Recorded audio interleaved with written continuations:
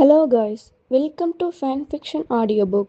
Here you find original fan-made audio stories. Enjoy the journey into new worlds. Oh my god. Spider-Man has a mentally ill cousin. Part 1. This is the Daily Bugle. I am J. Jonah Jameson. Our hero Ghost Rider did not appear last night. But the Knights in New York have gained another cloaked mummy. Those two bandage freaks were fighting each other in Times Square last night. On the TV screen, J. Jonah Jameson was indignantly denouncing the evil deeds of the cloaked mummy, or rather, the bandage freaks. Oh, what is wrong with this world? Gaia Parker sat in front of the TV, holding the remote in one hand and rubbing his neck, which had a stiff neck from sleeping, with the other, his face full of helplessness. It's one thing to have Ghost Rider and Moon Knight in New York in 2008, but there are even two Moon Knights. He was truly miserable. Transmigrating into Marvel, he had thought he would unlock an invincible life of punching OAA and kicking OBA. But as soon as he was born, the system abandoned him, although it said it had left some compensation. In reality, it was just a physical data panel, plus an ability that allowed Gaia to keep getting stronger by exercising his body. On this big stage of New York, he was practically just a grunt. Thinking of this, Gaia turned his head to look at his system panel. Character: Gaia Parker. Grip strength: 5.12 tons. Wrist strength: 10.21 tons. Leg strength: 15.33 tons. Speed: S. Reaction: 0.01 s. Little Gaia stood on Gaia's shoulder, stroking his chin along with Gaia as they looked at the body data, and couldn't help but retort. Hey buddy, you're as weak as a super soldier. Gaia looked indignant upon hearing this and retorted. What can I do? I've tried my best. I've successfully survived in New York until now. What more do you want from me? I even taught myself mysticism and tried to summon Khonshu and Mephisto, but what was the result? Gaia said, pointing at the TV screen. None of them bothered with me. I really don't know if my soul isn't pure enough. Especially that guy Khonshu. He chose two people in New York to be Moon Knight but didn't choose me. It's so sad, it makes me weep from both ends. I was even sent to a mental hospital by my mom and dad because of these things. Now everyone thinks I have a mental illness. Little Gaia jumped down from his shoulder, stepped onto the coffee table, and put his hands on his hips. Both Moon Knights didn't think much of you. Shouldn't you reflect on whether you've tried hard enough? Reflect on what? How have I not tried hard enough? Gaia raised an eyebrow and spread his hands, his face full of innocence. Although I might be a bit blunt, I'm still qualified, right? I've been on the big stage of New York for so long, and I haven't engaged in drinking, gambling, or whoring, have I? Saying this, Gaia slumped back into his chair and took a gulp of the half cup of cold coffee. Why is it so hard to be a superhuman these days? Someone gets bitten by a spider and takes off, someone gets irradiated and becomes Hulk. Not only did my system run away after I transmigrated, but the system's compensation was to make me a high-level fitness enthusiast. As they say, the unknown is dangerous. It is 2008, and Tony Stark has only recently gone missing. The only heroes on the surface are Ghost Rider and Moon Knight. This makes Gaia seriously suspect that the universe he is in is a solo series for one of these two guys. Or perhaps a comic titled Ghost Rider vs. Moon Knight. But regardless of which one, those who know, know. Sigh, there is really no hope in this life. Just as Gaia was feeling emo, a youthful, immature voice sounded from the side. Gaia. Gaia turned his head and saw Peter Parker, with his center-parted hair, thin and short, holding a glass of water and a capsule, walking towards him with a smile. That's right, just as you thought, Peter Parker, the future Spider-Man, but he hasn't been bitten by the spider yet. But it's coming soon. The Oscorp Science Exhibition is tomorrow. Thinking of this, Gaia got an even worse headache. As everyone knows, Spider-Man's friends and family don't have good endings. And his identity in this life is the son of May Parker and Ben Parker, the cousin who is exactly 8 years older than Peter Parker. The outcome can be imagined. Little Gaia, we absolutely cannot let Peter become Spider-Man. Otherwise, we're all doomed. Gaia nodded in agreement. Doing this was a bit selfish. But he was just an ordinary person without much power and couldn't withstand a multiverse-level curse like the Spider Totem. Seeing Gaia talking to the air again, Peter couldn't help but reveal a trace of sadness in his eyes. Although May Parker had told Ben Parker that Gaia had issues from the start. But Peter always felt that a large part of the reason Gaia had become like this was because of him.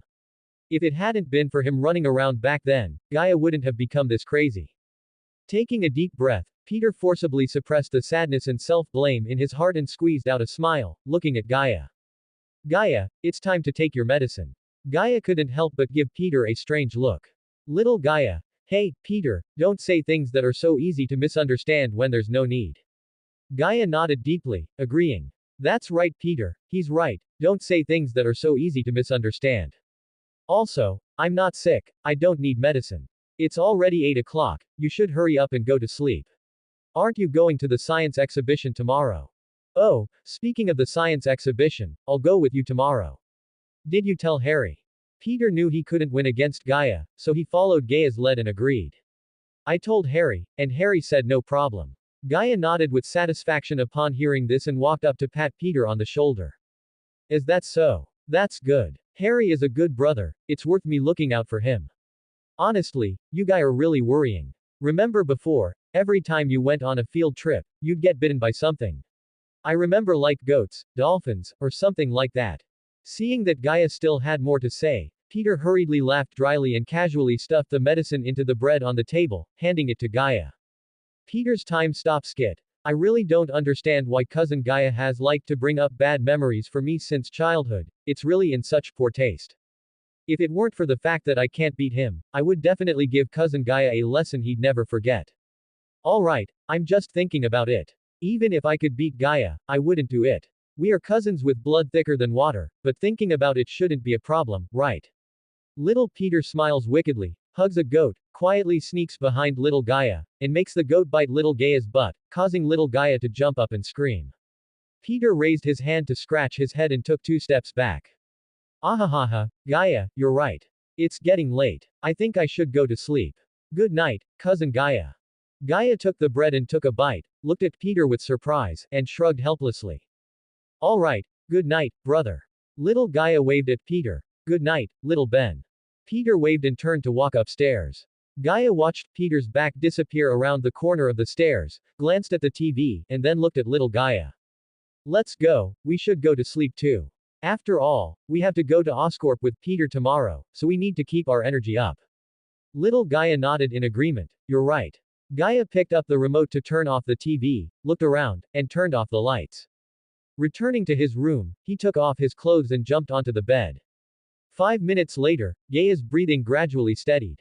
It was then that Gaia slowly opened his eyes and sat up. White linen grew out of thin air in sync with Gaia's movements, wrapping around Gaia's body like a living thing. Wisps of bandages climbed from his arms to his shoulders, wrapped around his chest, and covered his cheeks. His eyes flashed with a bright blue fluorescent glow, and a white hood and cloak unfurled behind him. Moonlight poured in through the window of Gaia's bedroom, and Gaia glowed with silver radiance under the moonlight. Moon night has arrived. Gaia stood up and walked to the window, looking up at the starry sky and the moon. His form slowly transformed into a wisp of silver radiance and departed with the moonlight. When he revealed his form again, beneath the moon, amidst the night sky, there appeared a figure soaring above New York with a pure white cape for wings. At the Empire State Building in New York, Gaia retracted his cloak and landed, standing at the top of the Empire State Building, overlooking the entire city of New York.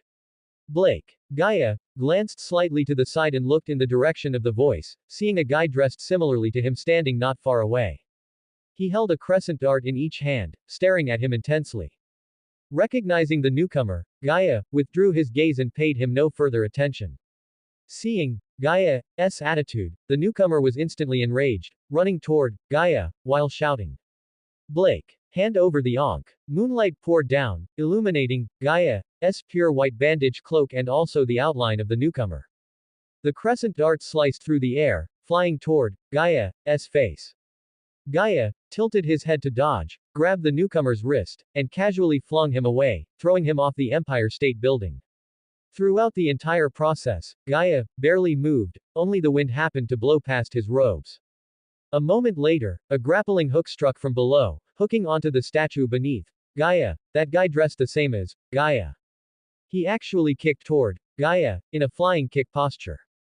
However, this was useless. Gaia simply raised his hand to block the newcomer's flying kick, then backhanded and firmly grabbed the newcomer's foot, ruthlessly throwing him against the wall to the side.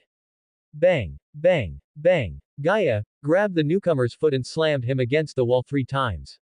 After the 3 slams, Gaia let go, and the newcomer fell heavily to the ground, a pair of crescent darts discarded to the side, unable to get up for a long time.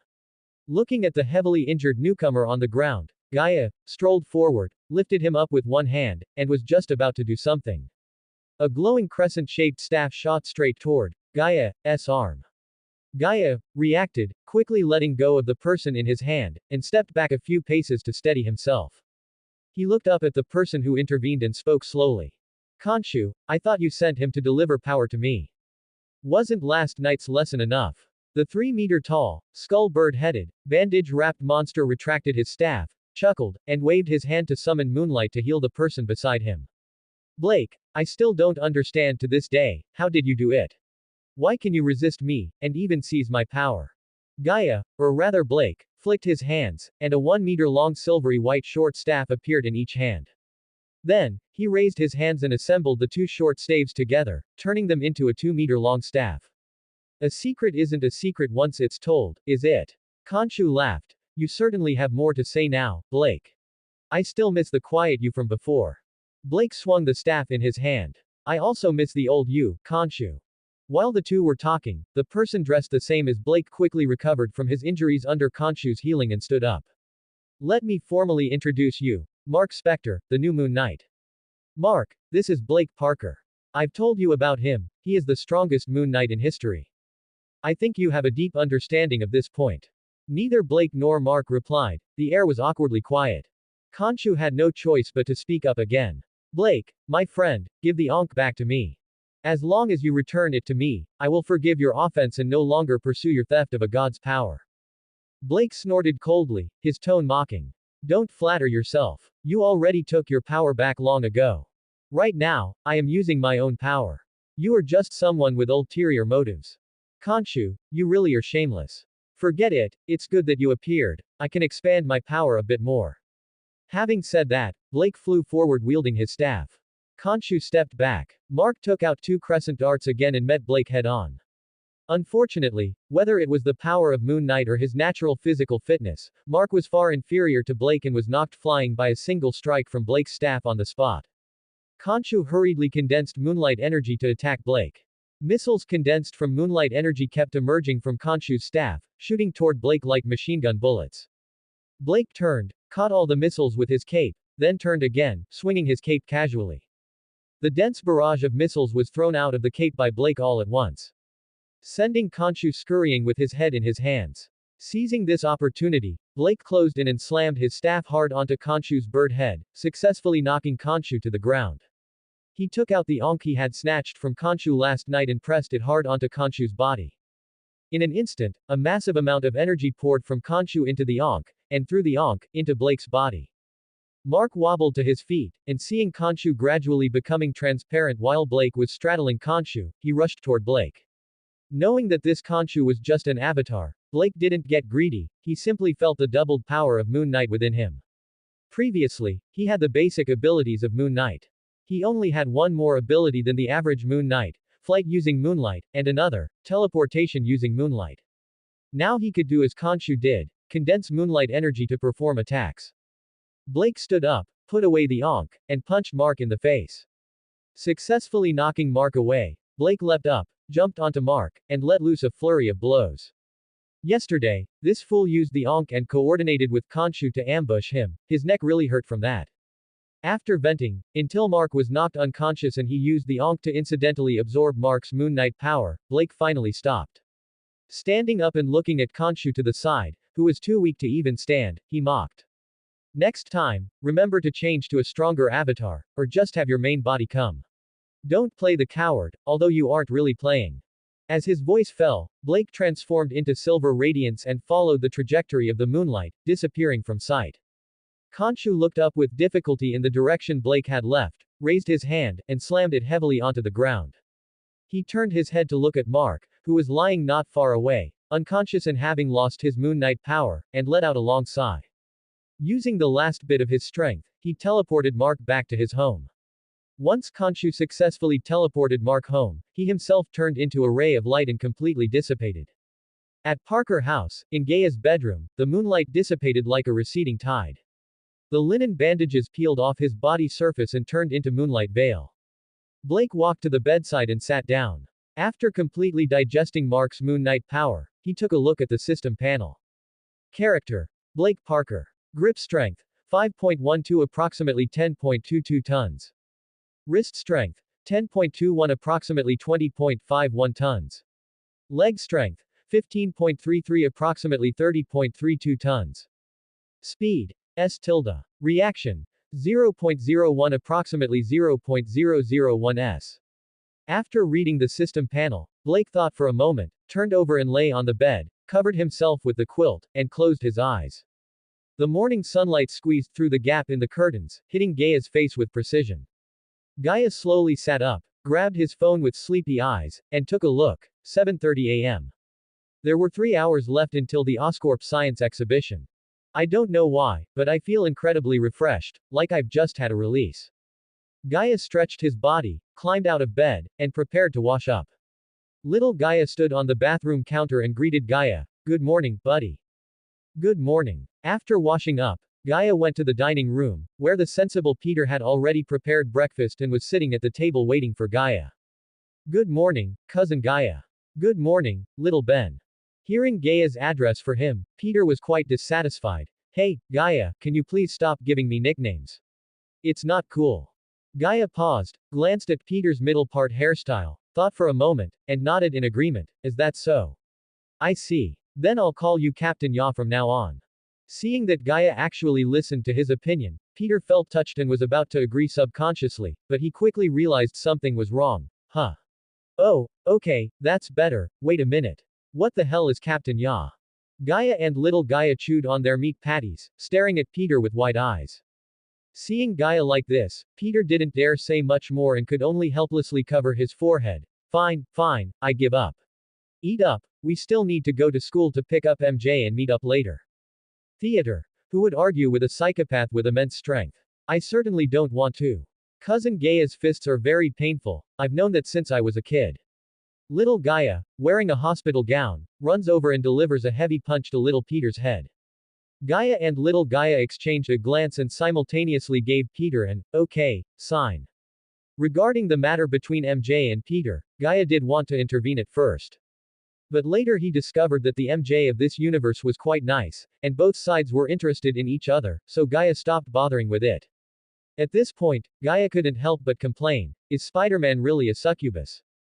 Heaven knows the shock he felt 3 years ago when he saw Peter and Mary Jane making out.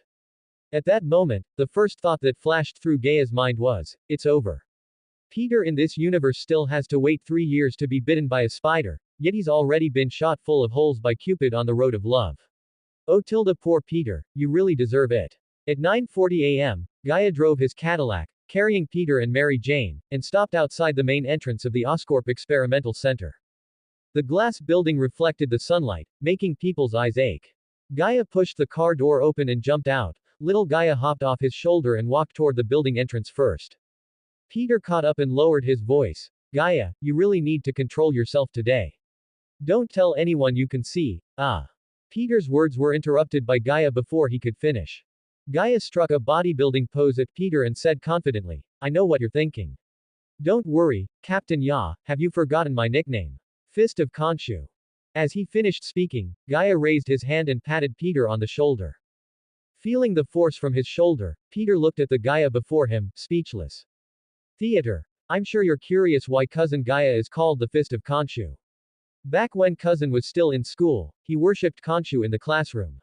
After his classmates found out, they mocked cousin Gaia relentlessly. You can probably guess what happened next. Little Peter pulls back the curtain. In the school classroom, little Gaia beats dozens of people to the ground, piles them into a small mountain, and strikes a bodybuilding pose. Mary Jane walked up carrying books, raising an eyebrow as she looked at the Parker brothers in front of her. All right, stop messing around, boys. Harry has been waiting for so long he's about to get anxious. The Parker brothers exchanged a look upon hearing this and said in unison, all right, let's go in together, MJ. Times 3. Dozens of students were already gathering in the lobby, led by their school's science teacher, Mr. Warren, a middle-aged man with thinning hair and glasses as thick as bottle bottoms. Gaia scanned the crowd and quickly locked onto Harry Osborn. That guy was leaning against the reception desk, and upon seeing them, a bright, uncontrollable smile immediately appeared on his originally cold and hard face as he walked toward them. Little Gaia. Oh my god, Harry is truly a great friend, bar none. Gaia nodded in deep agreement. The money he used to open his gym was funded by Harry. Harry himself was the second largest shareholder of the gym, besides him. He sponsored a full $1,125,323. I heard Harry even had a huge argument with his father, Norman, over this. It's truly moving. Harry. Peter happily raised his hand and waved. Harry saw them, smiled, walked over, bumped fists with Peter, greeted MJ, and then looked at Gaia. Gaia, you came too. Gaia shrugged. You know, Peter often gets hurt during field trips, so I need to keep a close eye on him. Harry and MJ exchanged a look upon hearing this and burst into laughter. Facing the mockery of his two good friends, Peter sighed, his face full of helplessness. Theater. What could he do? All three were his closest people, let them laugh if they want. But they'd better not let me catch an opportunity, or I will definitely get my revenge. Little Peter ties the three of them to fireworks, smirking as he lights them one by one. The lights in the lobby were a bit blinding, the Oscorp Experimental Center was as grand as ever. Behind the reception desk was a huge curved screen, looping footage of Norman Osborn accepting an interview. Let's go, let's sign in first. Harry walked in front to lead the way, guiding them through a security gate. Mr. Parker, your visitor pass. Gaia took the badge, hung it around his neck, and turned to look for Peter. That kid was already huddled with Harry on the side, pointing and gesturing at a picture in the exhibition brochure. MJ stood next to them, interjecting a few words from time to time. The three of them looked like stills from a campus youth drama. This made Gaia feel relieved. This was the beautiful life Peter Parker should have, just like the first half of the 6160 universe. Gaia leaned against a pillar, arms crossed, watching them. Next, he just needed to make sure Peter didn't get bitten. With his reaction time and speed, under normal circumstances, nothing would ever go wrong. Little Gaia poked his head out from behind the pillar. You know, I finally understand why you didn't have many friends in high school. What do you mean? You're the kind of pervert who would stand in the corner of the classroom and stare at others for 5 full minutes without blinking. Just as Gaia was about to retort, a somewhat familiar voice sounded from behind. Mr. Parker. Gaia turned around. A young girl with long blonde hair was standing 3 steps away, wearing a creamy white hooded trench coat, holding a stack of books in her arms, looking at him with a smile. Looks like a good girl. Seeing a teenage version of the golden-haired Lion King appear, Gaia couldn't help but frown. Who are you? Little Simba. The girl was about to step forward, but her smile froze instantly upon hearing this. However, seeming to remember something, she quickly smoothed her hair, adjusted her smile, and said softly, I'm Gwen Stacy, Mr. Parker. We've met before, you helped save me. Saved you in passing. I've saved plenty of people in passing. Gaia glanced at the girl's long blonde hair, finding no memory of her. He was just about to ponder when exactly he had met Gwen Stacy, this classic character from Spider-Man. Little Gaia jumped onto Gaia's shoulder, gave him a hard punch, and barked. Hey, what on earth are you doing? Our top priority right now is to keep a close eye on Peter. If Peter gets bitten, we're going to suffer big time, though I don't know exactly how. Gaia rubbed his head. Sorry, buddy. You're right. I was acting like an idiot, losing track of what's important. After apologizing to little Gaia, Gaia looked up at Gwen and gave a polite smile. Ah, it's you, Miss Stacy. Nice to meet you. With that, Gaia's smile faded. He shifted his gaze from Gwen back to Peter, his expression dead serious, looking like a sniper aiming at a target. Gwen watched Gaia talk to thin air the entire time, standing frozen, not knowing what to say. She knew about Gaia's condition, but she hadn't expected him to be this severely ill. Poor Mr. Parker, he was such a good person. Gwen looked at Gaia with pity. Soft-hearted, she actively stepped up to stand beside him to prevent others from mocking or bullying this poor patient. The exhibition's flow was like a carefully designed river, guiding the crowd of students from the lobby to the main exhibition area. Gaia followed 3 paces behind Peter like an alert sheepdog. His eyes remained locked on the back of Peter's head, occasionally scanning the ventilation ducts on the ceiling and the holographic projection equipment hanging under the dome. Oscorp's security system seemed tight enough within visible range. But Gaia knew that the real crises often came from those seemingly harmless transparent glass jars. The spider totem was best at finding loopholes to plague poor Peter. Gaia. Harry noticed Gwen following Gaia the entire time. Grinning mischievously, he slowed his pace and fell back next to Gaia. He gave Gaia a knowing look. Not bad, bro. That girl is really pretty. Gaia gave Harry a surprised look. Just as he was about to say something, he lowered his head, and out of the corner of his eye, he caught sight of a colorful spider. Defying physics and aerodynamics, it flew toward Peter in a zigzag path. Gaia was utterly shocked by the shamelessness of the spider totem. Little Gaia was jumping up and down in anger, cursing loudly. With so many parallel universes and so many Peters who aren't Spider-Man, why do you have to latch onto my Peter? Snapping out of his shock, Gaia immediately stepped forward, reaching out to pull Peter away. But to everyone's surprise, the step Gaia took landed squarely on a banana peel. With a loud crash, Gaia fell heavily to the ground. Little Gaia's voice cracked. Who is it? Who has such terrible manners to throw a banana peel here? And this janitor, fired. They must be fired. This is so fooling unprofessional. Meanwhile, the spider landed on Peter and bit down. Seeing this, little Gaia stomped his feet in sheer frustration. Did we still fail in the end? Mother fooling spider totem, son of a fool master weaver, you deserve to be imprisoned by the inheritors. Seeing Gaia fall, Gwen and Harry rushed forward to help him up. But Gaia just lay half-sprawled on the ground, motionless, staring blankly at the bitten Peter. At this moment, he felt like the star of death was shining right above his head. Just as Gaia was about to lose his mind and start cursing, he suddenly felt a sharp pain in his neck, as if something had bitten him. Realizing something was wrong, Gaia broke into a cold sweat and quickly reached for his neck. But he caught nothing except a strand of spider silk.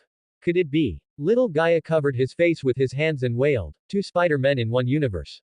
Holy shit. Master Weaver, you really picked the perfect person, didn't you? Khonshu and Mephisto both looked down on me. As a higher tier entity, how could you set your eyes on me? And you, Spider Goddess, how could you force yourself on me right after Peter?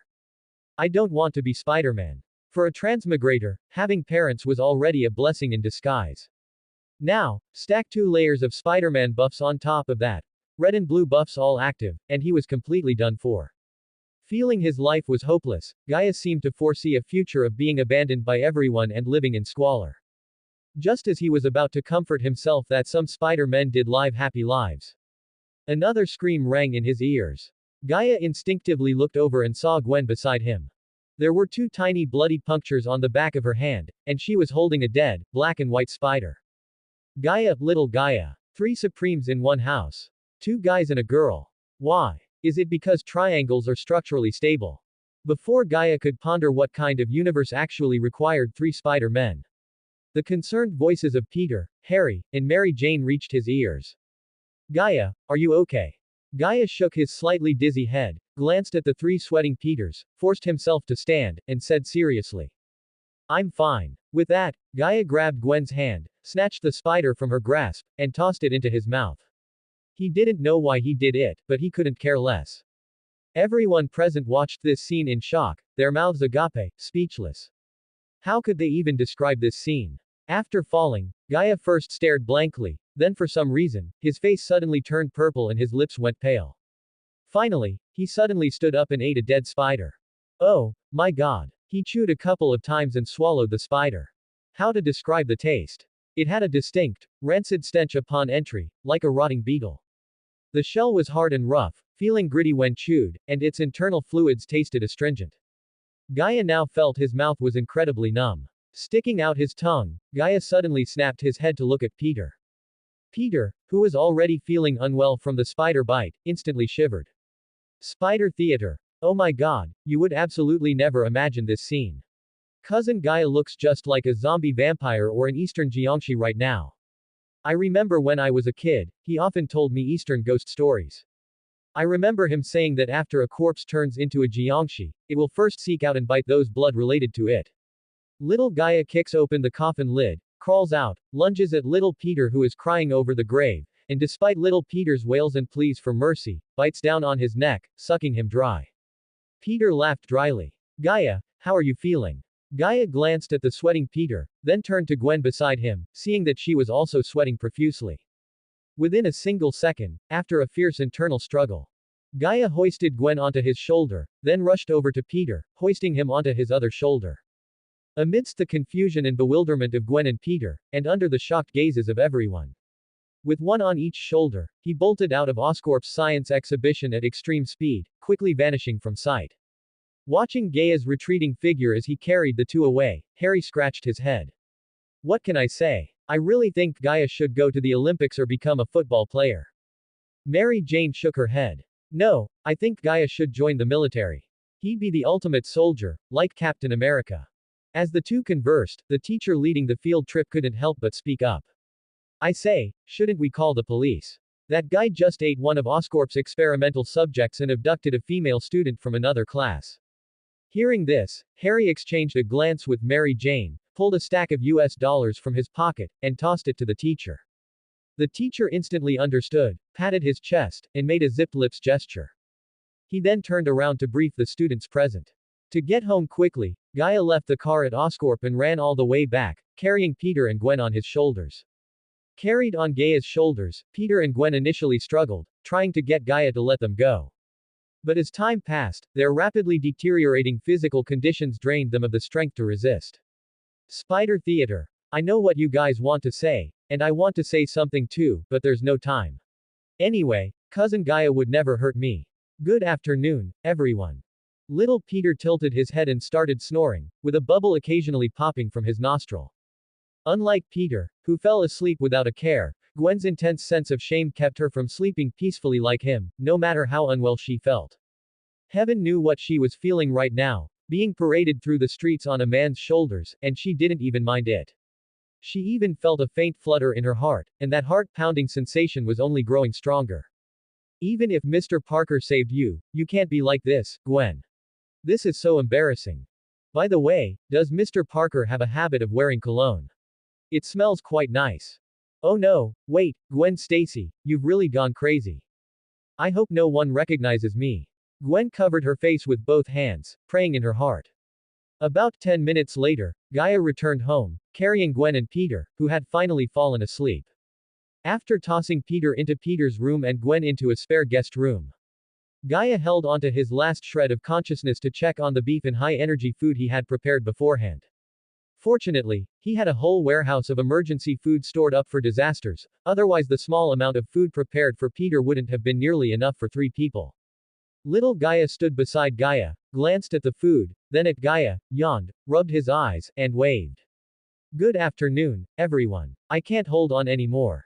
Also, son of a fool spider fool, mother fooling master weaver, fool you.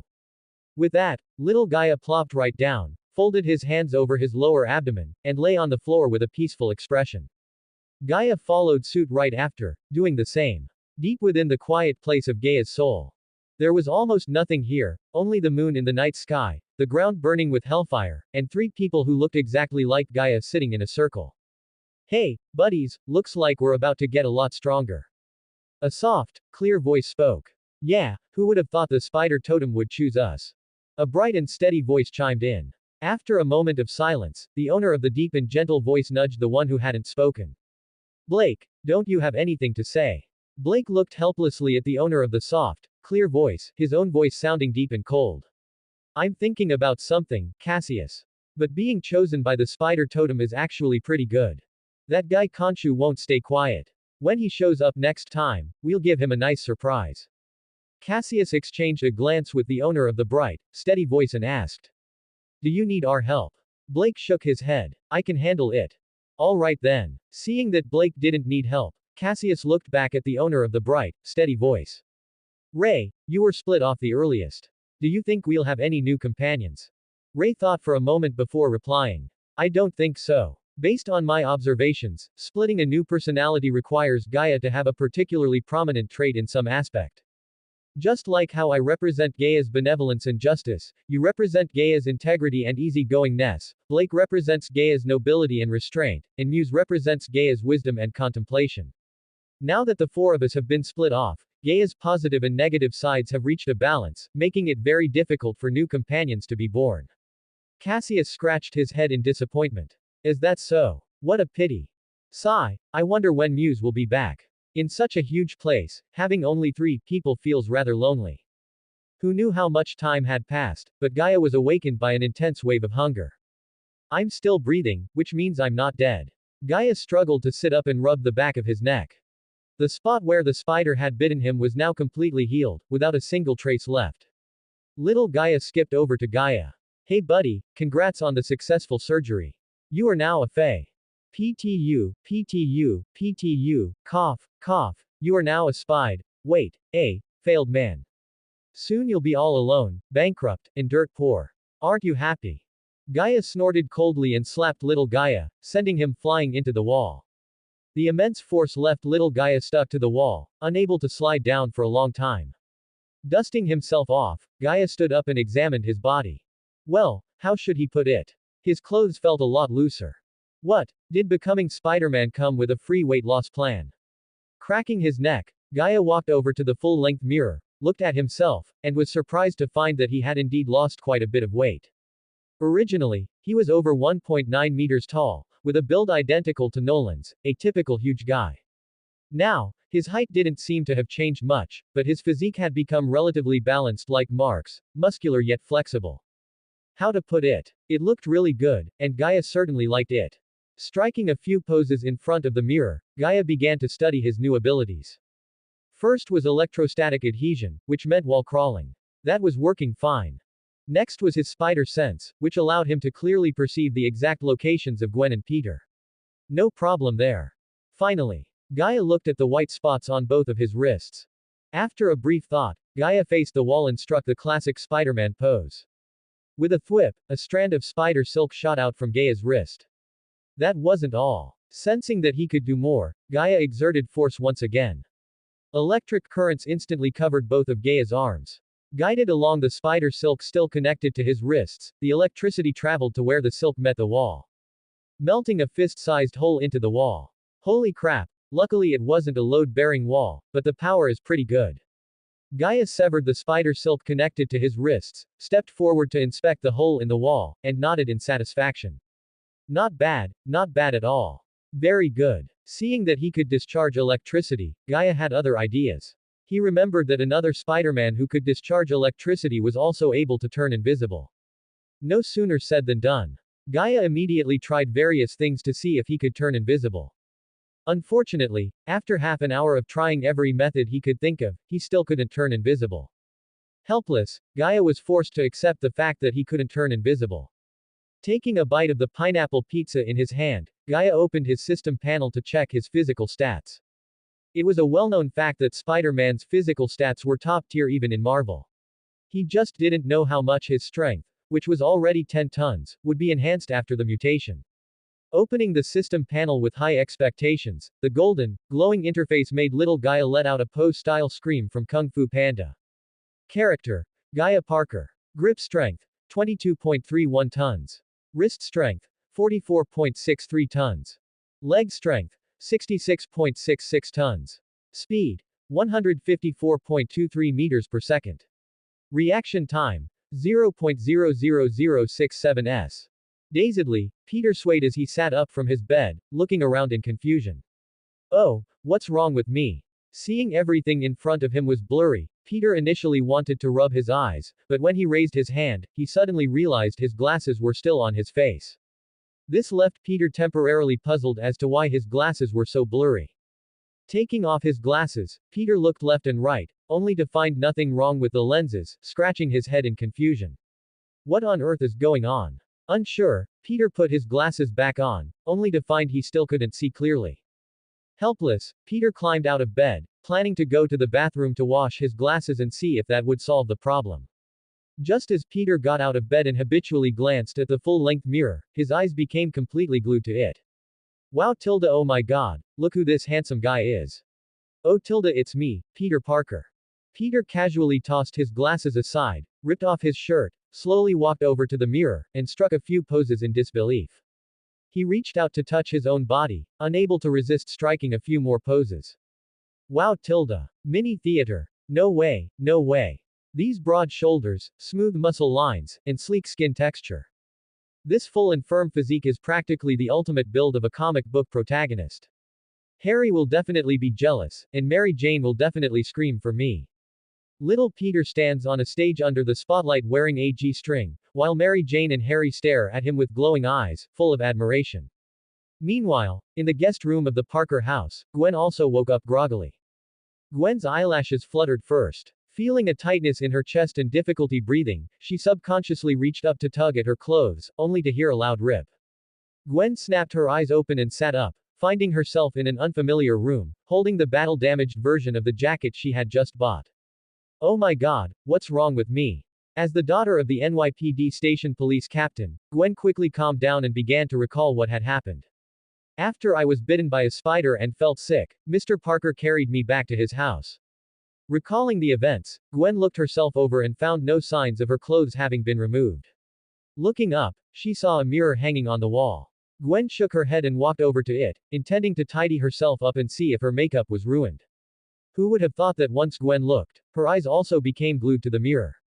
Oh my god. Staring at the beautiful girl in the mirror, Gwen was filled with disbelief. She first reached out to touch her face, then measured the size of her chest, muttering, "No wonder I felt like I couldn't breathe." With that, Gwen lifted her shirt to look at her waist, turned around to check her backside, and then her thighs, her calves.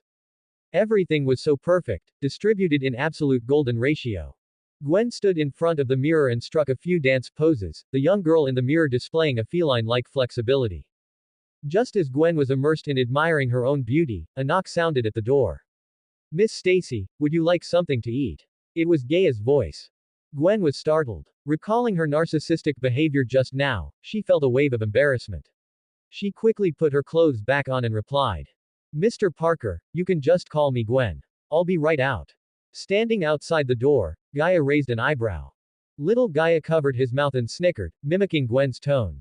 "Ah tilde Mr. Parker tilde you can just call me Gwen tilde." Gaia's face darkened, and he kicked without hesitation. "Be gone." He kicked little Gaia right out of the second-floor hallway window. The world fell quiet. Gaia adjusted his clothes and replied, "All right, Gwen. But you should still call me Mr. Parker. I don't think we need to be that close. By the way, I know you're very hungry right now. I've prepared some food in the living room, so you can go ahead and eat. Also, remember to control your strength. If anything gets broken, I expect you to compensate me for the original price." With that, Gaia didn't care whether Gwen replied or not, turning around to knock on Peter's door. It wasn't that Gaia was too cold, but rather that after living in New York for over 20 years, he had seen too many extraordinary people. Even if the Gwens of other universes generally had good reputations, Gaia didn't dare to gamble on whether the Gwen of this universe was good or bad before getting to know her. Knock, knock, knock. Gaia politely knocked 3 times, and seeing that Peter hadn't locked the door, he pushed it open and walked right in. "Peter, come out and eat." Peter, who was striking poses in front of the mirror, quickly bent over and tentatively covered his upper body with his hands when Gaia suddenly entered. "Hey, Gaia, you can't do that." It wouldn't have been a big deal, but seeing Peter in this posture, Gaia immediately wore an expression of disgust. "Oh brother, can you not cover your upper body like a woman? There are no outsiders here. We're brothers, it's not like I haven't seen it before. The way you look right now is practically like a little girl. Like some playing hard to get sissy. I suggest next time you cover your backside with your other hand. That way, I'm sure you'll feel much safer." Peter blinked as he looked at the rambling Gaia. Spider Mini Theater. Oh god, seriously, although being told that makes me sad, I really like the way cousin Gaia talks. When will I be able to roast someone so bluntly? Little Peter walks down the street, running over to scold whoever he finds annoying. As Gaia spoke, he casually picked up a piece of clothing and threw it to Peter. Just as he was about to tell Peter to go down and eat, the sound of something breaking came from not far away. Holy crap, my door. I knew it. Shaking his head helplessly, Gaia looked at Peter, who had finished dressing. Hurry downstairs and let's go. I know you're very hungry. Gaia turned and left, leaving Peter standing alone in the room, staring oddly at the doorway. Mini theater. Cousin Gaia actually said he knows I'm hungry. But he's not me, how does he know if I'm hungry or not? Well, I really am hungry, but how did Cousin Gaia know? Could he be reading my mind? Little Peter cosplays as the thinker statue sitting on the toilet. Leaving Peter's room, Gaia returned to the guest room where Gwen was. He immediately saw Gwen standing rigidly in place like a child who had made a mistake, still holding the doorknob in her hand. Gaia glanced at the fallen door frame, then at the shredded, rag-like jacket on Gwen's shoulders, and couldn't help but sigh.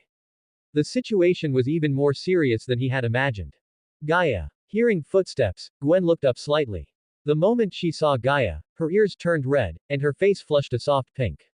Oh, for some reason, Gaia looks so romantic.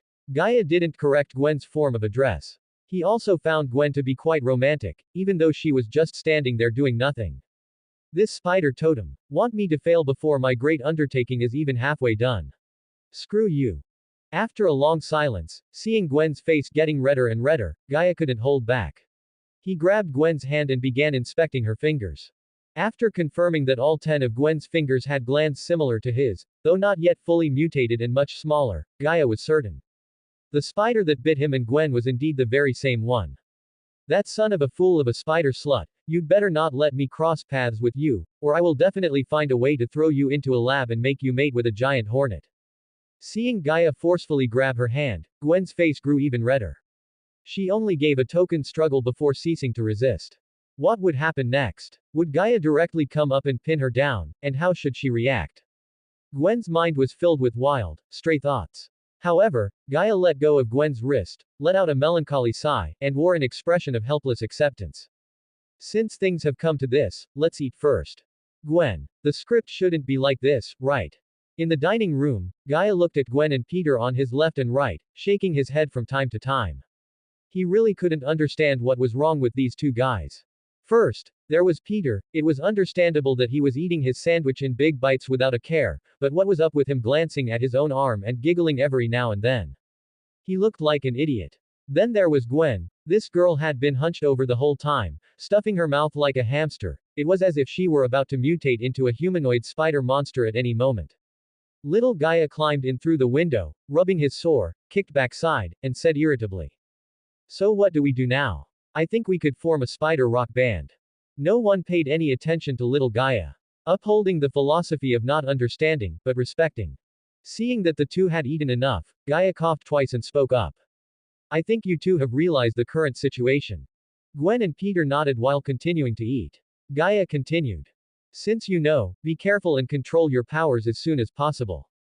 Firstly, so you don't hurt others, secondly, so you don't affect your own lives, and thirdly, so you don't get captured and sliced up. Do you understand, you two? Gwen and Peter chewed with their mouths full, nodding again like little chicks. Seeing them like this, Gaia didn't intend to preach any grand principles.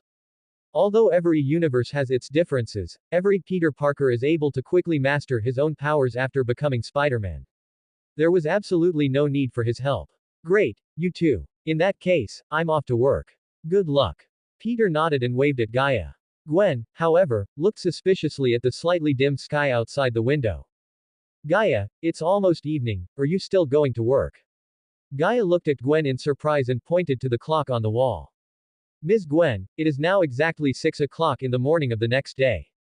You know, you actually slept for nearly 20 hours. Clatter. Almost at the same moment Gaia finished speaking, the pizza in Gwen's hand dropped onto the plate. Gwen herself froze in place, looking terrified and motionless. After a long while, Gwen slammed her hand on the table and stood up. You mean I spent the night out? Little Gaia seized the opportunity to jump onto the table, looked at Gwen, then turned his head to look at Gaia, smirking and pointing his thumb at Gwen. Buddy, this chick is not bad. Gaia swatted little Gaia off the table and said viciously. I'm telling you, you are too repressed. Can you stop acting like a hentai goblin? It's really disgusting. After saying that, Gaia looked at Gwen in front of him. Seeing her staring at him blankly, although he suspected that this girl might not be very bright, he still nodded in response on the surface. You're right, and you slept the night at a man's house. Gwen frantically pulled out her phone, discovered that it showed 99 plus missed calls, and covered her face with her hands. Oh my god, can you stop making sarcastic remarks? My mom and dad are going to kill me. Ding dong tilde. The doorbell suddenly rang, and Gaia stood up and walked toward the door. Don't worry, no matter what, you're their daughter. At most, you'll get a mixed doubles beatdown or a good scolding. Gwen thought about that image, slumped into her chair in despair, and looked completely burnt out. Oh, please, stop talking. Peter sat across from Gwen, chewing his food while watching this amusing scene. Little theater. I don't know much about Gwen, Just heard at school that she has a father who is a police captain, and her upbringing is very strict. But putting myself in her shoes, if I didn't come home at night, Uncle Ben and May Parker would probably be very worried, and when they found me, they would give me a lecture. Then they would have Cousin Gaia teach me a harsh lesson, because according to them, they can't replace my parents. But a cousin is a real cousin, and brothers are brothers. Little Peter doesn't come home at night, comes back after having fun, Uncle Ben is hugging the crying May Parker, and little Gaia is standing at the door with a leather whip, standing with his feet in a 3 to 7 stance.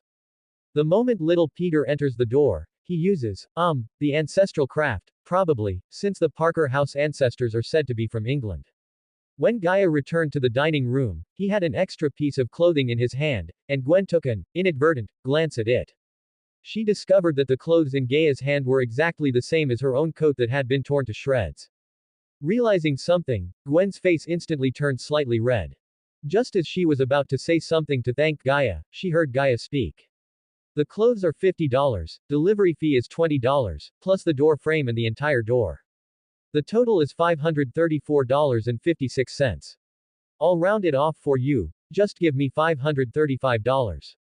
Remember to send the money to the God of War Club headquarters in Manhattan. Don't think about not paying, I happen to know that Captain Stacy is about to get a promotion. You wouldn't want Captain Stacy to miss out on his promotion because of these $535, would you? As he finished speaking, Gaia glanced at his watch, and without waiting for Gwen to agree, he threw the clothes to her. Like a sophisticated scoundrel who had just finished cleaning up, he straightened his collar and turned to leave. Seeing this, little Gaia hurriedly climbed up from the floor. Buddy, wait for me. Gwen, who had caught the clothes, froze in place, staring blankly as Gaia's figure disappeared at the dining room entrance. Only when the sound of the door closing reached her ears did Gwen snap out of it. Her little face turned even redder, and she puffed up her cheeks angrily, pouting. She felt like there was a little person in her brain about to jump out. Just as Gwen was thinking about how he could be like that, not gentlemanly at all. And then comforting herself by thinking that Gaia was sick and she should be magnanimous, Peter's voice came from the side. Oh, are you still going to eat this durian pizza? Gwen turned her head and saw Peter grinning at her, pointing at the only remaining piece of durian pizza on the table.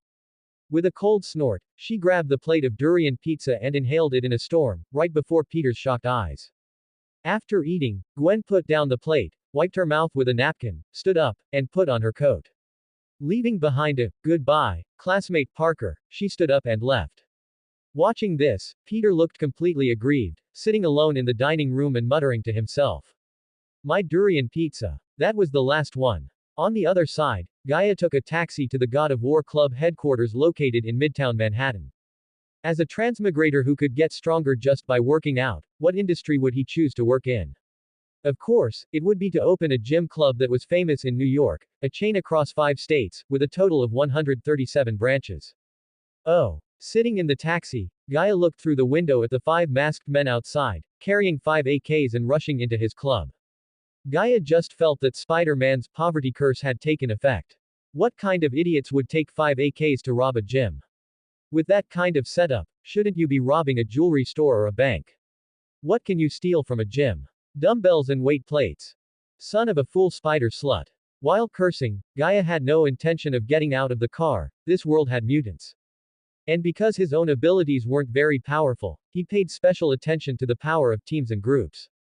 Whether among his customers or his staff, there were quite a few mutants. Things did not go beyond Gaia's expectations. Almost as soon as the 5 robbers went in, they were tossed out like garbage bags filled with trash. 2 figures slowly walked out of the club. One figure wore gray-blue sweatpants and a gray-blue tight-fitting top, had short silver-white hair, was nearly 1.9 meters tall, had a lean build, and looked to be about 20 years old. The other figure had his upper body bare, stood at an astonishing 2.4 meters, and displayed a mountain-like physique. His terrifying muscles caused the muscles on his back to condense into a ghost face, and the swollen veins on his arms made him look like he was coiled by 9 dragons. The first one does not need an introduction, but Gaia must grandly introduce the second one. Odubiao, a Delta-class mutant, is a black man. But do not underestimate him, this guy is the employee Gaia appreciates and is most satisfied with. His mutant ability is to perfectly absorb and firmly lock in steroid hormone potency, and he is immune to the side effects of hormones. In terms of strength, he is not inferior to the previous Gaia. For Gaia's club to develop to its current scale, Odubiao is the greatest contributor, bar none. People in the underworld still circulate a saying to this day. If you don't take gear and see Odubiao, it's like a frog in a well looking at the moon in the sky. If you take gear and see Odubiao, it's like a mayfly seeing the vast blue sky. Today, Odubiao is the absolute star under Gaia, the king of kings in the fitness world. Handing money to the taxi driver, Gaia opened the car door and walked toward the God of War club. Pietro, Odubiao, well done. Indeed, it was Quicksilver. Gaia was also puzzled at first as to why he could meet Scarlet Witch and Quicksilver in New York at this point in time. But thinking about how Ghost Rider and Moon Knight were both around, Gaia felt relieved. Why not hug a thigh that was handed to him for free? The silver-haired youth, who was Pietro, and Odubiao turned around in unison. After seeing who had arrived, both were stunned for 2 seconds. Pietro spoke first. Boss, why have you become thinner? Little Gaia jumped onto Gaia's shoulder. Don't you guys think I'm more handsome like this? Gaia nodded in agreement. He's right. Don't you guys think I'm more handsome like this? Pietro and Odubiao looked at each other upon hearing this, realizing Gaia was acting up again, and nodded in agreement. Indeed, you're more handsome. What do you think, Odubiao? I also think boss is more handsome, you are simply the man of men. Gaia sighed slightly. I told you all before, do not flatter me. Look at you guys, this is very good right now, every word is from the heart. Call Richards and have him handle this matter. He's been a lawyer registered here, mooching off me for so long, it's time to find him something to do. Pietro and Odubiao both answered. All right, boss, leave it to us. Gaia nodded with satisfaction and turned to walk into the club.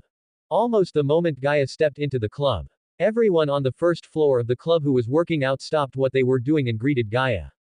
Big brother Gaia. Big brother Gaia. Boss, loyalty. Gaia responded with a smile. Do not misunderstand, these aren't his customers. They are all his henchmen, specially selected for having the best physiques, placed on the first floor to hold down the fort and show off his strength. It needs to be said here that he isn't some gangster, he's just an ordinary gym club owner. It's just that the name Fist of Khonshu, for some reason, is becoming louder and louder. People are always finding him non-stop, acknowledging him as their boss. Having read a lot of history, Gaia, who dared not underestimate the power of small figures, could only accept them all. This has led to the current scene where one person calls and 1,000 respond.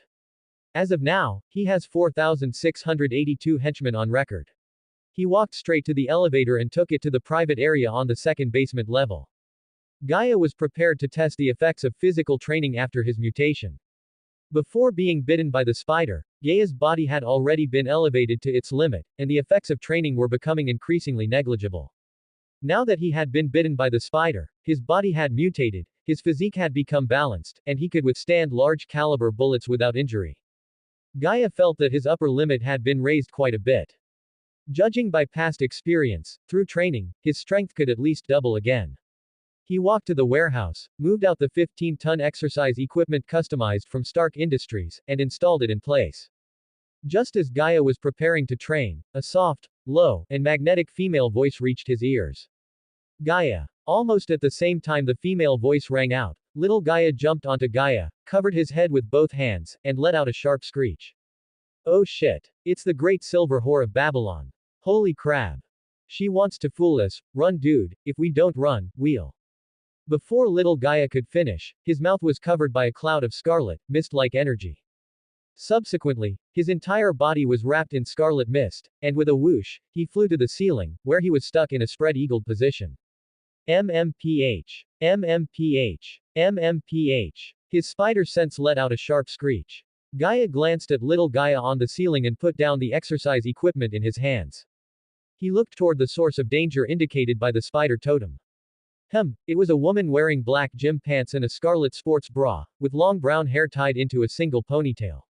She had an amazing figure, like a woman from a Korean webtoon. She was a beauty. However, it would be better if her eyes weren't flashing with crimson light at this moment. Gaia looked at the person who had arrived and frowned slightly. Wanda, what's wrong with you? Wanda didn't answer. She didn't stop until she was standing in front of Gaia, the distance between them no more than a fist's width.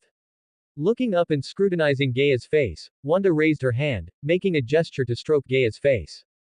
Gaia didn't give Wanda the chance and grabbed her hand. Don't play dumb, what is wrong with you, Wanda? Wanda looked at her wrist that was grabbed by Gaia and felt the warmth from Gaia's hand. Under the crimson light in her eyes, she was full of possessive desire. After thoroughly feeling Gaia's grip strength, a trace of satisfaction flashed in Wanda's eyes. After a long while, Wanda adjusted her emotions and said coldly, what did you do yesterday? Gaia frowned tightly. Didn't I tell you? I accompanied Peter to the science exhibition. Also, why do you care so much? Shouldn't you be in class right now? I didn't send you to university for you to slack off. Wanda was choked by Gaia's words, and, why do you care so much? Echoed wildly in her mind.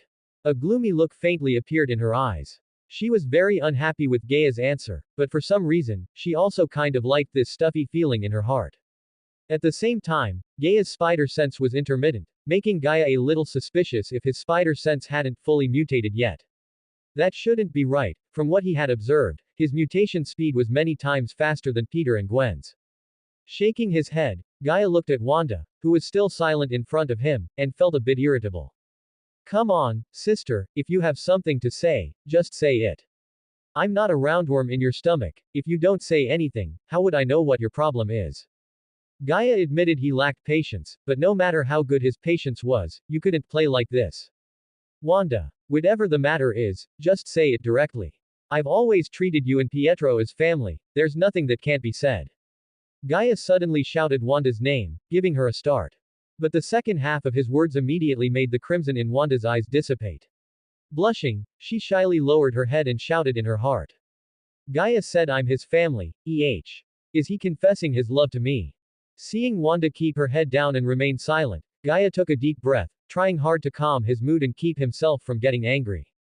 Scarlet Witch was a super powerful ally capable of altering reality, she might be able to save his life at some point. He had to speak to her properly, he couldn't let small issues ruin the big picture. Just as Gaia had calmed down and was about to tell Wanda to let go of little Gaia, his phone rang. Gaia took his phone out of his pocket and glanced at the caller ID on the screen, Richard Fisk. Wanda, put this guy down first, I'm going to take a call. After saying this, Gaia walked to the side and answered the phone. Hearing Gaia's words, Wanda nodded like an obedient young wife and waved her hand, dispelling the chaos magic acting on little Gaia. Little Gaia landed on the floor with a thud and bounced a few times. After standing up, he immediately started cursing. You Babylonian harlot, succubus witch, how dare you treat me like this? Listening to little Gaia's frantic cursing, Wanda, who had returned to normal, was not angry, instead, a strange feeling arose in her heart. She rubbed her legs together, and her face turned even redder. She looked like a shy red rose. Hello, what's up, Richard? Did something happen? Richard? Nothing, brother Gaia. I've already looked into these 5 guys, they're just incredibly stupid idiots.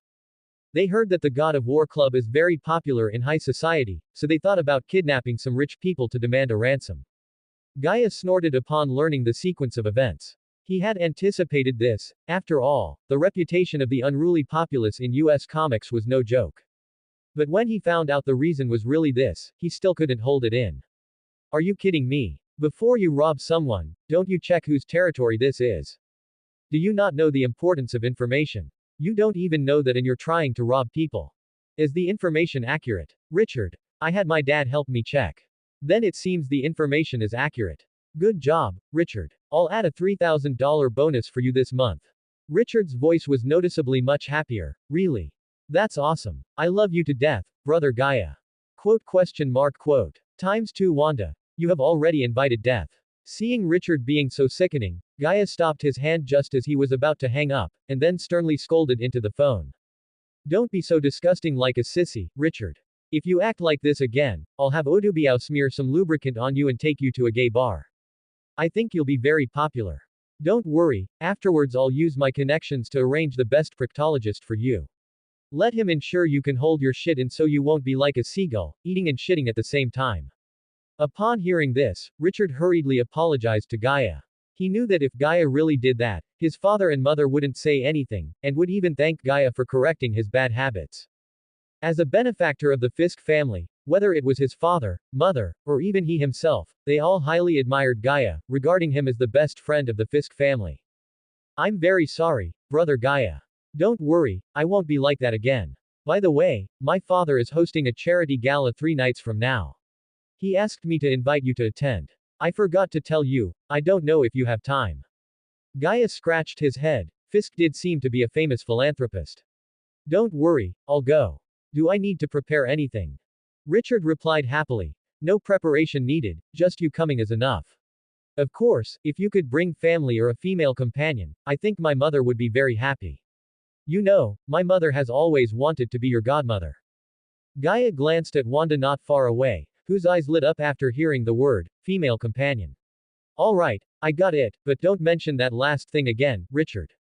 You know, if I were to take on a godmother without asking, my old man and that big-mouthed godfather of mine would nag me to death. Richard smiled. That's true. Well, let's leave it at that.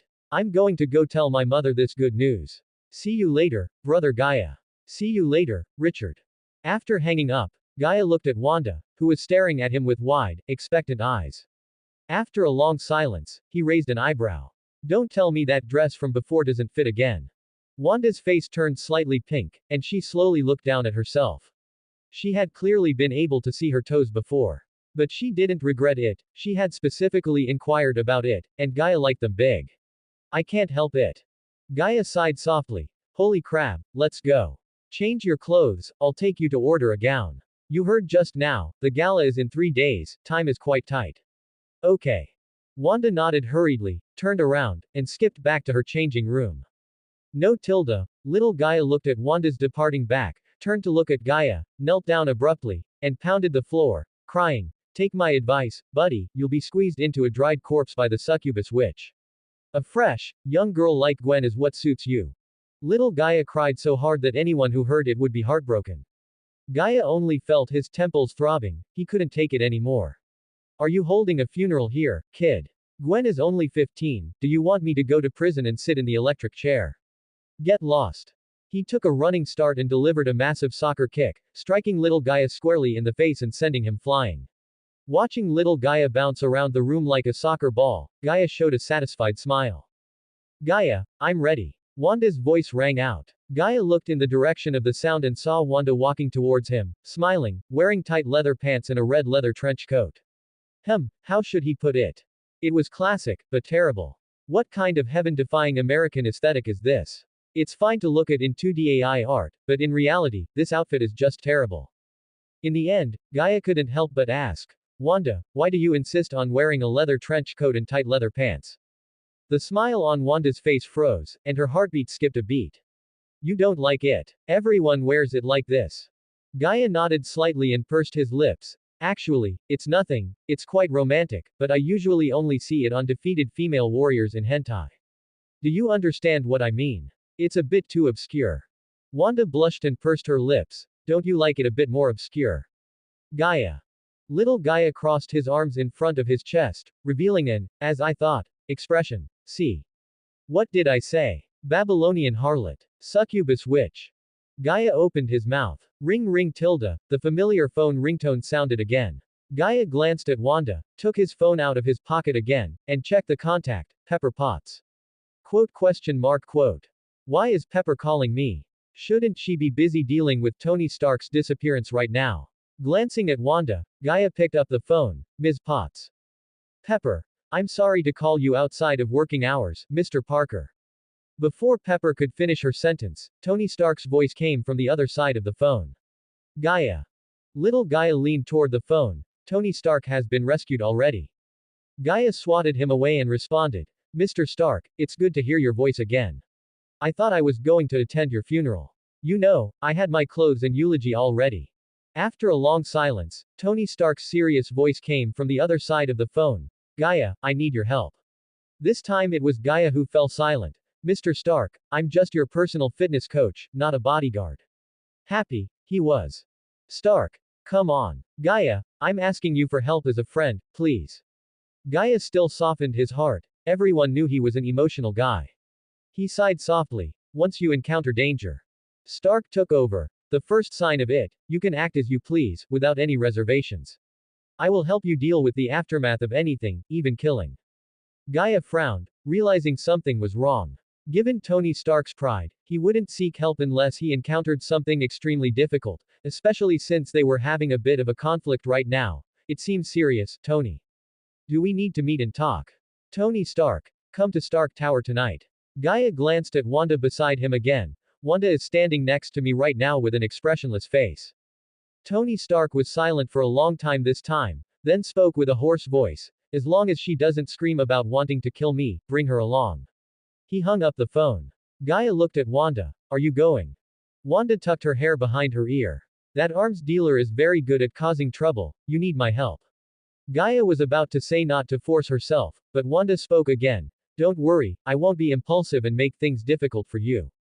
Pietro and I have thought about a lot over these past few months, but we still hate that arms dealer. Gaia and little Gaia exchanged a look, agreeing with Wanda's words. You're right, he is indeed annoying. He's just a fool with an arrogant and rude, bratty girl personality. At 7 p.m., Gaia retrieved his car from Oscorp and, as agreed, took Wanda to Stark Tower. Tony. Gaia and Wanda arrived at the top floor of Stark Tower and saw Tony Stark sitting in the open lounge area, fiddling with a virtual screen, and greeted him. Hearing the voice he had been longing for, Tony hurriedly put down what he was doing, turned to look at Gaia, and let out a long sigh of relief. Oh, buddy, it's really reassuring to see you.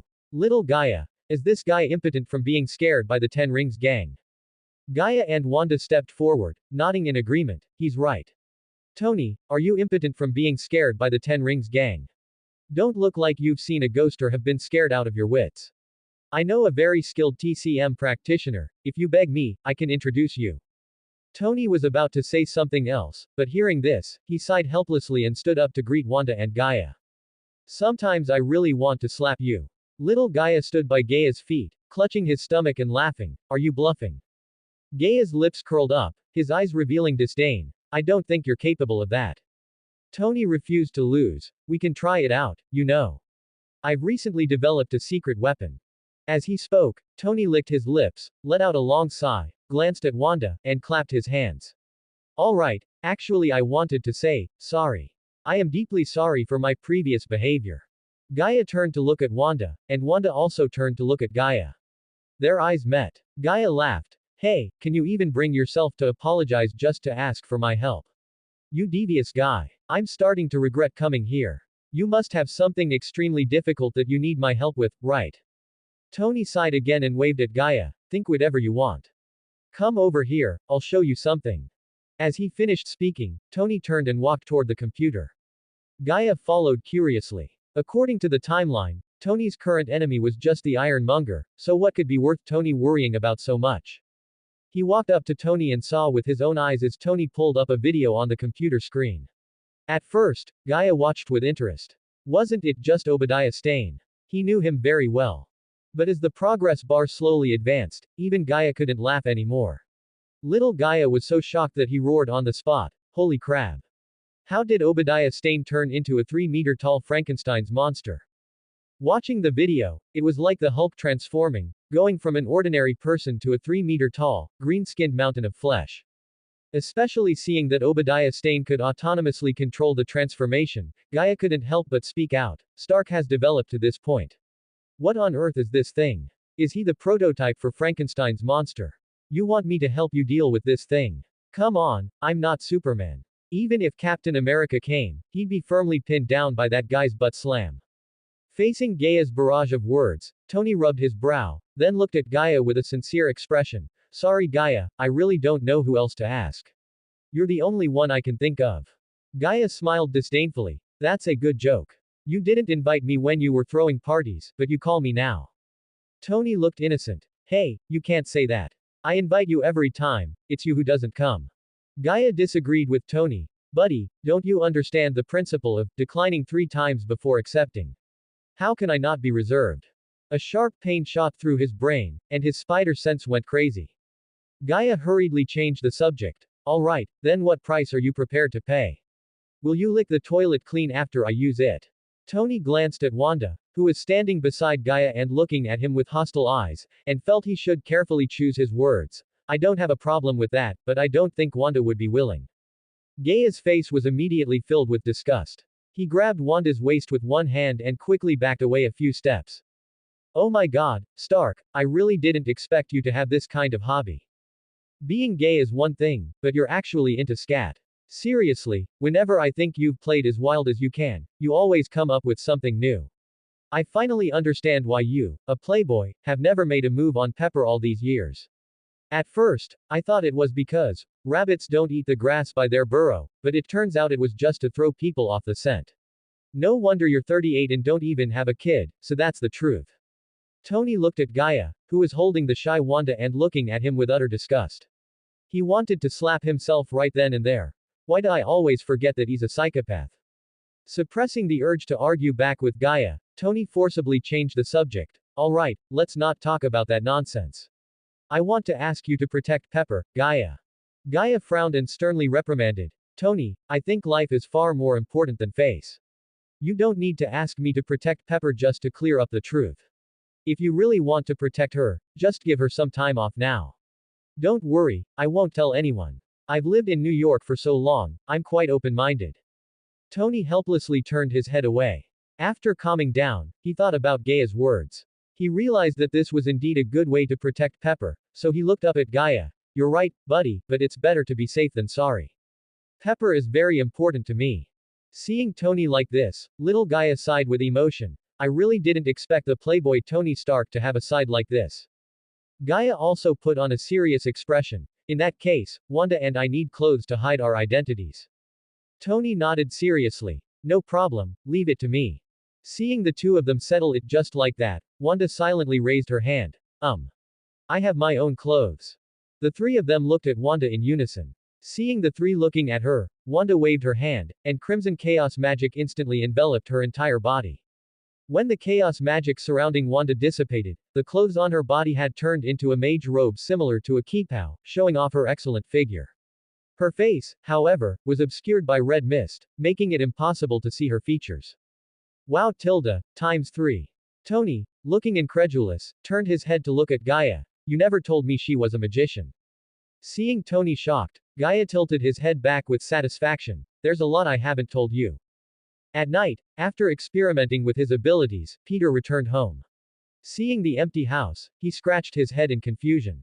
Cousin Gaia hasn't come back yet. Have I become an empty nester?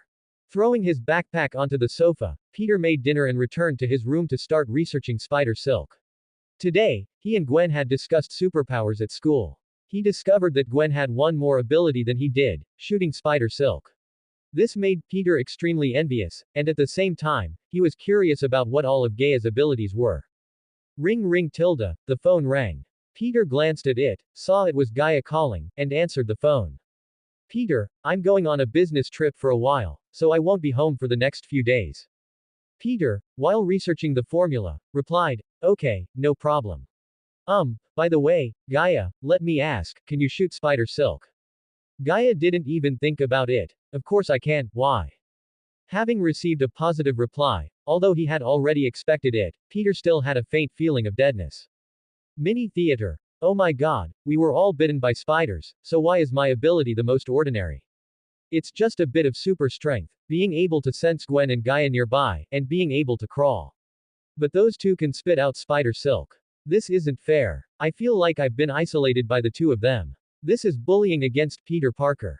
Little Peter curled up in the darkness, looking tearfully at little Gaia and Gwen standing in the sunlight. It's nothing, bye Gaia, wish you all the best. Alright, bye Peter, thanks for your well wishes. That evening, Gaia took Tony's private jet to Tony's villa in Malibu, California. Is it really okay to leave that girl alone? Tony's eyes were filled with deep concern. Gaia casually opened a bottle of champagne on Tony's private jet and replied. Don't worry. With Wanda there, Pepper will be fine. There is an old saying in the East, employ people without suspicion, suspect no one you employ, Tony. Alright. Seeing that Gaia had said so, Tony could only agree, subconsciously adjusting the position of his left hand. He turned his head and looked out through the plane window. Little Gaia jumped onto Gaia's lap. Hey buddy, I think we should be cautious. The fact that Obadiah Stane can actually transform into Frankenstein's monster means things are definitely not simple. Gaia took a sip of the wine in his hand, thought for a moment, agreed with little Gaia, and put down the glass. He looked at Tony with a serious expression. Tony, I need all the information about Obadiah Stane, preferably why he has superpowers. Although he didn't know why Gaia had suddenly become serious. Tony was already used to Gaia's eccentricity, so he nodded and agreed. No problem, I'll have Jarvis pull up all the information on Obadiah Stane right now. 3 hours later, Gaia and Tony got off the private jet at the villa's helipad and headed straight to Tony's underground garage. On the plane, Gaia had reviewed the information about Obadiah Stane. He discovered that this guy had recently been in contact with a cult. Who could handle that? If it were any other time, Gaia might have thought about it. Now, Gaia could directly conclude that Obadiah Stane had made a deal with a demon or Loki. The two walked side by side into Tony's underground garage, and little Gaia was immediately stunned. My god, is this what someone cursed by knowledge looks like? This guy was actually able to build the Mark III suit in such a short time. Gaia was also shocked. He never expected that the Tony in his universe would be so unique. Buddy, you really are a genius. How many weeks has it been since you were captured? In less than 3 weeks, you've built 3 Iron Man suits. Tony's face darkened instantly upon hearing Gaia's words. Gaia. I spent over a month in the hands of the terrorists, and that was 2 months ago. Gaia was shocked. Ah. Has time passed that quickly? Tony covered his face. Even though he knew he needed this big guy's help, he couldn't help but say. I know. You spend 10 hours a day soaking in a dim gym.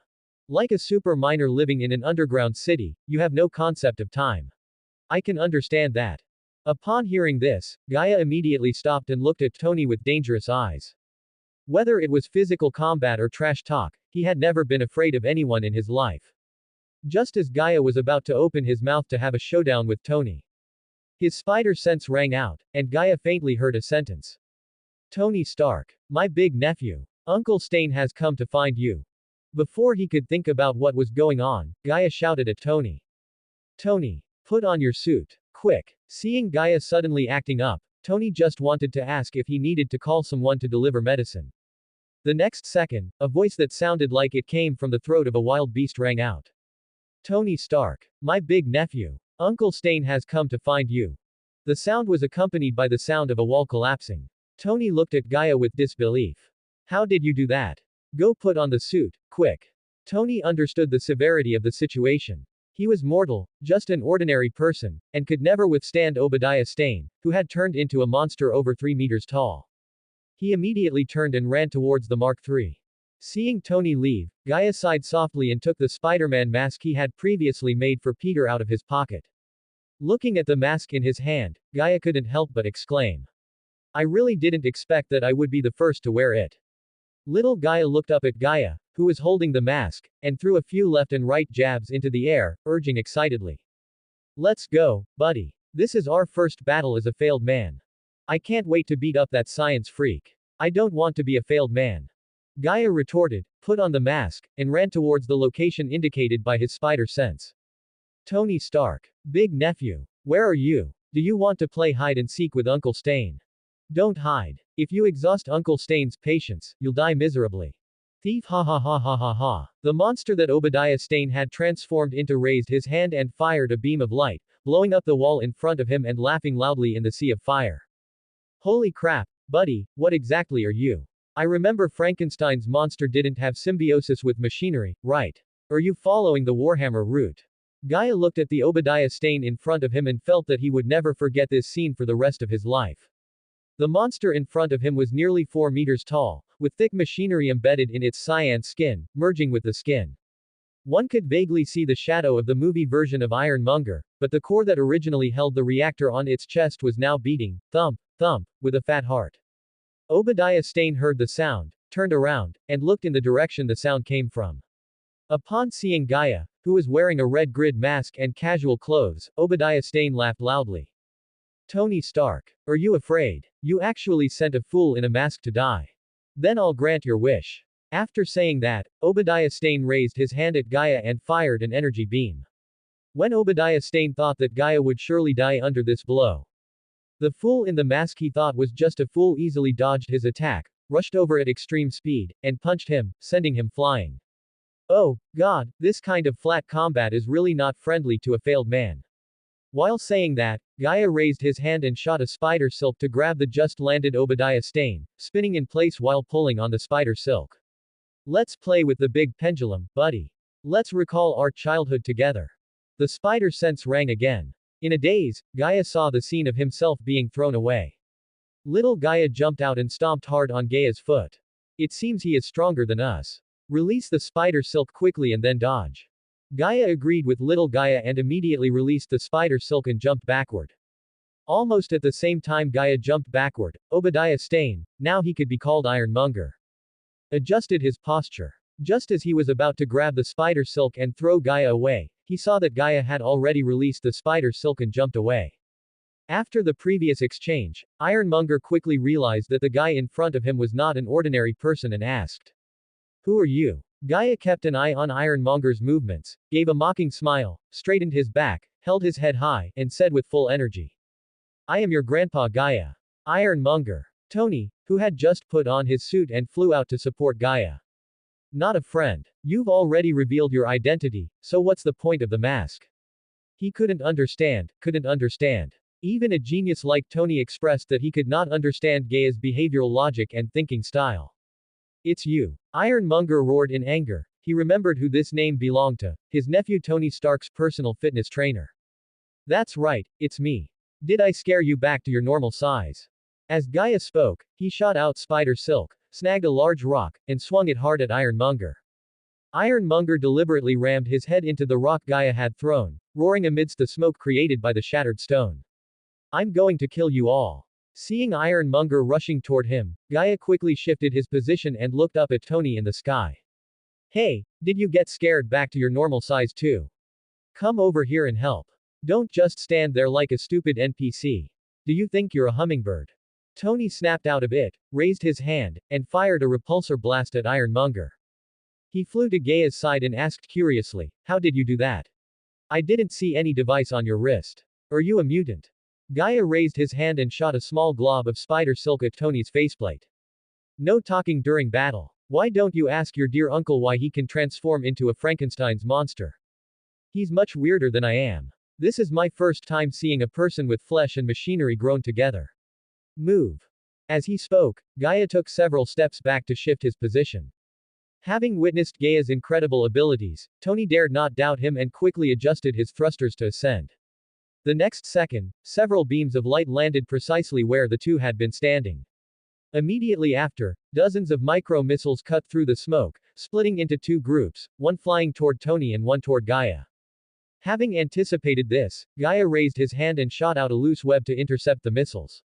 He then released an electric current to detonate the intercepted missiles all at once. After doing this, Gaia jumped hard backward, dodging Ironmonger's descending leg strike. Little Gaia pointed at Ironmonger and cursed indignantly, "This isn't fair. Why do you keep targeting me?" Gaia shot out spider silk to snag Ironmonger's face, used the momentum to slide forward, and kicked Ironmonger away. He's right. Why do you keep targeting me? I'm not your nephew. Having dealt with the micro-missiles, Tony flew back and fired a few more repulsor blasts at Ironmonger. Watching Ironmonger remain unscathed, Gaia couldn't help but speak up. Hey, are you going soft? Why is there no power behind that? I think you really need to go see a doctor, Tony. You know, even a mosquito bite makes a person itch. Feeling that Tony couldn't even provide decent support, Gaia sighed helplessly, "Watch me." Before the words left his mouth, while Ironmonger had not yet stood up, Gaia shot out spider silk again. The moment the spider silk stuck to Ironmonger, Gaia exerted force, releasing as much electric current as possible. In an instant, Gaia's arms were wrapped in golden electricity, a current powerful enough to instantly melt metal. It traveled from Gaia's arms, along the spider silk, and was conducted entirely onto Ironmonger. Ah! Blinding electric light flashed within the smoke, and the wails of a beast echoed throughout Tony's villa. Tony, who had been feeling guilty and ashamed for not being able to help, was shocked speechless as he watched Gaia generate electricity with his bare hands and saw the mechanical structure on Ironmonger instantly melt. Is this even human? Feeling that the situation was settled, Tony landed from the air beside Gaia and was just about to urge him to spare Obadiah Stane's life when he heard Gaia shout sternly, "Run!" Before Tony could think it through, Gaia released the spider silk in his hand, grabbed Tony beside him, and retreated backward. Ah! Tony Stark. Gaia. I'm going to kill you all. In Tony's stunned gaze, Ironmonger, with orange-red molten iron still dripping from his body, stumbled to his feet and roared at the sky. The surrounding metal seemed to be summoned by something, flying toward Ironmonger one after another. Steel bars, metal supports, car parts, and so on. If Gaia hadn't been holding Tony tightly, he would have been sucked in too. 5 meters, 6 meters, 7 meters. Tony and Gaia watched helplessly as Ironmonger transformed into a giant over 10 meters tall. Holy crap. Times 3. Little Gaia looked calmly at Ironmonger and stroked his chin. Haven't we only had our powers for a few hours? Why are we fighting a thunderous giant Iron Man in our debut battle? Is this the strength a newbie village boss should have? How is this any different from fighting Yang Jian in the first level of 4399 Dream Journey to the West 3, or fighting Sauron immediately after leaving Earth in Seer? Tony gulped as he looked at the Ironmonger before him and asked Gaia with a tone full of anticipation. Buddy, if you have any other powerful ultimate moves, use them. Let a country bumpkin from the coast like me see what real power is. Gaia looked at the 10-meter-tall Ironmonger and shook his head. I've already used everything I've got. Upon getting the answer from Gaia, Tony cursed in despair, oh shit. Ironmonger. The voice erupted from Super Ironmonger's throat, turning into a sonic shockwave that slammed into Gaia and Tony. Gaia was fine, relying on his superpowers, he stood firmly on the ground, and his powerful physique gave him the confidence to ignore the sonic attack. But Tony couldn't handle it. Having taken the hit, Tony was nearly critically injured, relying entirely on his armor to stay standing. Are you still okay? Noticing Tony's condition, Gaia couldn't help but ask.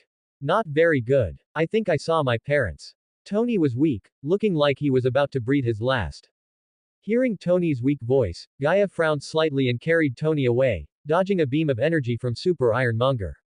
After growing larger, Super Ironmonger's attacks became even stronger, with at least 10 times the power of before. Run. Gaia looked at Super Ironmonger, who was flying up and stomping toward him from time to time, and abandoned the thought. But what on earth was he supposed to do?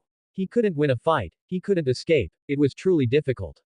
The more Gaia thought about it, the more annoyed he became. Just as he was focusing on what to do next, his spider sense flared up again. This time, Gaia saw a massive, pounding heart. Whoa tilde, little Gaia jumped onto Super Ironmonger's chest and patted the location of the heart. Here. Right here. Gaia's eyes narrowed as he looked at Super Ironmonger's chest, shooting out spider silk again to dodge Super Ironmonger's attack. Tony. Tony took 2 deep breaths. I will recover soon, really soon. I need you to help me distract Obadiah Stane. Tony said in surprise, you have a way to deal with him. Seeing Gaia nod, Tony coughed lightly and swallowed the blood in his throat. Alright, leave it to me. Come on, let me go. Alright. Gaia let go of Tony, and Tony instantly ignited his thrusters, flew to Super Ironmonger's face, and fired a beam of light directly at it. Come on. Obadiah Stane, I'm right here, you big lug. Didn't you say you wanted to catch me? Well, hurry up and come get me. As he spoke, Tony fired a beam of light at Super Ironmonger's head every now and then, infuriating Super Ironmonger until it shrieked in rage. Very good. Tony Stark used taunt on Super Ironmonger, and the effect was outstanding. Seeing Tony successfully attract the attention of the Super Ironmonger, Gaia did not dare to slack off in the slightest, seizing the opportunity to shoot spider silk at the chest of the Super Ironmonger. Then, he pulled on the spider silk and leapt with force, landing on the chest of the Super Ironmonger. Thump, thump, thump, looking at the watermelon-sized heart-beating thud-thud in front of him.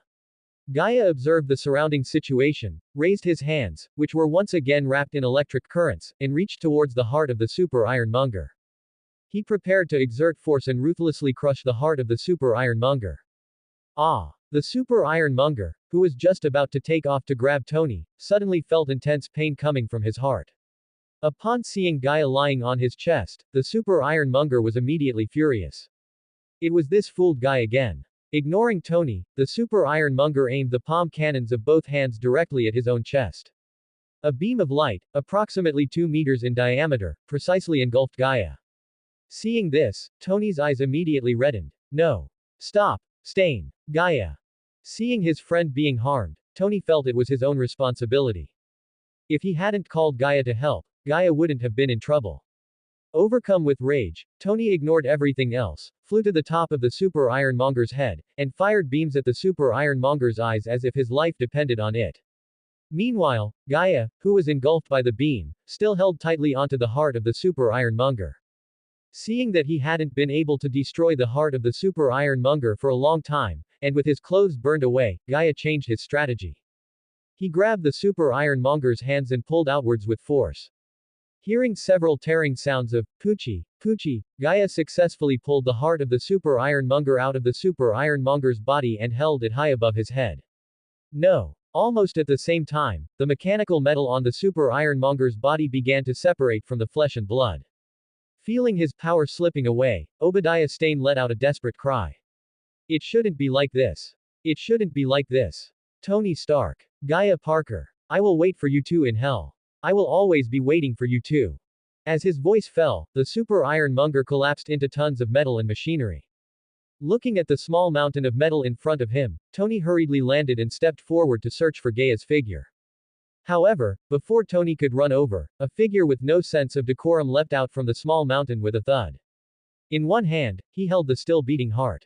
Oi, bro, were you stunned by me? I know you haven't seen anyone this capable. Is drool about to spill out?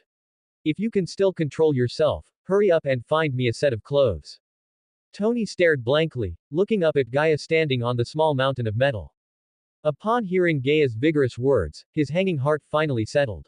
I'll call Happy right now. By the way, you've lost quite a bit of weight recently. Is it because you were worried about me? Gaia handed the still beating heart to Tony and shrugged. As expected of a scientist, your imagination is quite rich. But I've heard that having many dreams means your liver is unhealthy. I suggest you see a doctor. Tony didn't reply. He stepped forward, opened his arms, and gave Gaia a hug. Thank you for not giving up on me, brother. You know, these past few months of experience have made me realize just what a fool and animal I was before. Gaia patted Tony's back. I understand how you feel, but you should let go of me. Right now, the two of us look just like a couple of gays. Tony smiled, released his hands from holding Gaia, lightly punched Gaia's chest, and gave Gaia the middle finger. You're the gay one, you pure little boy. I am the Tony Stark who has conquered countless women. You know, 3 months ago, I just slept with a pair of cover girls. Is that so? Then may I ask how many seconds you lasted?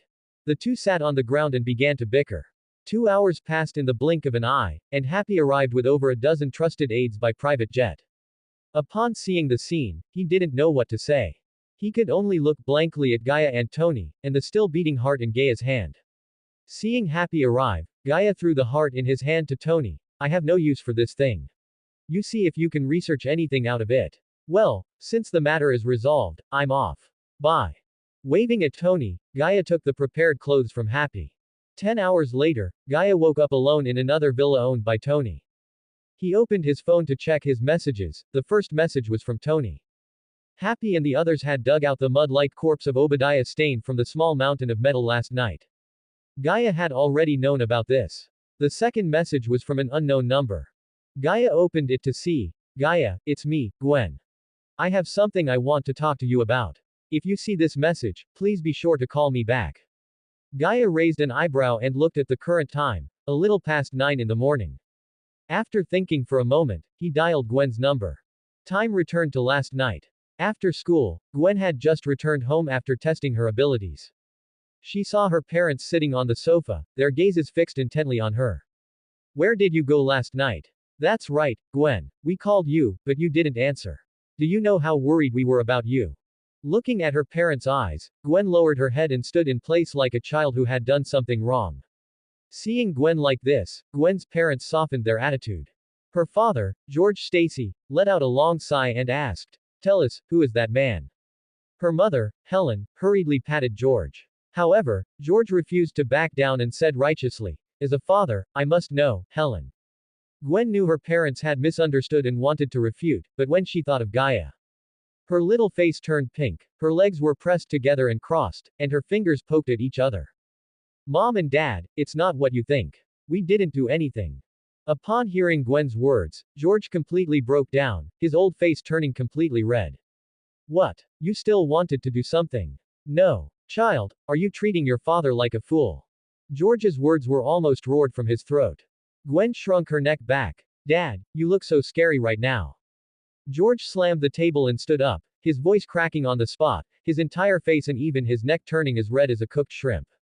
What? Gwen's mother, Helen Stacy, hurriedly stood up, held onto George, and persuaded him, Gwen will get married sooner or later. It's a good thing to have someone she likes. You don't need to be like this. Besides, wasn't that how we started back then?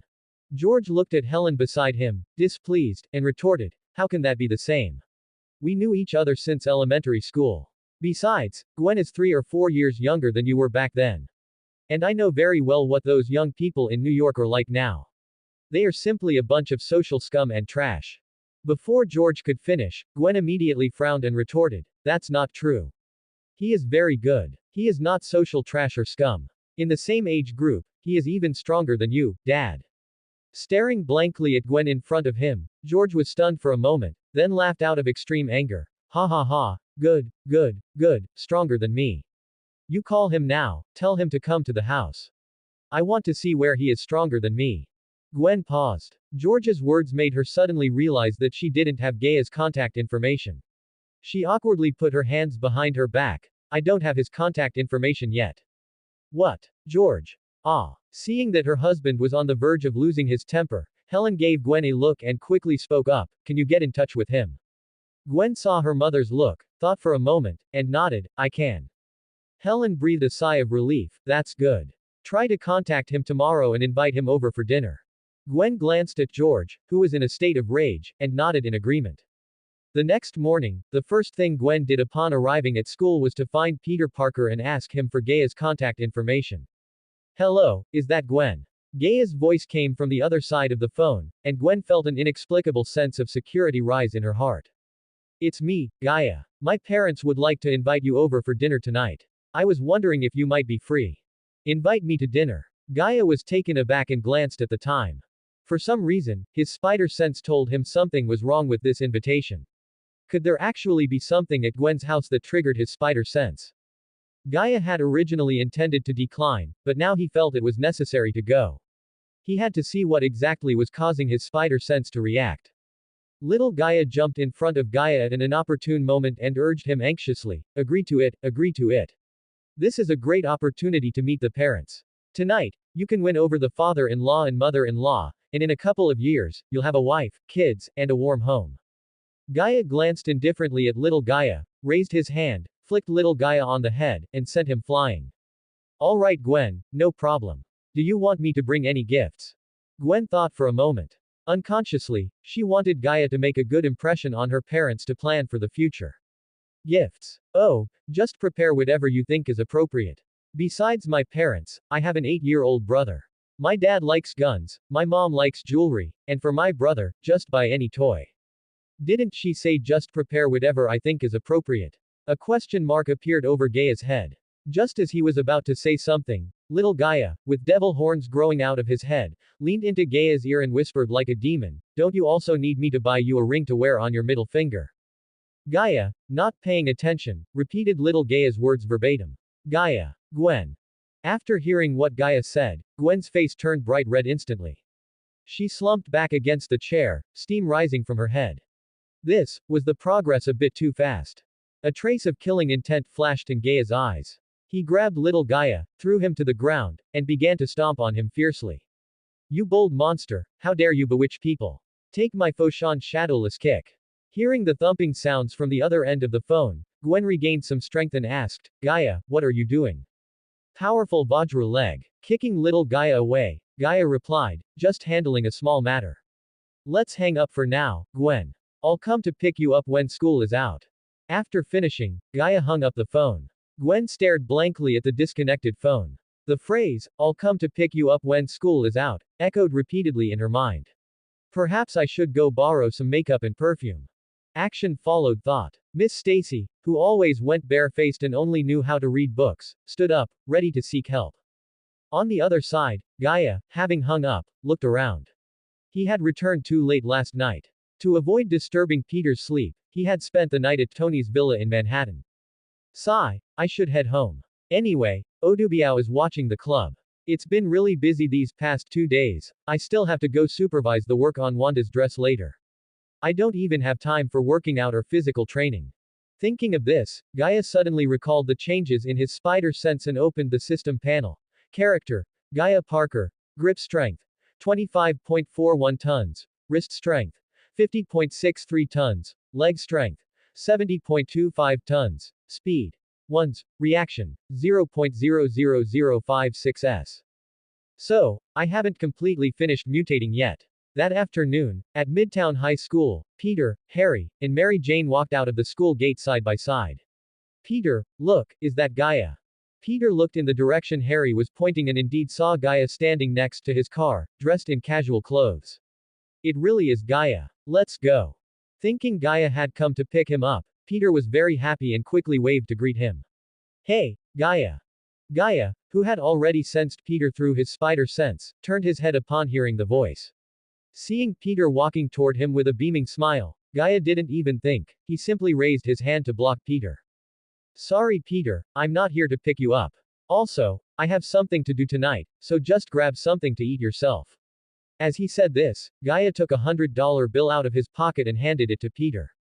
Peter glanced at the money shoved in his face, then at the expressionless Gaia. Just as he was about to ask what was wrong, his spider sense flared up. Another feeling like this. Alright, I know why. I've been isolated again. Little Peter sighs. Peter helplessly took the money and looked back, just in time to see Gwen, wearing heavy makeup, running over. Gaia tilde. Peter's inner monologue. Oh tilde Gaia tilde seriously, why is she using that tone? It sounds like a cat in spring. I admit Gaia is handsome, but she doesn't have to be like this, right? I really can't stand it. Clearly, all three of us were bitten by spiders, and Gaia and I are even cousins. How did it end up like I'm the outsider? And an isolated one at that. Gwen descends from the sky, kicks little Peter, who is standing with little Gaia, away, and takes his place. Gaia. Gwen stood in front of Gaia and shyly smoothed her hair. Gaia looked at Gwen in her heavy makeup, and his eye twitched. He didn't know why, but even though he usually hated heavy makeup, at this moment, he unexpectedly felt that Gwen's makeup had a certain unique charm. It's all your fault, you son of a fool spider slut. Little Gaia lay on Gaia's shoulder, looking at the Gwen in front of them, and let out a hee-hee-hee laugh. Is this a green young beauty? Truly intoxicating. Gaia could bear it no longer and snatched little Gaia off his shoulder. Powerful Vajra leg. Little Gaia instantly turned into a shooting star, flying toward poetry and faraway places. I'll be back. With the silence restored, Gaia clapped his hands. Get in the car. As he spoke, Gaia opened the door and sat in the driver's seat. Gwen nodded shyly, waved to Peter and the others, and jogged over to sit in the passenger seat. Watching the car disappear at the end of the road, Peter remained dazed for a long time. Harry stepped up and put an arm around Peter. Hey buddy, looks like Gaia is going to have a wonderful night, and you'll be home alone again. Same here, how about coming to stay at my place tonight? Mary Jane, you come too. Mary Jane shook her head. I think I'll pass. The Daily Bugle is recruiting interns lately, and I need to prepare my materials. You know, my dream is to become a qualified reporter. Harry looked disappointed, but quickly showed a bright smile. All right. What about you, Peter? Are you coming? I just bought the latest global limited edition game console, just waiting for you. Peter thought about it. He was just preparing to share the good news about gaining superpowers with Harry, so he nodded. Sure. Seeing Peter, Harry cheered with his arms raised. Awesome. Tonight is the night of bliss for the Gemini stars. The atmosphere in the car was rather strange. How should Gaia put it? Well, the whole car was filled with Gwen's scent. To use a metaphor, he and Gwen were like two magnets with opposite poles. The moment they met, they wanted nothing more than to stick together. And it was the kind of attraction that grew stronger with time. This made Gaia have to marvel at the great power of the spider totem. No wonder in the comics, Silk and Spider-Man couldn't help themselves, often ending up hugging and kissing in the middle of a fight. Who could withstand that? Thinking this, Gaia couldn't help but admire himself in his heart. As expected of me, my self-control is truly extraordinary to be able to hold back even now.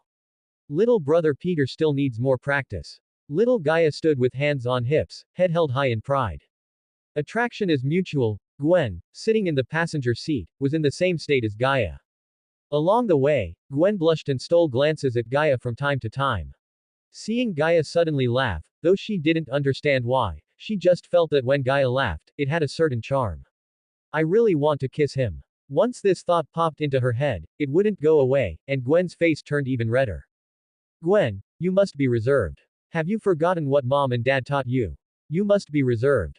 Gaia parked the car in front of a somewhat old-looking apartment building and took the gifts out of the car. Little Gaia stood beside Gaia, looking up at the old apartment building before them. No way. Is Captain Stacy really this incorruptible? Gwen got out of the car and stepped forward to take half of the gifts from Gaia's hands.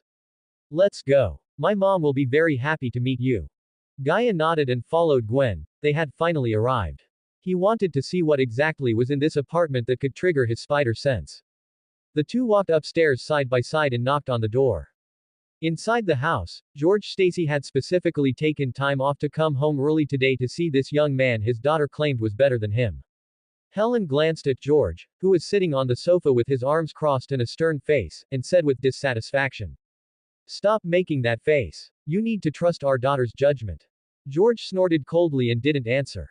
Helen was about to say something else when a knock, thump thump thump, sounded at the door. Coming Tilda. Giving George a look that said, "Watch yourself," Helen adjusted her hair and clothes, then hurried forward to open the door. "Mrs. Stacy, nice to meet you for the first time. It's a pleasure to make your acquaintance." Helen looked up at the tall, handsome young man with black hair before her, and for a moment, she felt he looked very familiar. After a while, Helen finally remembered where she had seen this young man. Isn't this Gaia Parker, who was elected one of New York's 10 outstanding young people for 2 consecutive years? Famous for breaking through poverty with his 2 fists, many young people of this generation regarded him as an idol. Gwen even had his poster in her room. Even she was a member of the God of War Club. 8 years ago, he had even saved Gwen's life. She thought there would be no chance to repay him, but she didn't expect this girl Gwen to have delivered herself to him. Oh my god, an innocent high school girl and a rising business mogul who was also her savior, rekindling an old connection. Or perhaps, I, an innocent high school girl, offered myself in marriage to repay a childhood debt of saving my life. This script is so cool. As expected of my daughter, the student surpasses the master. This is much more high class than what I played it back then. No wonder she said he was better than your old man, no issues there. Helen cast a teasing glance at Gwen. Mr. Parker, it's nice to see you. Please, come in. Gwen noticed her mother's look, silently blushed, lowered her head, and didn't dare to speak. Gaia, unfazed, smiled and carried the gifts inside. Little Gaia jumped onto Gaia's shoulder. Hey buddy, Gwen's mother and Gwen look so much alike. Gaia looked at little Gaia with the eyes of someone looking at an idiot. What kind of nonsense are you spouting? How could Gwen's mother not look like Gwen? Walking into the house, Gaia took the initiative to activate his spider sense, wanting to see if there was anything unexpected. As a result, he turned his head and saw George Stacy sitting on the sofa glaring at him.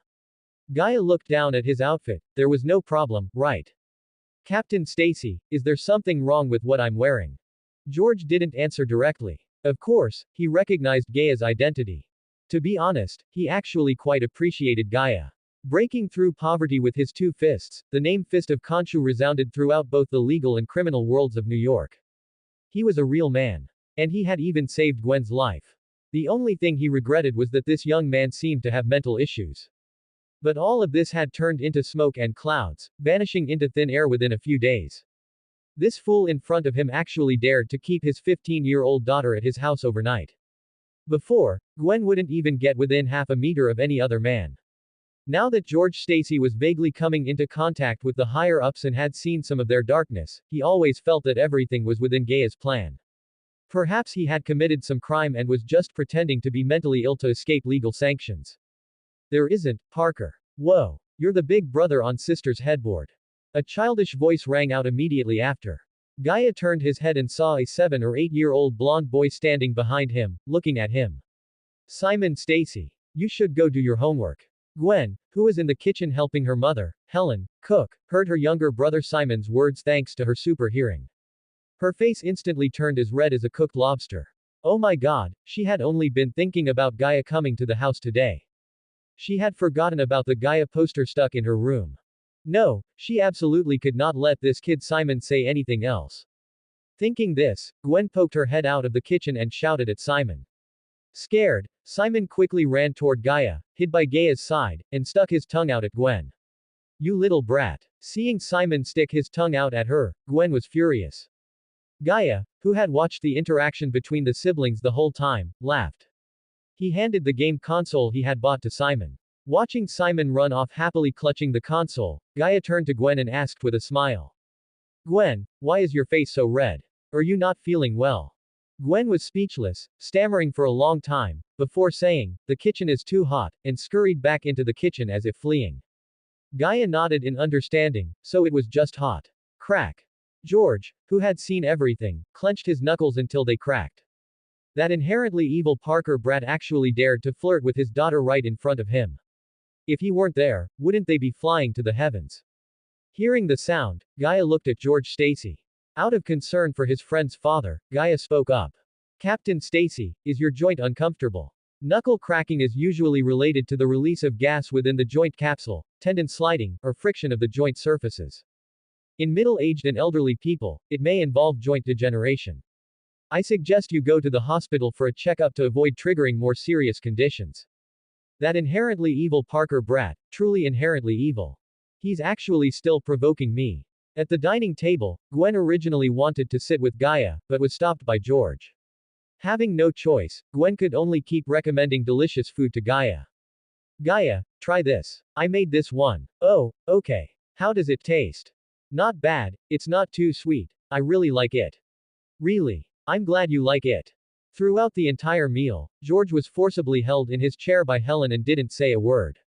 He could only watch helplessly as his daughter fed that black-haired guy with a look of anticipation. And then, after receiving praise from that black-haired guy, she would blush and nod shyly. Holy crap. This was simply a nightmare. It wasn't that George hadn't thought about flipping the table, but every time he prepared to explode, he would always receive a smiling stare from Helen. That detestable woman, was she actually bought off by a mere $260,000 necklace? This life is impossible to live. Eating a bite of the pineapple pizza Gwen had fed him, Gaia glanced at the happy Helen and Simon, the blushing and innocent Gwen, and George, who was full of grievances and a hint of resentment. Strange, it seems there is nothing in the Stacy household that can threaten me. The Stacy family dinner ended, and Gwen offered to see Gaia out. The two of them walked out of the Stacy home under the watchful gaze of George Stacy, who looked ready to explode into action and draw his gun at any moment. Downstairs at the Stacy apartment building, Gaia glanced at the dim streetlights, nodded, and checked the time, 7:24 p.m. All right, this is far enough. You should head back. Thanks for the hospitality tonight. Your cooking was quite good, though that might just be my palate. Except for the soft bread, chocolate, and milk tea, I'm not really a fan of sweets. Hearing Gaia compliment her cooking, Gwen felt a sweetness in her heart and looked up at Gaia standing under the streetlight. Her gaze grew a bit unfocused. How could someone look so incredibly attractive? Gwen quickly turned her head away, afraid to look at Gaia. She was surprised to find that the longer she spent with him, the more she felt for him, and the harder it was to control the restlessness in her heart. More importantly, this state didn't reset when they parted ways, it only intensified. Little Gaia jumped onto Gaia's shoulder with a mischievous smirk and nudged him with his elbow. Hey brother, with an atmosphere and opportunity this good, hurry up and show off your manly power, go up and kiss her. Huo family Maizong fist. Screw you. If I actually did that, what would happen to this book? Gaia Parker here reminds you, protecting minors starts with you and me. Excluding special cases, of course, like naturally evil brats. With a punch, he sent little Gaia flying and opened the car door. Watch your abilities, and remember to practice when you have time. Goodbye. As he spoke, Gaia put one leg into the car, ready to leave. Seeing that Gaia was about to depart, Gwen turned her head back. For some reason, she felt a wave of discomfort in her heart, a sense of emptiness. In an instant, her body reacted faster than her brain, and Gwen quickly stepped forward to wrap her arms around Gaia from behind. Gaia stumbled from the impact, not even having time to process the feeling. Then Gwen's brain caught up. She turned bright red from her neck to the top of her head, shoved Gaia away, covered her face, and ran back into the apartment, leaving behind only a shy, goodbye. Gaia stood where he was, watching Gwen's retreating figure. He looked down at the time, less than 5 hours until midnight, raised an eyebrow, and muttered to himself. Hiss, that felt unexpectedly good. Looks like getting bitten by a spider isn't all bad. In that case, I won't curse the spider goddess and the master weaver today. Straightening the clothes Gwen had ruffled, Gaia drove off toward the Parker house in Queens. Arriving home, he looked at the empty house. Gaia said nothing, went straight to his room, lay down on the bed, and closed his eyes. Finally home, he needed a good rest. Less than 5 minutes later, long, steady breathing sounds drifted from the room. In the quiet depths of Gaia's soul. Ray, which one of you is going out today? Cassius raised his hand. Let me do it. I suspect the Ironmonger's mutation is related to Hell. Blake didn't say anything, just nodded. Seeing this, Ray agreed. All right, in that case, let Cassius go out tonight. Cassius stood up and stretched his body. Leave it to me. The Gaia, lying on the bed, suddenly opened his eyes and sprang up in a kip up. He walked to the wardrobe, opened it, and took out a black motorcycle leather jacket. Almost as Gaia, no, he should be called Cassius now. Almost as soon as Cassius put on the clothes, orange-red flames erupted from within his body. In the blink of an eye, his human skin was burned away, and Cassius transformed into a skeleton with flames for flesh. The magic flames altered his clothes, covering them in scorch marks and ember patterns. Good. Having not controlled the body for a long time, Cassius flexed his spine, which let out a crackling sound. He raised his flaming skeletal hand and slowly slashed through the air. The space in front of Cassius instantly ignited, melting into a large hole.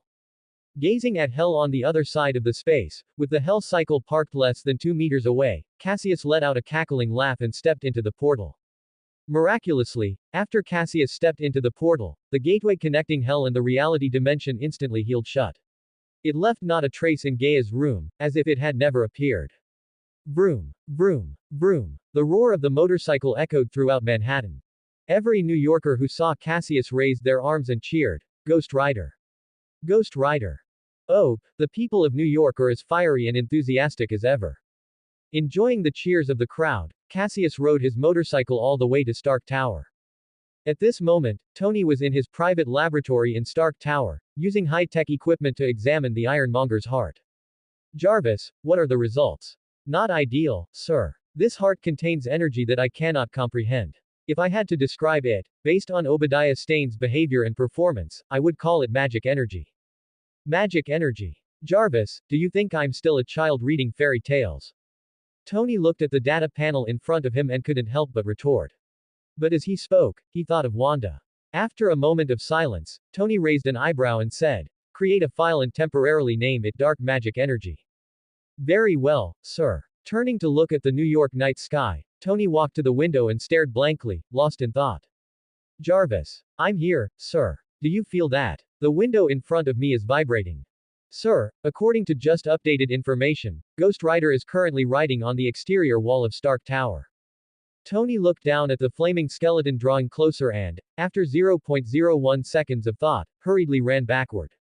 Thanks for the heads up, Jarvis. I see him. Bang. The flaming skeleton rode the burning motorcycle through the glass, landing right in front of Tony. Looking at the flaming skeleton in front of him, Tony swallowed hard. He had been dismissive before, but after surviving his brush with death, Tony had been living in fear that this judge, who had been active in New York for 7 or 8 years, would come knocking.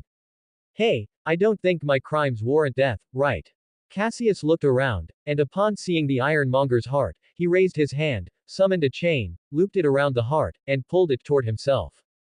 This is my spoils, buddy. Seeing that Cassius had ignored him the entire time, Tony was a bit annoyed. Cassius held the heart in one hand and looked at Tony. You don't have the ability to keep this heart yet, it will only bring you harm. With that said, Cassius twisted the throttle, spun around in place, and left through the way he had entered.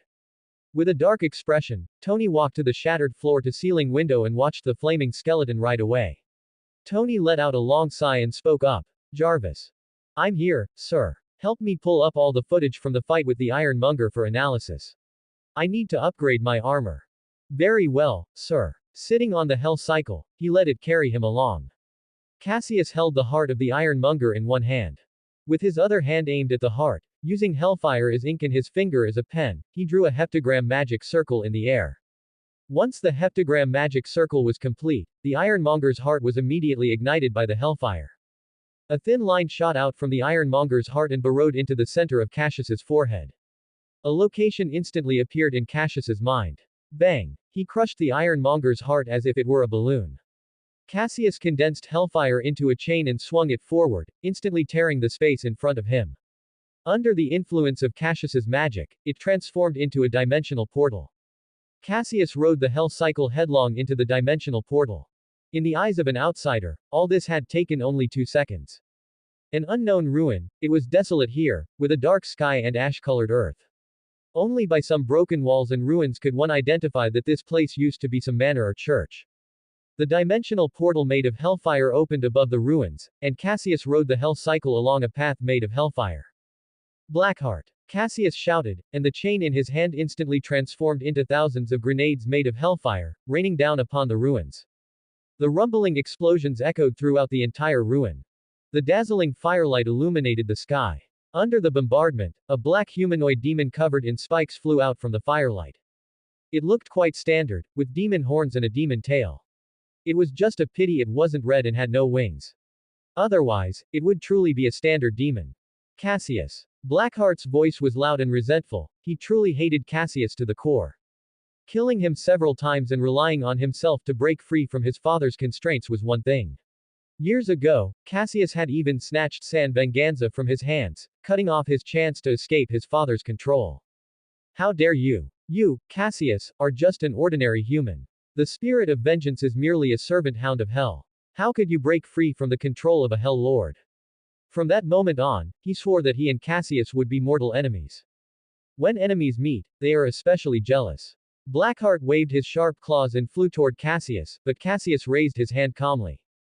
In an instant, the hellfire transformed into an enchanted triple-barreled shotgun, held in Cassius's hand.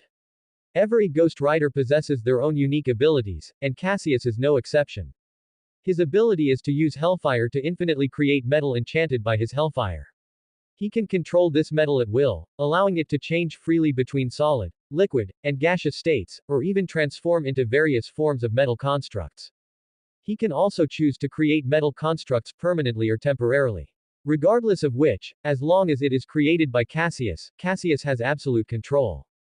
Besides this, due to his own unique nature, Cassius also inherited the special ability of the previous Ghost Rider, Johnny Blaze, of this universe. As the distance closed, Cassius pulled the trigger of the Hellfire Enchanted Adamantium shotgun in his hand. Bang! The Hellfire Enchanted Adamantium bullets poured out of the shotgun, moving so fast that their trajectory was invisible, and only flashes of fire could be seen. Blackheart was instantly blasted into wisps of black smoke. On the path formed by Hellfire in the air, he turned the handlebars to drift and make a U-turn. Cassius stopped the bike, glanced at Blackheart, who had been blasted into ash, and mused to himself, Blackheart would definitely need a few months to resurrect this time. It's not that Cassius doesn't want to finish off Blackheart completely. It's just that it's impossible, perhaps due to the differences in the universe. The Blackheart of this universe is exceptionally difficult to deal with. First, this guy has no soul, so Hellfire doesn't cause much damage. The penance stare is completely immune. Furthermore, Cassius has tried to seal him, even specifically asking his master, the previous Ghost Rider, Johnny Blaze, for advice. The result was that he couldn't be sealed at all. Instead, the attempt to seal him only allowed Blackheart, who relies on sins and various powers to grow stronger, to accumulate power and burst forth. After a very serious discussion, Cassius and Johnny Blaze concluded, as long as there is sin in the world, Blackheart cannot be completely destroyed. One can only keep killing him to prevent Blackheart from getting stronger. After waiting on the spot for 2 hours and firing a few more shots at the black smoke that Blackheart had turned into to completely disperse it, Cassius finally opened a portal and left with peace of mind. 2 hours after Cassius left, a middle-aged man with long hair wearing a black suit crawled out of a pile of dirt in a crater. He stood up, brushed the dust off his body, put on his top hat, and gazed gloomily in the direction Cassius had left. Johnny Blaze, Cassius Parker, just you wait, you won't get. Whoosh, clatter, surprise. Before the middle-aged man could finish his sentence, a chain coated in hellfire tore through the air and bound him tightly. Following closely was a voice that sounded sly and easygoing. The middle-aged man's face immediately darkened, and he turned around to look behind him. He saw Cassius sitting on the hell cycle, holding the chain, watching him through the dimensional portal. The middle-aged man was about to say something else when he saw a golden ankh land on him, absorbing his power at an extremely fast speed. Knowing his fate, the middle-aged man did not struggle. He glared fiercely at Cassius, then turned into hellfire and was sucked entirely into the ankh. Walking out of the dimensional portal, Cassius picked up the ankh that had fallen to the ground. Good night, Mr. Mephisto, I'll be taking the power of this avatar of yours. Cassius absorbed the power of Mephisto from the ankh on the spot. After absorbing it, Cassius cracked his neck, put away the ankh, turned around, and walked back into the portal. At the same time, Mephisto, who was dozing on his throne in hell, suddenly opened his eyes. A sharp, piercing voice echoed throughout the entire hell dimension. Cassius Parker. How should one describe a morning in New York? It's very lively, perfectly showcasing the vitality of New York citizens. The loud, sharp sound of sirens rang out on cue in Queens, and Gaia sat up in bed, bleary-eyed. Little Gaia jumped onto the bed to greet Gaia. Good morning, buddy. Good morning, buddy, good morning, New York. You know what? Last night I dreamed that I was riding a motorcycle flying in the sky. It was such a strange dream. Gaia cracked his neck, casually turned on the TV, and got up to go to the bathroom. Although he didn't know why he wanted to do that, he just felt like doing it. Peter isn't home. In that case, I'll just go to the club to eat. After working out, I can go straight to meet Wanda to attend the charity gala of Mr. Fisk, a famous New York philanthropist. After Gaia got ready and was about to leave, he heard the news on the TV that Stark Industries was holding a press conference. Little Gaia scratched his head. Stark Industries press conference. Tony didn't fight the Ironmonger in public in this universe, so why is there a press conference? Out of curiosity, Gaia and little Gaia sat back on the edge of the bed together, just about to listen to what Tony had to say. Then they heard Tony's voice on the TV, I am Iron Man. Gaia. Little Gaia. Gaia watched the entire press conference in shock and called Tony to ask, only to find out that that guy, Obadiah Stane, had actually sent a message to his secretary before he died to take revenge on Tony and cause him some trouble. He had the secretary announce that Tony had shut down the weapons division but had created the armor. At night, Gaia drove Wanda to the Fisk Tower. Stopping the car, Gaia glanced at the valet walking toward them. He turned to look at Wanda, who was wearing a wine red, off-the-shoulder tulle gown with her hair pinned up. Well, okay, nothing could be seen. Was Wanda really this conservative? Gaia felt a bit baffled, wondering in his heart if the Wanda in front of him might not actually be herself. Let's go. Wanda gave a soft hum and reached out to adjust the collar of Gaia's black suit. The two got out of the car. Gaia tossed the keys to the valet, and Wanda naturally walked up to his side, slipping her arm through his as they walked into the Fisk Tower side by side. Ha ha ha, Gaia, my dear godson, I knew you would be invited. Oh my god, you make me just as proud as John does. That old fool Ben is really lucky to have a son like you. Just as Gaia and Wanda stepped into the banquet hall, a loud, gruff, and highly explosive voice rang out.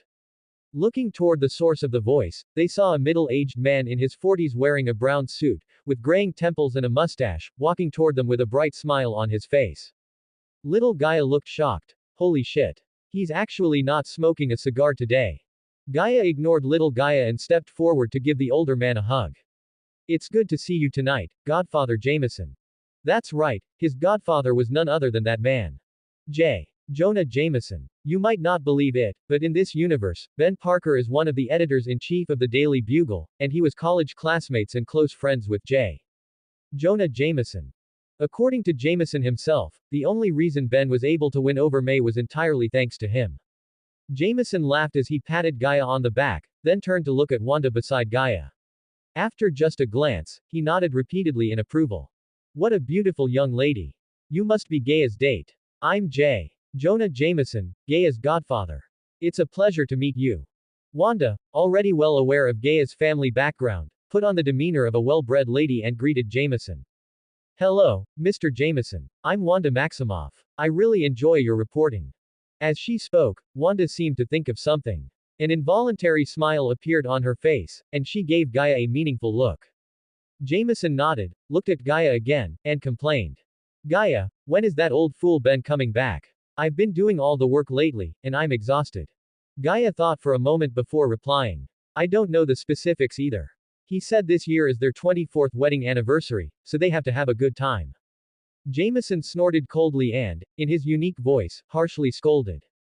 That old fool. He'd better get back soon. Otherwise, when he does, I'm taking a vacation too and dumping all the work on him. At this point, Jameson changed the subject. By the way, you've finally decided to date. If you hadn't brought such a beautiful companion tonight, I would have thought you were gay. Ben has complained to me about this plenty of times over the years. And what about Peter? Didn't you bring little Peter along?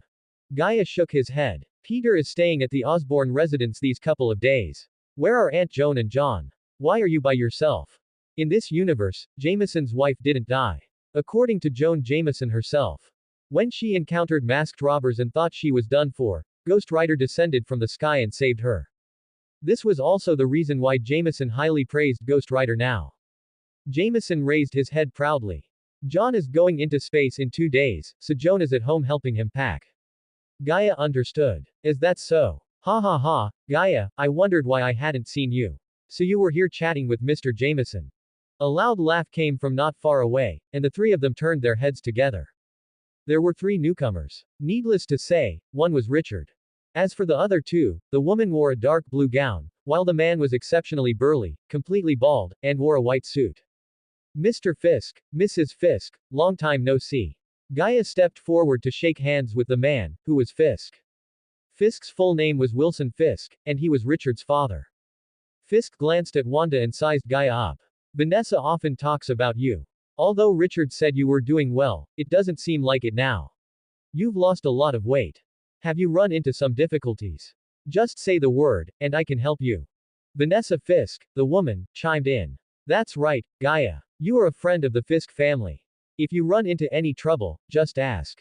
Gaia shook his head with a smile, declining the Fisk's offer.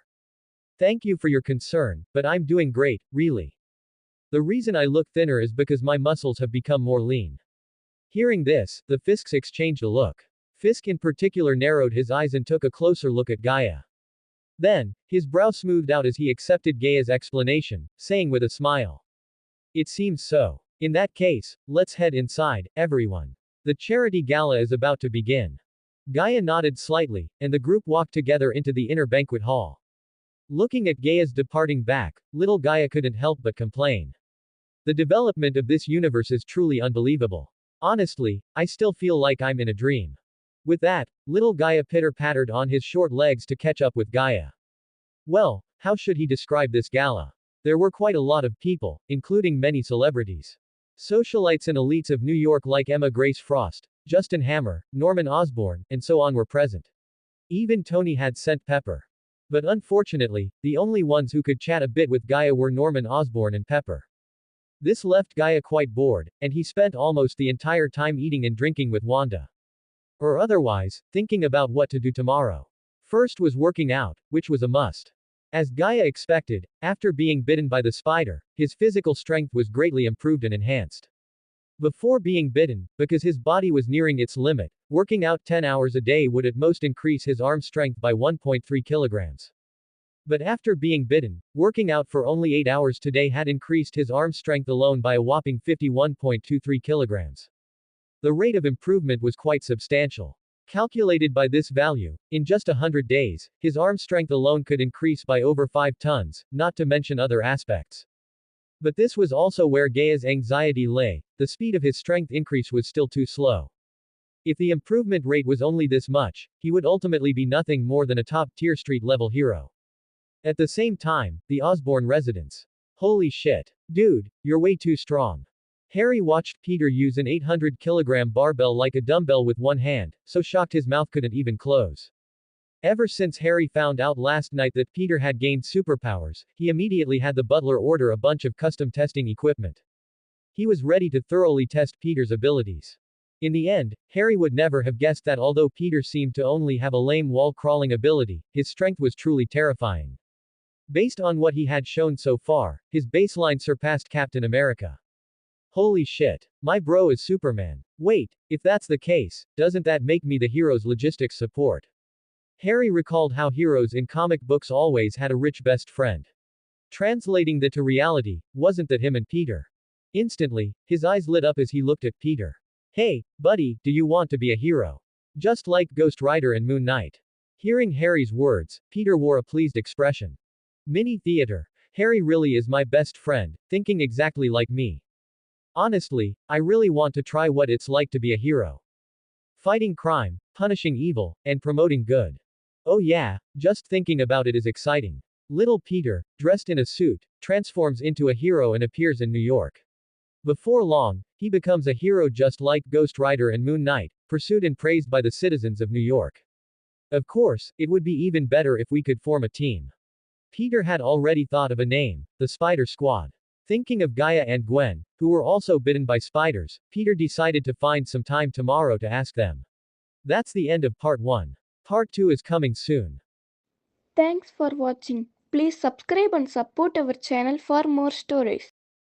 Hello guys, welcome to Fanfiction Audiobook. Here you find original fan-made audio stories. Enjoy the journey into new worlds. Oh my god. Spider-Man has a mentally ill cousin. Part 2. The next morning, at Midtown High, Peter found Gwen's classroom right after class. Gwen, over here, come out for a second. Gwen was drawing. She looked up and saw Peter standing at the door, waving at her. After a moment of thought, Gwen put her drawing into her bag and stood up to walk toward Peter. What's wrong, Peter? Is there something you need? Peter scratched his face and gave a dry laugh. There are too many people here. Let's find somewhere quiet to talk. Gwen understood Peter's meaning almost instantly. He wanted to talk to her about superpowers. She happened to notice that Peter was getting very close to Harry, so she thought she would test Peter. She wanted to see if Peter had told Harry Osborn about him gaining superpowers. Without hesitation, Gwen nodded in agreement. The two arrived at an empty corner. After some discussion, Gwen exclaimed in surprise, "What did you say? You actually told Harry Osborn about your superpowers. Are you crazy?" Peter quickly waved his hands to signal Gwen not to worry. Don't say that. Harry is my best friend. If Harry isn't worth trusting, then I really don't have many people I can trust. But you can rest assured, I promise I only said that I was the one with superpowers. I didn't mention a single word about you and Gaia. Gwen shook her head and put a hand to her forehead. You only have those few people you trust, right? And are you treating Harry Osborn like a fool? Peter blushed, feeling embarrassed, and changed the subject. Anyway, what did you decide? Do you want to join us? As he spoke, Peter remembered the words Ben had always used to teach Gaia, with great power comes great responsibility. Although cousin Gaia dismissed this saying with disdain, Peter liked it very much. He always hoped to possess the power of Gaia or Captain America, so he could use it to help others.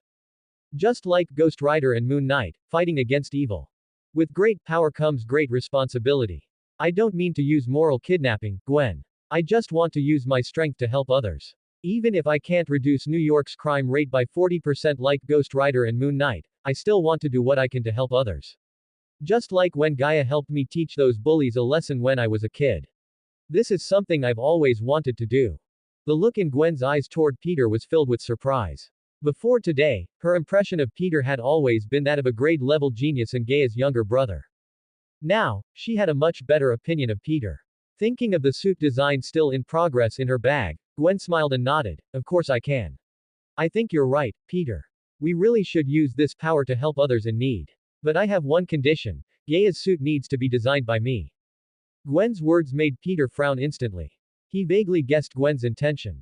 If you design it, won't I be isolated again? That's simply too much. Impossible. Absolutely impossible. On issues of principle, he would not back down an inch. The two had a heated discussion on the spot about who would design Gaia's suit.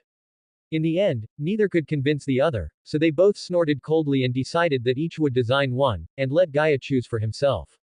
When the bell rang for class, the two looked at each other with mutual disdain and headed off in opposite directions.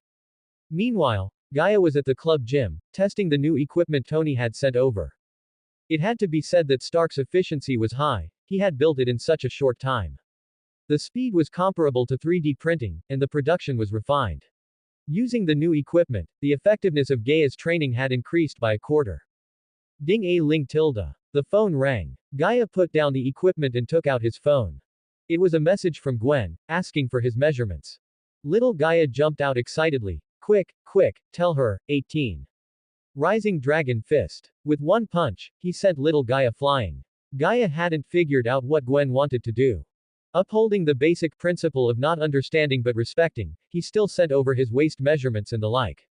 Anyway, it didn't affect his training, so whatever. After sending it, Gaia was just about to put the phone away and continue training when, the next second, Peter sent a message. The question was exactly the same as Gwen's.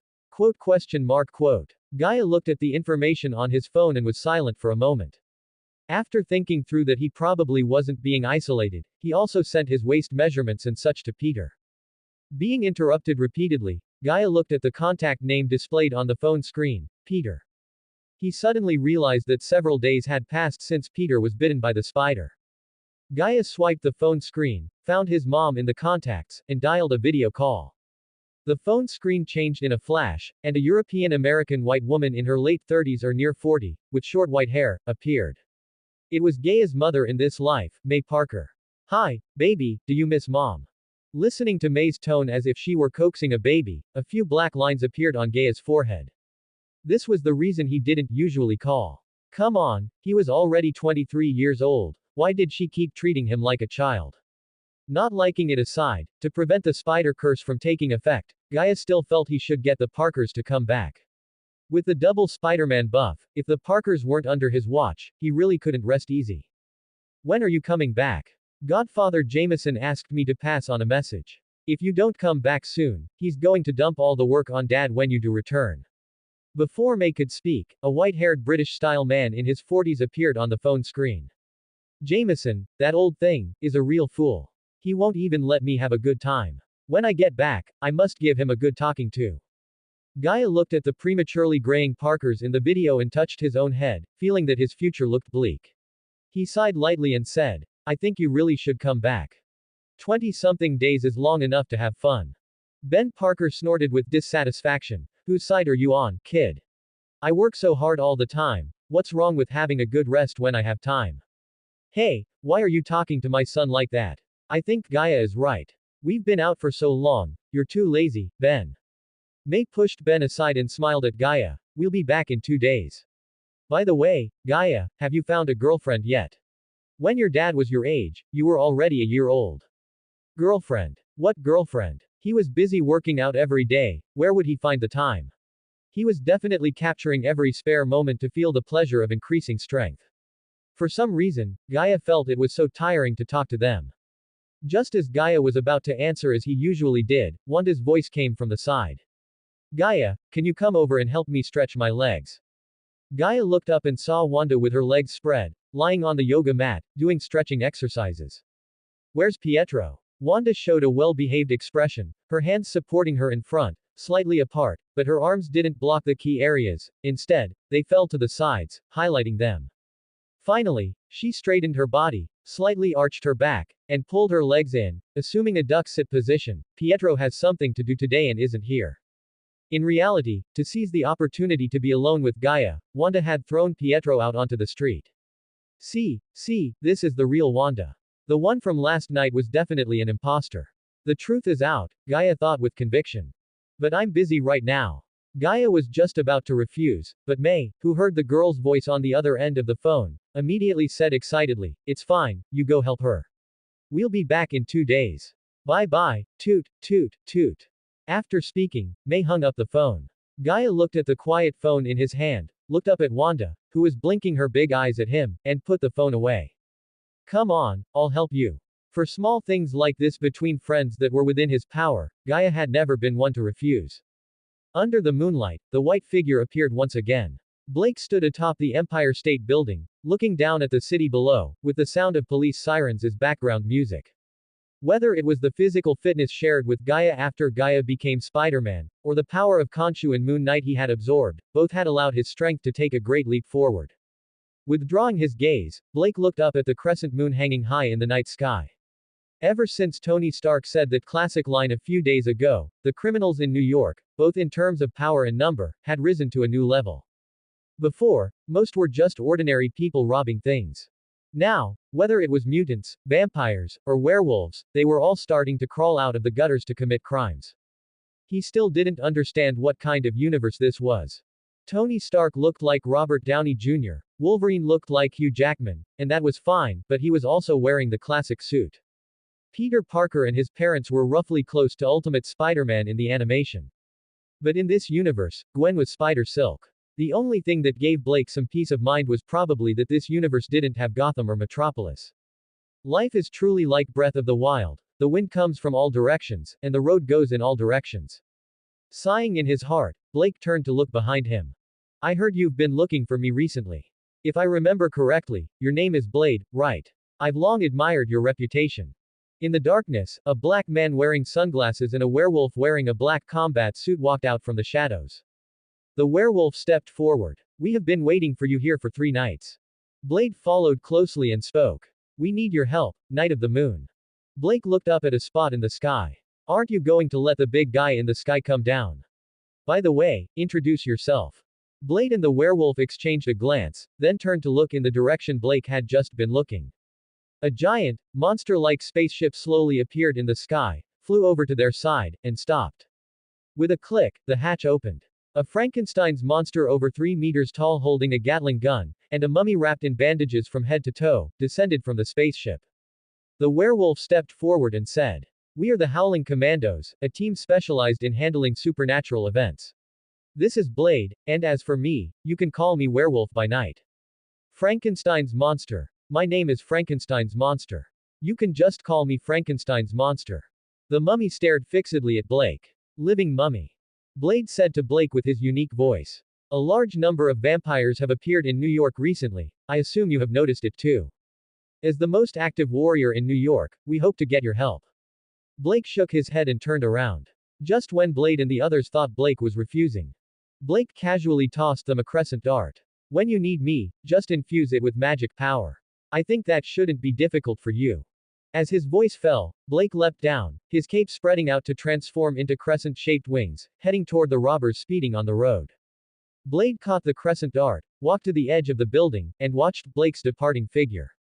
Living mummy stepped forward. Can we trust him? According to the situation a few days ago, combined with my intelligence, he has betrayed the god he believed in. This vampire riot is a serious matter. If he is unreliable, New York will have big problems. Blade's reflection of Blake's back was on his sunglasses, and he shook his head. Betrayal. I don't think so. We have met twice before. He is an excellent and trustworthy warrior. If we want to solve this matter quietly, we must have his help. Let's go. Blade put away the crescent dart and turned to walk toward the monster spaceship. Living mummy, the werewolf, and Frankenstein's monster looked at each other and followed Blade. 7 days had passed since the charity gala. Gaia was angry at the unreliable Parker couple. They were supposed to return quickly, but then they said a relative was giving birth, and they ran off halfway. At the dining table, Gaia looked at Peter in front of him and really couldn't help asking. Peter, going to Harry's house these past 2 days, you didn't tell Harry that you gained superpowers, did you?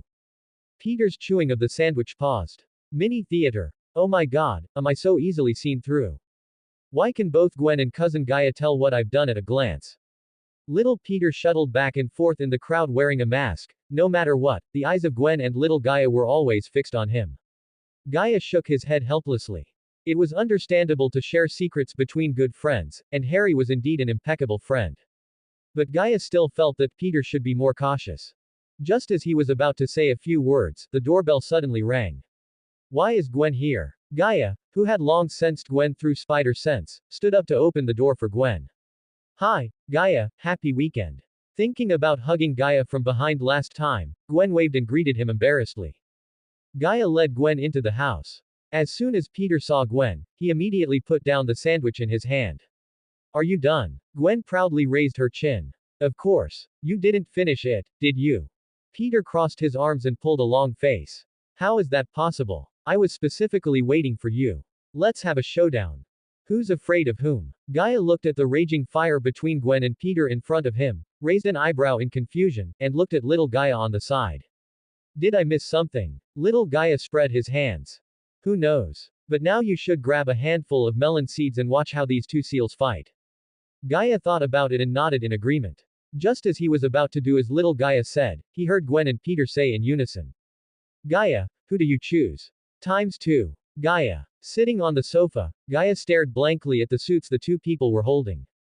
How should he put it? The one in Peter's hand was the classic Spider-Man suit.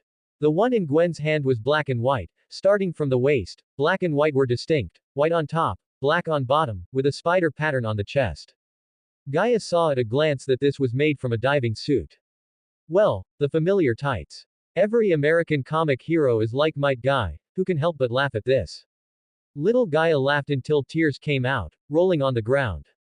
Ha ha ha, I can't take it anymore. After a long while, Gaia couldn't help but say. Is this tight-fitting suit absolutely necessary to wear? And when did I agree to team up with you two? Hearing this, Gwen immediately glared fiercely at Peter. Didn't you say Gaia agreed? Peter understood Gwen's gaze and guiltily looked away. He had only been thinking about researching the spider silk shooters and making the suits, and completely forgot about this matter. Seeing Peter look away, Gwen snorted softly and looked at Gaia with expectant eyes. You first say which one of the two you like better. Gaia noticed Gwen's gaze and really couldn't tell a lie, so he spoke the truth. I don't like tights, you know. It looks a lot like fetish wear when worn. Although I don't have any thoughts of being a hero, if I go out dressed like this, others might think I'm flirting with criminals.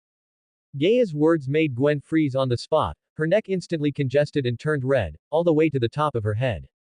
She stammered for a long time without being able to speak, not knowing whether she was ashamed or angry. Peter, however, felt as comfortable as if he had eaten ice cream in a summer with a temperature of 39 degrees. Mini theater. You know. Guys, even though cousin Gaia is talking about me too, this feeling of equal treatment is really not bad. But Gwen's state seems to be a bit explosive. Gwen turned into a volcano, ready to erupt at any time. Gaia saw Gwen not speaking for a long time and vaguely felt something was wrong. Little Gaia jumped up, rotated 720 degrees in the air, and gave Gaia a flying kick. Say something nice quickly, you idiot. After a long silence, Gaia, realizing he had said the wrong thing, rubbed the back of his head where he was kicked, and taking advantage of Gwen's lack of focus, took the suit from Gwen's hand. You. Tears welled up in Gwen's eyes, and she looked at Gaia with a pout. The hard work not being recognized by someone important made Gwen especially heartbroken.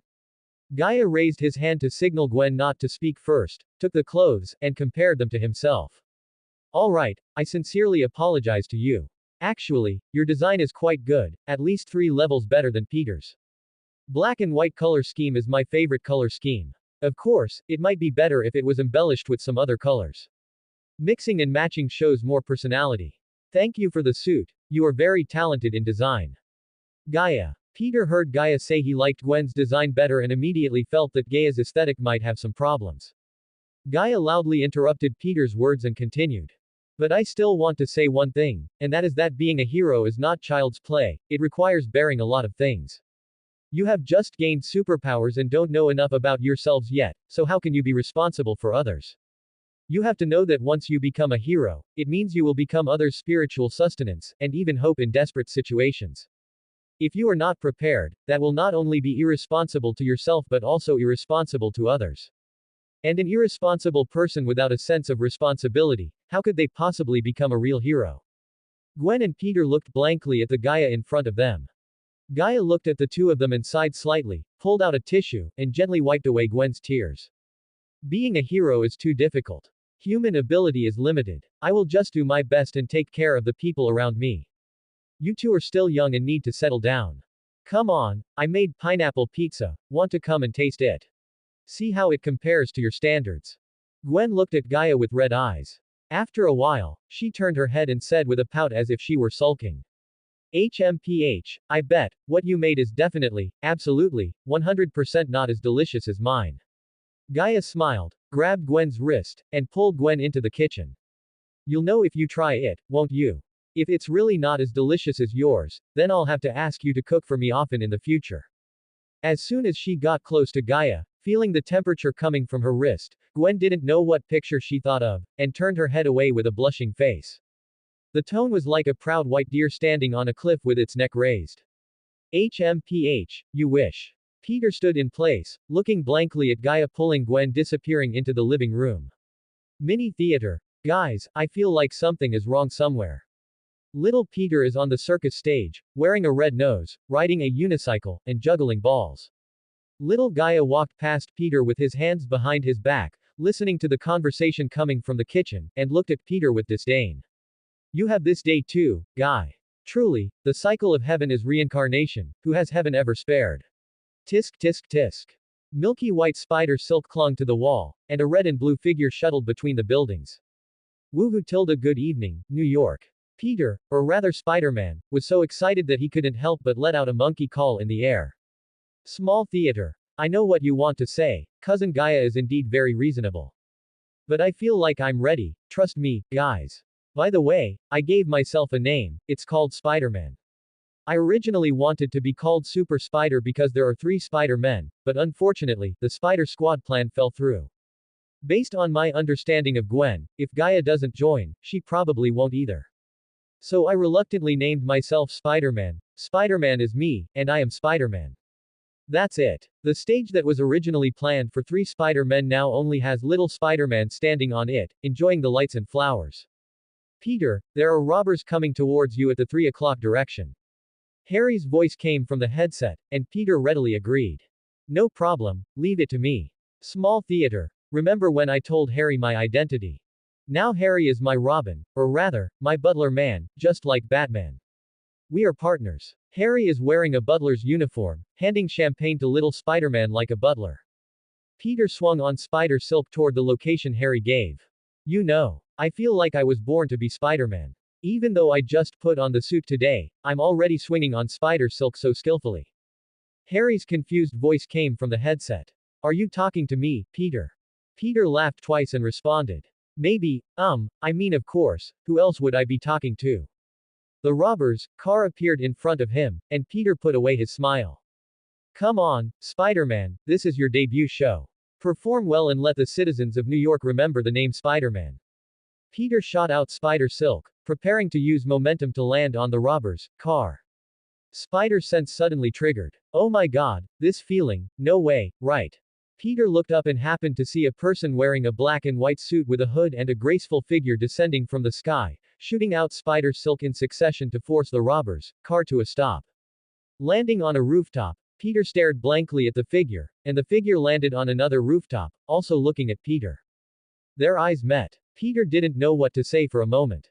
Peter, what's wrong? Did something happen? Harry's confused voice came from the headset. Peter pondered for a moment and said quickly. Harry, let's talk later. I've encountered something a bit private right now. Saying this, Peter hung up the call and ran towards Gwen's position. In the Osborne residence, in Harry's room, Harry looked blankly at the several screens in front of him. At this moment, it was just like that moment back then.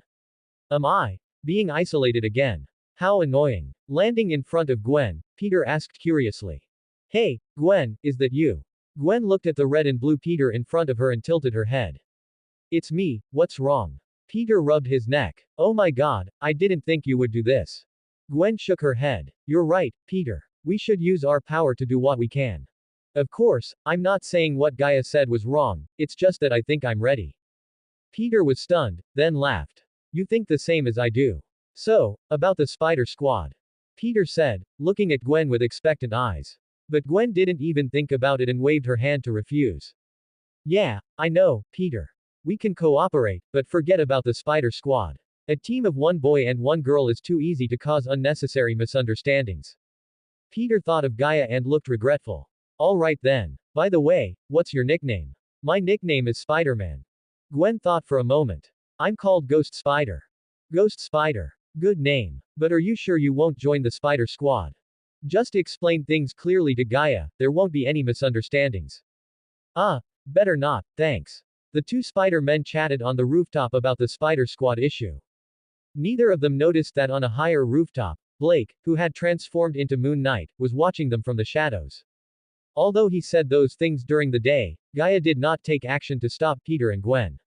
He knew that some birds are destined not to be caged, every feather of theirs shines with the brilliance of freedom.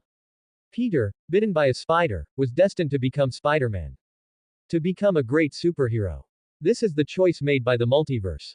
After a brief thought, Blake stood up and leapt down towards the location of the 2 Spider-Men. He had heard the conversation between the 2 Spider-Men just now. Even though he believed that the 2 would become great superheroes in the future. But for now, they were still newcomers, so Blake prepared to act as a senior, teaching them some experience to help them grow quickly. Good evening, kids. A person suddenly descended from the sky and landed beside them, scaring Peter and Gwen quite a bit. But when they saw who it was, their faces under the masks showed expressions of shock. Moon Knight. ×2. Blake nodded slightly, praising them generously. You did well just now. You 2 have great potential. As the saying goes, every generation has its own idols. Last century, people's idol was Captain America. But in this era, especially for the youth of New York, the idols are generally Ghost Rider and Moon Knight. Small theater. Oh my god, the famous Moon Knight praised us for having great potential. I'm about to faint from happiness. Moon Knight points at him. You are a true hero, Spider-Man. Spider-Man salutes. Yes, officer. Thank you for your recognition. Seeing that both of them were speechless, Blake originally wanted to say something more, but suddenly sensed that the crescent dart he gave to Blade had been activated, so he turned around. This world is far from as simple as you see. Vampires, werewolves, and so on are all real. They all possess more than 2 or 3 times the strength of an ordinary person. Recently, a large number of vampires have entered New York. Be careful. As he finished speaking, Blake used moonlight teleportation, turning into a silver glow and disappearing. Seeing Blake disappear without a trace in an instant, Peter couldn't help but exclaim. Oh my god. Gwen, did you see that? Moon Knight can teleport. Gwen nodded with difficulty. Whether it was Moon Knight's words or the abilities Moon Knight displayed, both gave her a great shock. I saw it, Peter. Vampires, they are legendary creatures, Moon Knight has no reason to lie to them. Honestly, when she heard Moon Knight say that vampires really exist and have entered New York in large numbers, Gwen was a little scared. But when she thought of Moon Knight's back as he left, she couldn't help but wonder if he had left in such a hurry to deal with the vampires. If a large number of vampires really entered New York, but ordinary citizens hadn't heard a whisper of it, not even urban legends. Could it be because Moon Knight and Ghost Rider have stopped all the vampires? Is this what a hero is?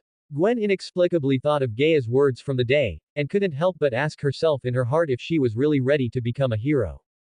Tracking the location of the crescent dart, Blake arrived at the top of the Empire State Building. Actually, we don't necessarily have to gather here. Seeing Blake appear, Blade hurriedly stepped forward and walked up to him. This vampire riot was organized by Dracula. His goal is to seize the life symbol, the Ankh. Through the Ankh, he intends to grant his undead legion the ability to operate in sunlight. Blake's expression instantly turned grave. He knew that the life symbol, the Ankh, was currently on his person. How did Dracula find out about the Ankh? Blade shook his head. I don't know that, but we received intelligence that Dracula has already arrived in New York and is currently in an abandoned church in Lower Manhattan. I plan to ambush Dracula and catch him off guard.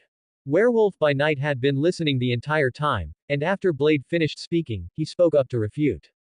Blade, I think we should find the Ankh first, and then protect it. Blade snorted in rebuttal. If we didn't know Dracula's location, of course we would do that, but now we know where he is. We must solve the problem at the source and take out Dracula directly. Warrior of the Moon, what do you think? Blake pondered for a moment, feeling that this matter was highly likely related to Khonshu, and decided to play along with their scheme. Is the intelligence reliable? Blade said with a firm tone. I swear on my honor. Blake nodded and strode toward the Howling Commandos' ship. Then what are we waiting for? Let's go. Seeing Blake so straightforward, a rare smile appeared on Blade's face. As expected of one of the 2 guardians of New York, you truly live up to your reputation and are incomparable to ordinary people. Hearing the implication in Blade's words, Werewolf by Night was furious. Blade, what do you mean by that? Blade did not answer and followed Blake into the ship. Blade. Werewolf by Night was very annoyed by Blade's attitude, but he was powerless to do anything about it. Frankenstein's monster, seeing the 2 arguing again, felt it was business as usual and didn't take it to heart, turning his head to look at the living mummy. Buddy, did you see that? Blade actually smiled. I haven't seen Blade smile in a long time. The living mummy rolled his eyes at Frankenstein's monster. Alright, there's going to be a big battle soon. Hurry up and reload your Gatling gun, it wouldn't be funny if you ran out of ammo halfway through. Frankenstein's monster watched the living mummies departing back, frowning in dissatisfaction. Buddy, do you take me for a fool? I was a scientist before, don't underestimate me. The group returned to the Howling Commandos' ship, which immediately entered stealth mode. It flew toward Lower Manhattan. Arriving above the church where Dracula was hiding, the ship's hatch opened. Blake looked at the members of the Howling Commandos beside him. Blade, Frankenstein's monster, the living mummy, Werewolf by Night, and Man-Thing. Each was a unique talent, the kind you could spot at a glance in a crowd. Are you ready? Blade didn't answer, he glanced at Blake and leapt down. Is he always like this? Werewolf by Night stepped forward and patted Blake on the shoulder. You know. Although it's not great that he acts this way, the fact that he treats everyone the same makes me happy. After saying this, Werewolf by Night followed Blade and leapt down. Blake shook his head at the backs of Blade and Werewolf by Night, following closely behind them. The group smashed through the top of the dilapidated church, landing right in the center. It seems we walked right into a trap. His spider sense was blaring wildly, and Blake glanced at the pairs of red eyes in the surrounding shadows. He looked up at Dracula, who was sitting at the very top of the church. As the king of vampires, Dracula looked quite impressive. He had long, flowing silver white hair and wore a medieval aristocratic red robe. His figure was slender yet possessed a sense of power. Then let's fight our way out. As Blade drew the long sword from his back, he threw several UV flash grenades around him. With Blade's actions, the battle began, and the nearly endless swarms of vampires surged forward. The Howling Commandos each showed their unique skills. Werewolf by Night brandished his sharp claws. Frankenstein's monster's Gatling gun blossomed with flowers of fire. The living mummy controlled several vampires with his bandages while chanting ancient incantations. Man-Thing grew in size and charged into the crowd of vampires, moving as if no one were there. Blake wasn't idle either. To capture the bandits, one must first capture the ringleader, so he charged toward Dracula alongside Blade. Facing the two charging at him, Dracula didn't take them seriously at all and released telekinetic power, intending to blast them away. The powerful telekinetic force distorted the air, forming waves that spread outward. To Dracula's surprise, while Blade was indeed blasted away, Blake charged forward as if nothing had happened. With a strike of his staff, Dracula leapt away. He saw the chair he had been sitting on smashed to pieces. Spider web-like cracks spread from the point where the staff landed. Several crescent darts flew toward him. The relaxed look on Dracula's face vanished, and he hurriedly used blood magic to defend himself. No wonder I was told to pay extra attention to you, you really are quite interesting. As he finished speaking, Dracula drew a sword from thin air, closed the distance, and engaged in a fierce battle with Blake. Mist form, blood magic, superb swordsmanship, and an immortality that even death, one of the 5 cosmic entities of the universe, could not kill. These allowed Dracula to hold the absolute upper hand in the fight against Blake. Do you need my help, Blake? Cassius's voice echoed in his mind, and Blake refused. Don't worry, I'm fine. Putting some distance between himself and Dracula, Blake looked up at the sky. The moon had been obscured by dark clouds at some point. You know me well. Dracula spun his sword. From a certain perspective, that is correct. Blake put away his long staff, kicked a lunging vampire to death, and pulled 2 silver batons from his cloak. Dracula raised an eyebrow at the sight and sneered. What? Do you think you can fight me with 2 silver batons? Blake did not answer. Holding a baton in each hand, he charged forward again. Well fought. Dracula laughed and met Blake. He hadn't encountered an opponent evenly matched with him in a long time. After several exchanges, sword strikes, and bouts of grappling, Dracula tried to entice Blake. I know the Ankh is on you, give it to me, and I can make you my servant. Blake snorted coldly. In your dreams. Dracula, having been rejected, wasn't annoyed. He wore an expression of regret and kicked the Blake in front of him away. You might have misunderstood. I am not asking for your opinion. With that, Dracula stepped forward, preparing to take the Ankh from Blake and, by the way, turn Blake into a vampire to make him a formidable general under his command. Seeing Blake in danger, the members of the Howling Commandos tried to shake off the vampires entangling them and rushed to help Blake. Unfortunately, there were simply too many vampires, even with their immense personal strength. They were like a python that had fallen into an army ant nest, firmly trapped with no way to break free. Blake struggled to his feet and threw a dozen crescent darts. Dracula misted a way to dodge, flashed in front of Blake, and kicked him hard. The force was so great that Blake was sent flying like a cannonball, crashing through the church wall and rolling nearly 100 meters across the ground before finally coming to a stop. The Ankh and a series of weapons hidden on Blake's body were all scattered on the ground. Seeing the Ankh on the ground, Dracula laughed loudly, misted over to it, crouched down, and reached out to grab it. Just then, a crescent-shaped staff stabbed straight toward the hand Dracula was using to reach for the Ankh. Dracula raised his sword to block, and his expression darkened instantly when he saw who it was. Khonshu. Swish, swish, swish. Several silver crescent darts tore through the air, forcing Dracula to mist away and put some distance between himself and Khonshu. Looking behind him, there was another Moon Knight. Khonshu had once again bestowed power upon Mark, whose abilities had been stolen by Blake at the Empire State Building that day.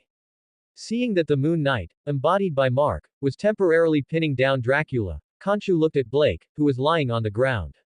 You have grown weak, Blake. With that, Khonshu turned around and bent down to pick up the Ankh. The moment he touched the Ankh, he immediately felt that something was wrong. His power was being absorbed by the Ankh at an extremely rapid rate. Realizing something, Khonshu turned his head in shock toward Blake, only to see Blake covered in a silver radiance. Lines of magic spread from beneath Blake's feet, quickly forming a magic circle. The moon, previously obscured by dark clouds in the sky, had appeared at some point, casting moonlight over the earth. Dracula and Mark had just noticed Blake's actions. They wanted to do something, but were surprised to find that they couldn't move at all. Standing up and stretching his body a little, Blake walked toward Khonshu, who was kneeling on one knee due to weakness, and reached out to take the Ankh from Khonshu's hand. Old friend, I know you very well, but you don't seem to know me very well. I didn't expect you to fall for it so easily. You should know that I still have many things I haven't used yet. However, I still have to thank you. If it weren't for you, I really wouldn't be able to do anything about Dracula right now. He snatched the staff from Khonshu and kicked the weak Khonshu away. Blake looked at the immobilized Dracula, glanced at the sword of Dracula in his hand, and decisively stepped forward to take it. That's a really good sword. Thanks. Seeing Blake holding his weapon, Dracula felt like his lungs were about to explode with rage. By now, how could he not understand? That despicable villain Khonshu had wanted to trick him, but ended up getting tricked along with him. What an idiot. Putting away the sword of Dracula, Blake faced the church, raised the staff high in his hand, and stabbed it down hard, activating the formation Khonshu had set up in advance. In an instant, a magic circle with a diameter of 1,000 meters spread out from the church as the center, echoing Blake's formation and emitting a dazzling azure light. Good night, Dracula. As he spoke, Blake activated Khonshu's moon god authority. In an instant, the moonlight flared as bright as the sun, and a huge pit appeared in the center of the church, releasing an infinite gravitational pull that sucked the vampires into the hole. The powerful suction was so strong that even Dracula could not escape it. At the very last moment before being sealed, Dracula used telepathy to issue a prophecy. Just wait, when the blood moon descends, I will surely return to the world. Soil mixed with silver powder automatically refilled the pit. Seeing that Dracula was sealed, Blake stood up and put away Khonshu's staff. He took out the Ankh, walked over to Mark, drained his knight's power again, and knocked him unconscious with a punch. A familiar scene unfolded once again. Khonshu, struggling to maintain his form, looked at Blake with surprisingly calm eyes. I lost again. Blake walked over to Khonshu and sat down. Cooperating with Dracula can hardly be called the act of a good god.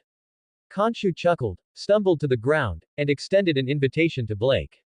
Come back to me, Blake. I can grant you even greater power. Blake shook his head. Compared to being constrained, I prefer freedom. Khonshu nodded in agreement. That suits your personality. After saying this, Khonshu turned into photons and dissipated into the moonlight. Hey, warrior of the moon. Blake stood up and looked toward the voice. The Howling Commandos, led by Blade, were standing next to the church waiting for him. Frankenstein's monster was holding the unconscious Mark Spector in his arms. Blake said nothing, just nodded, turned into a wisp of silver light, and flew into the distance along the moonlight. Oh, I feel like he's even harder to get along with than you, Eric. Werewolf by Night looked at the spot where Blake had just been standing and nudged Blade, who was beside him. Blade looked up at the moon and the corners of his mouth turned up. Excellent warriors never talk nonsense. Let's go and take this guy back to the city. Blade turned and walked toward the monster spaceship. Frankenstein's monster stared blankly at Blade's back and said in a shocked tone. Hey guys, did you see that?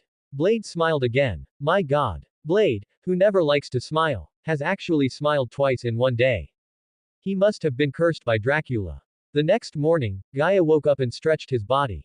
Oh, why do I feel like I was in a wrestling match last night? It wasn't that he felt uncomfortable, it was just a feeling of having his muscles and blood circulation stimulated. Getting up and flipping through the calendar, Gaia was about to call the Parkers to urge the couple to come back soon as he did every day. Then he heard the sound of the front door opening.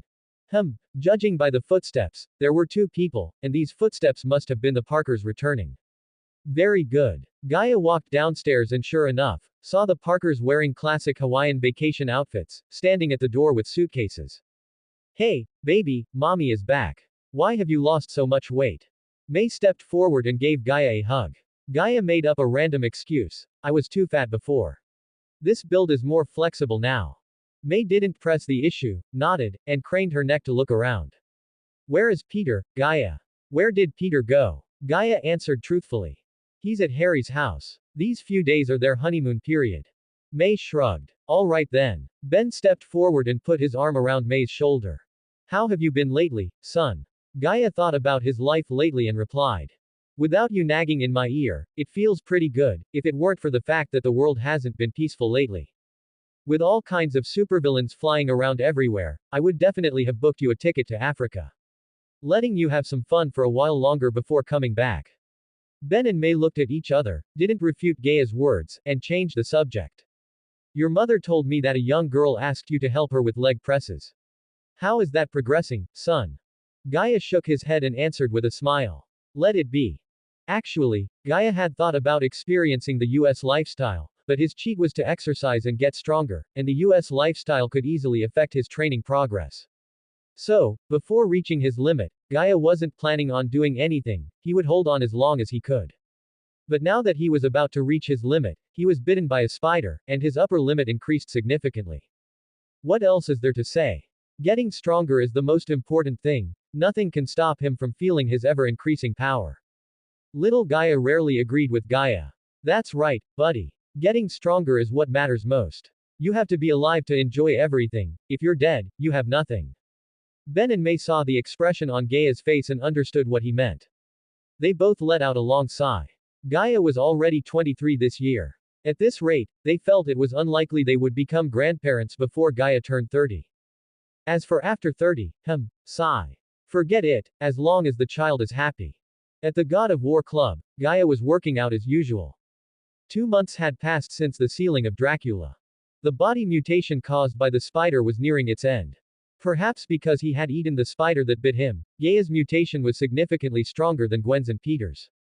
The most notable aspect was his skin toughness. Over these 2 months, Gaia's skin began to faintly exhibit a chitinous luster. He could withstand point-blank shotgun attacks loaded with armor-piercing shells without injury. His physical stats were also quite formidable. Character: Gaia Parker. Grip strength: 34.84 tons. Wrist strength: 69.59 tons. Leg strength: 103.78 tons. Speed: 1s. Reaction: 0.00036 s. With these physical stats, he could be considered top tier among power-type heroes. Having finished with himself, let's talk about Peter and Gwen. For the past 2 months, the two of them had been playing the role of friendly neighbors in New York City. Almost as soon as they appeared, they attracted the full attention of his good godfather, Jameson. It was as if their DNA had been triggered, or like some form of quantum entanglement. The two successfully replaced Moon Knight, becoming the headline centerpieces of the Daily Bugle. They both happily earned the prestigious title of Fool Pests of New York City. Harry had wanted to use his superpowers to make Jameson shut up. As a result, Jameson became even more excited, putting on a look of, I've discovered a big secret, and rejecting Harry with a posture of defying authority.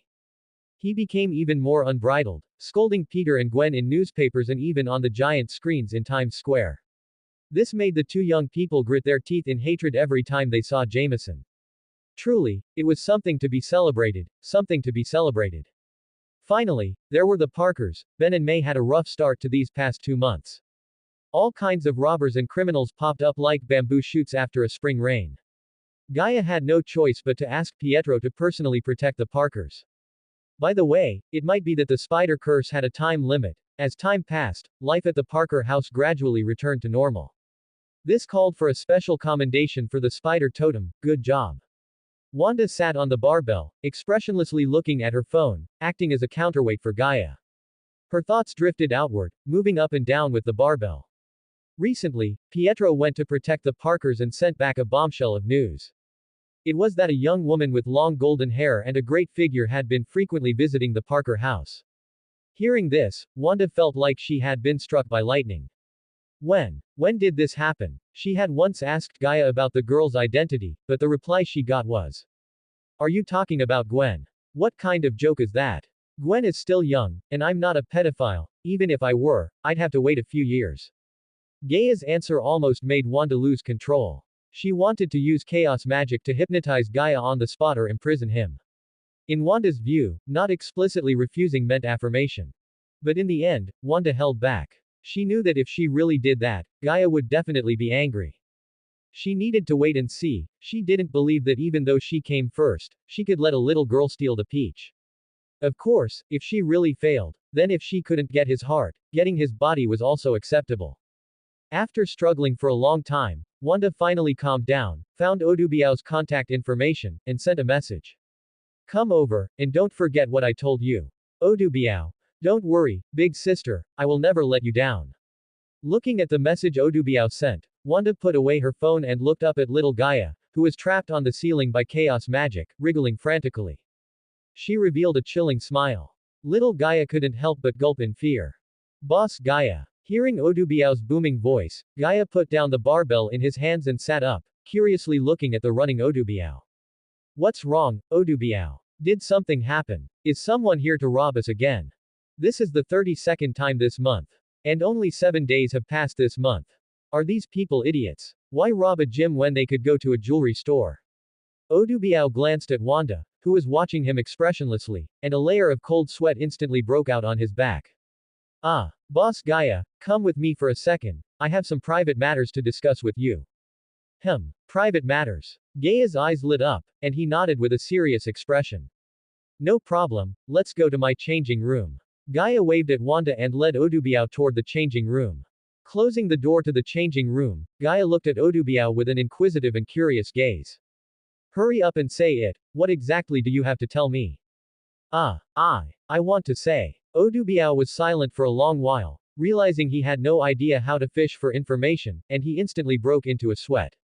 Oh no. He only knew how to work out, he didn't know anything besides working out and fighting.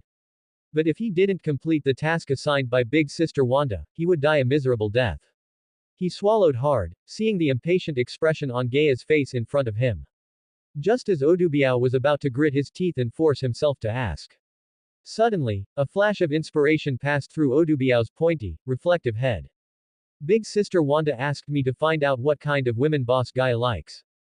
Couldn't I just ask Boss Gaia directly what kind of action movies he likes to watch? I really am a genius. Without further ado, Odubiao immediately spoke up. Boss Gaia, do you have any action movie recommendations? Quote. Gaia looked at Odubiao in front of him with surprise, scanning his massive physique up and down. Did he take too much testosterone? Gaia didn't think much of it, liking certain action movies wasn't some earth-shattering secret. So he might as well just say it. To be honest, I prefer Asian ones, their looks fit my aesthetic quite well. As for action movies, search for Akiryo online. If you can find it, I think his BZHW modeling is very nice. Of course, you might not be able to find it now, because it's still a bit early. Sitting on the dumbbells, Wanda watched Gaia and Odubiao in the magic mirror, listening to their conversation. She took out her phone and searched for what Gaia mentioned. Quote. Looking at the figures on her phone screen, Wanda's face instantly flushed red. So this is what Gaia likes. Wanda raised her hand and touched her hair. The hair color was the same, the eye color was the same, the figure, hers was better. Then that just left the face. Wanda raised her hand and conjured a magic mirror, looking at her own reflection. She remembered what Gaia had said when lecturing his underlings. Everyone has their own unique traits, and it is these unique combinations that form our independent and complete selves. Therefore, there is no need to easily care about those who point fingers at you, they often just fill their own emptiness by belittling others. We don't need to change because of that. A truly mature person will not harp on someone else's flaws. Those who live their own lives in a mess but are keen on criticizing others are just trying to steal a sense of existence from a feeling of superiority. Also, if someone makes changes for you, remember to cherish it, because change is extremely difficult and extremely precious. If someone changes for you, it represents their most pure affection for you. Guys, no. My friends, I wish you all here that you can be the best version of yourselves and find that most pure affection in the world that belongs only to you. Gaia told her to be herself, but also told her to cherish those who change for her. What should she do? She swept her hand across the mirror. Wanda looked down at the phone screen, her mind racing. Couldn't I just use magic to cast an illusion on my face? So that when Gaia sees it, he will immediately feel a sense of familiarity. But wouldn't that be too fake? Maybe I should just make a slight adjustment. Wanda was very conflicted. Gaia, I hope you will cherish me like you said, otherwise I will be angry. Deep in Wanda's pupils, a flash of crimson flickered. Big sister. Big brother Gaia suddenly disappeared. Just as Wanda finished casting magic on herself, Odubiao rushed out of Gaia's dressing room. He went, whoosh, and just vanished. Wow, how did you become even more beautiful? How did you do it? Can you teach me? I want to find a girlfriend. Wanda ignored Odubiao's words, her eyes covered in chaos magic as she looked toward the dressing room, seeing that Gaia was indeed gone. She looked up at the ceiling and discovered that little Gaia had also disappeared. Furrowing her brows, she looked at Odubiao and reprimanded him sternly. What exactly happened? Tell me. Odubiao was startled by Wanda and didn't dare to bring up the request for her to help him look better. It's like this. A few seconds ago, Gaia was discussing something serious with Odubiao when his spider sense suddenly reacted. It made Gaia feel a wave of dizziness. Gaia closed his eyes and shook his head. When he opened them again, he had arrived in a place that was both strange and familiar. Little Gaia jumped onto Gaia's shoulder and looked around. Whoa, what is this place? It looks a bit like New York from a few years ago.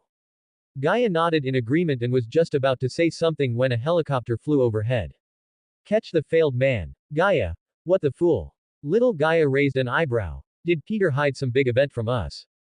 Gaia shook his head and proactively used his spider sense to search for Peter, successfully pinpointing his location. Strange, why can't I sense Gwen's location? Did Gwen leave New York? That shouldn't be right. For the past 2 months, that little girl has told me about everything she does. It's impossible for her to leave New York without telling me. Feeling a faint sense that something was wrong, Gaia pushed his spider sense further. This time, he discovered that the Peter he sensed didn't seem to be his Peter. Where did this take me? Little Gaia punched Gaia on the shoulder. Hey buddy, stop thinking so much, look over there. Gaia looked in the direction little Gaia was pointing, only to see tower cranes turning. Seeing this scene, Gaia lowered his head and sighed softly. Alright, I think I know where I am now. Gaia raised his hand and fired spider silk to follow the helicopter.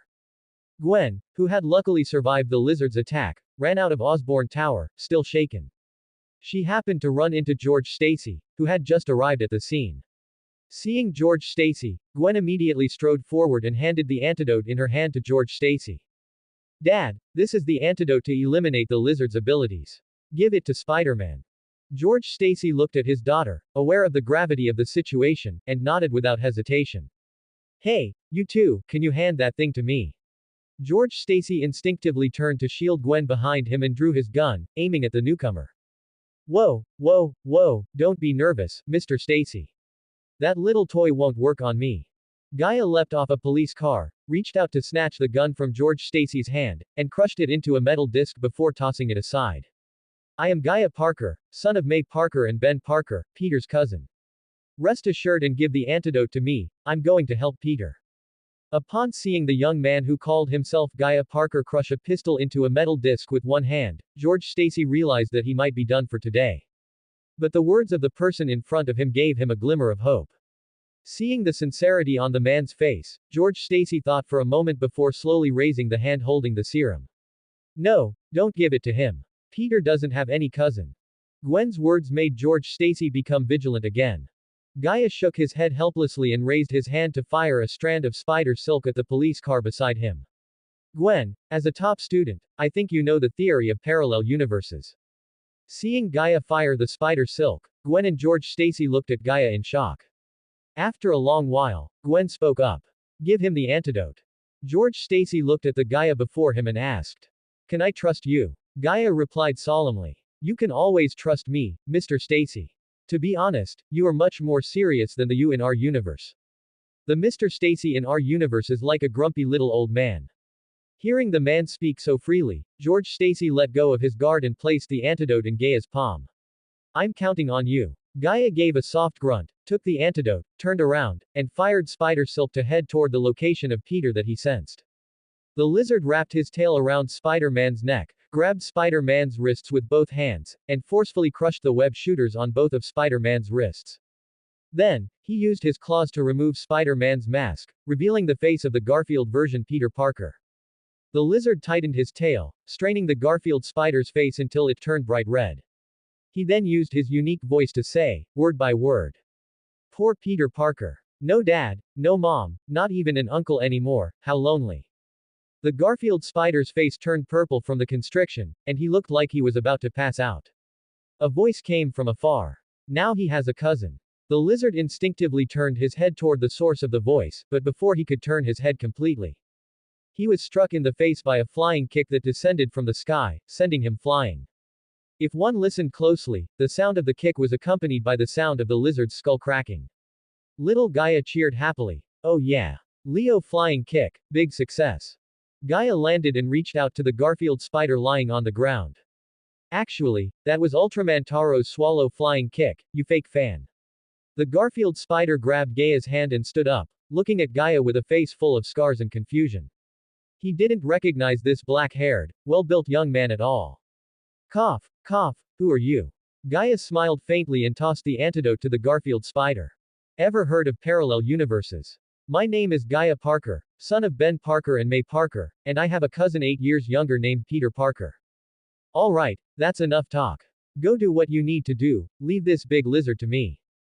As soon as he finished speaking, Gaia leapt up, rushed in front of the lizard who had just climbed up, and punched him away. Come on, this move is called ice and fire. He trapped the lizard with spider silk, paralyzing him with electricity while swinging him toward the nitrogen tank. Having successfully controlled the lizard, Gaia fired spider silk at the lizard again. This time, the spider silk passed under the lizard's armpits and stuck to the metal crate behind the lizard. Gaia, taking advantage of the fact that the lizard hadn't recovered from the previous attack, grabbed the spider silk, leapt high over the lizard's head, landed on the metal crate, and pulled hard. Using the elasticity and strength of the spider silk, combined with his own power, he neatly severed the lizard's arms. Although the Garfield spider was shocked by what Gaia had said, he knew what was most important right now. Seeing that the lizard seemed to be no match for Gaia at all, the Garfield spider gritted his teeth and climbed toward the emitter with the antidote. This time, there was no obstruction from the lizard. Even though the Garfield spider was injured, he still climbed to the emitter within a few seconds and swapped the virus for the antidote. No. The lizard, having been beaten by Gaia to the point of having no ability to fight back, saw this scene and tried to resist Gaia, but found it useless, and could only let out a desperate roar. The emitter fired successfully, and the antidote was sent into the sky where it exploded, turning into a blue frost mist that slowly descended. Under the effect of the antidote, the lizard's appearance quickly faded, and his right hand melted away like ice cream. He transformed back into a human. Kurt Connors. The Garfield spider jumped down from the emitter platform, glanced at Connors, and then locked his gaze firmly on Gaia. Curiosity, confusion, nervousness, and disbelief all appeared on the face of the Garfield version Peter Parker. Excuse me, sir, you just said you were Gaia Parker. Gaia was just about to say something. After all, he didn't know the way back. So, building a good relationship with the Garfield version Peter Parker was crucial. But just as Gaia said a name, a familiar feeling washed over him again. The uncomfortable sensation intensified, and Gaia immediately realized he was about to leave. Fighting through the discomfort, Gaia looked at the Garfield Spider-Man with a solemn expression. Peter, remember, never use spider silk to save people. What do you mean, sir? The Garfield Spider-Man looked at Gaia in confusion. He didn't understand why Gaia wouldn't let him use spider silk to save people. See you if fate allows. Gaia didn't answer the Garfield Spider-Man's question, just shook his head and said goodbye. His body instantly turned black, then shifted to white in a split second. The black and white colors alternated back and forth, like a game character experiencing frame drops. Finally, with a swish, like a screen turning off, he shrank into a black dot within a microsecond and disappeared. Holy crap! The Garfield version Peter stared in shock at the spot where Gaia had just been standing. He pursed his lips, stepped forward slowly, and tentatively reached out to touch it. Originally, he had been skeptical of Gaia's words. But now, having seen this with his own eyes, he was convinced. On the other side, Gaia opened his eyes and found that he had successfully returned to the changing room. Little Gaia stood in front of Gaia, stroking his chin in a thoughtful manner. What's going on? How did we suddenly travel to the amazing Spider-Man universe? Gaia frowned, looking at his hands, thinking about his spider sense, and replied after a moment of reflection. Before the travel, my spider sense gives a warning in advance. I think it must be an ability that or rather, we, don't know about yet. Little Gaia pouted in dissatisfaction and kicked the wardrobe to the side. That fool spider dog. I think she's up to no good. Gaia analyzed calmly. I actually don't think it's a big deal. The Marvel Universe is only exciting if you can traverse the multiverse. Of course, that's under the premise that I can control it myself.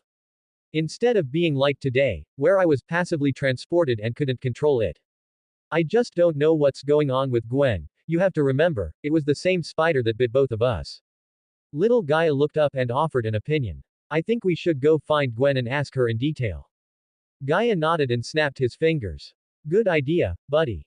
As he finished speaking, Gaia was just about to take out his phone to send a message to Gwen. His spider sense blared suddenly. An image flashed in his mind of him being pinned against a wall by Wanda using chaos magic. Oh. Little Gaia covered his face and wailed. Holy crap. I already told you to stay away from the succubus witch, and now look what happened. Knock, knock, knock, sound came from the door. Wanda's seductive voice followed immediately after. Gaia, are you in there? I need to talk to you about something. Gaia thought for a moment and opened the door to the changing room. He had to see what had happened to make Wanda lose control of her emotions. Could it be that during the time he was gone, Quicksilver got shot? Quote. The moment he opened the door and saw Wanda, Gaia was completely stunned. How should he put it? Wanda was still Wanda, but Gaia couldn't shake the feeling that the Wanda before him faintly resembled an old acquaintance. What's wrong, Wanda? What happened? Wanda looked up at Gaia, and upon noticing that Gaia had stared at her in a daze for a second or two, a sense of satisfaction rose in her heart. She raised her arm and placed her left hand on Gaia's chest. Wanda stepped forward, walked into the changing room, and at the same time, waved her right hand behind her, closing and locking the changing room door. Oh my god. Run, buddy. The succubus witch is about to reveal her true colors. Hearing little Gaia's words, Wanda smiled slightly and waved her hand at him again. A stream of chaos magic wrapped around little Gaia and slammed him against the wall. Gaia looked at the Wanda before him, reached out, grabbed her wrist, and repeated. Wanda, did something happen? Wanda stared infatuatedly at Gaia's face, her tone seductive and alluring. Tell me, Gaia, am I beautiful? Gaia didn't hesitate. You are very beautiful, Wanda, but you have to tell me, what's wrong with you? Gaia's words added a touch of satisfaction to Wanda's eyes. She raised her other hand to gently stroke Gaia's face, saying softly. Then, Gaia, do you belong to me? Gaia was stunned, just about to say, of course I belong to myself, how could I belong to you? But little Gaia, who was tied up, spoke first. Of course I belong to myself, how could I belong to you? Don't kid yourself, Grandpa Gaia is laughing. Watch out, or I'll sue you in court for not respecting personal freedom. The air in the changing room instantly froze. Wanda's eyes suddenly flashed with crimson light, and chaos magic coiled around her body. She stared at Gaia, her chest heaving heavily, and said coldly. Is this what you really think? She didn't give Gaia a chance to speak. A powerful burst of chaos magic erupted from Wanda's hands, pinning Gaia against the wall. Then she pressed forward, her feet lifting off the ground so she was eye level with Gaia. Don't think I don't know, Gaia. That little girl must be pretty great, right? HMPH, he. You know what? Gaia. You are mine. If not your heart, then your body must be, it has to be. Before she finished speaking, Wanda reached out and wrapped her arms around Gaia's neck, kissing him directly on the lips. Oh no. Little Gaia watched helplessly as Gaia and Wanda kissed. Occasionally, when they parted, he could see the hot breath between them.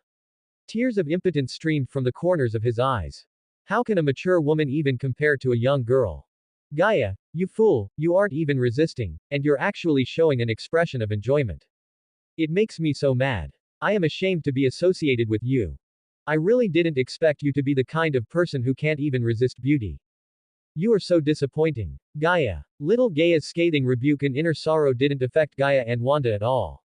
The two separated, and Wanda raised her hand, instantly filling the entire changing room with chaos magic. The next moment, the space rotated, and the wall Gaia was on became the new floor. Wanda smiled seductively, straddling Gaia's lower abdomen, and with another wave of her hand, the chaos magic instantly eroded their clothes away. Gaia looked at Wanda sitting on top of him and said nothing more. Under Wanda's shocked gaze, he exerted force and broke free from the restraints of the chaos magic. He placed his hands on Wanda's slender yet curvaceous waist and swapped positions with her. Turning the passive into the active. At first, he hadn't been able to break free from the restraints of Wanda's chaos magic. But for some reason, the longer he was in contact with the chaos magic, the less power it had over him. Unless Wanda constantly reinforced the chaos magic. Gaia. Seeing Gaia suddenly break free and pin her down, that forceful posture made Wanda's heart flutter. Her face instantly flushed, and she couldn't help but let out a coquettish sound. Gaia didn't speak. Although this wasn't in his plans, Wanda was being so proactive that he had no reason to refuse, right? Since it was already happening, he might as well give it a try and see if breaking his discipline would really affect his training results. Grabbing one of Wanda's ankles, Gaia said softly to her. Leave it to me. 2.5 hours later, Gaia carried a drowsy Wanda out from the changing room's bathroom. After helping Wanda get dressed, Gaia held her in his arms. Do you need to eat something to replenish your energy? Wanda nuzzled into Gaia's arms, let out a hum, and replied in a soft, sweet voice. I'm so tired, I just want to sleep right now. Gaia respected Wanda's choice, stood up, swept her into his arms again, and walked out of the changing room. How to describe the feeling of breaking the seal? Amazing. Truly amazing. This sense of release made every pore on his body open up. The imagined sense of weakness didn't appear, instead, there was an indescribable feeling of comfort. Gaia felt like a wild horse that had broken free from its reins, having spent years in a stable, finally experiencing the boundlessness of the prairie and the vastness of the sky for the first time. If Wanda hadn't kept shouting for him to stop later on, he definitely would have gone for a third time. Thinking about this, Gaia couldn't help but sigh. It turns out the legend that a guy's first time is very quick is true. Even someone as powerful as him couldn't escape it, and he was even teased by Wanda. It's okay, as long as it's Gaia, I like it. Gaia. Under the shocked gazes of Odubiao and the other lackeys, Gaia walked out of the God of War Club, carrying the sleeping Wanda. Everyone noticed Wanda was wearing Gaia's clothes and let out wails one after another. No. Times N. Although we knew this day would come for the big sister and the boss, I can't accept it. Boss. Boss. How could you get into a relationship? Yeah, boss, didn't you warn us that finding a girlfriend would make us lose muscle? How come you got into a relationship? Don't go down the wrong path, boss. He drove Wanda to his apartment in Manhattan. This place was considered Gaia's free cabin. Whenever Gaia wanted to be alone and quiet for a while, he would come here to stay. It was also quite close from here to the club. Gaia carried Wanda inside and carefully placed her on the bed. Hey boy, from now on you are a real man. I hope you can withstand the succubus witch's love, and don't get drained into a mummy. Little Gaia curled his lip in dissatisfaction on the side, staring at Wanda on the bed with dead fish eyes. Ignoring little Gaia's sarcasm, Gaia walked to the dining area and poured himself a glass of juice. Don't say that, buddy, Wanda is still pretty great, isn't she? At least in terms of pure love, Wanda is far ahead compared to other US comic characters. And she's only like this with me, right? I feel great, who wouldn't like a slightly yandere mature older sister forcing her love on them? Little Gaia snorted coldly and jumped onto the dining table. I still think innocent teenage girls are the best. Gaia smiled slightly, put down the juice, and casually turned on the TV. It seems we have quite a disagreement. By the way, I almost forgot to ask Gwen about things like traveling through the universe. Gaia took his phone out of his pocket and was about to send a message to Gwen when his spider sense went off, and Jameson's voice came from the TV. Super mutant criminals and those two pests swinging on spider silk are causing chaos in Times Square.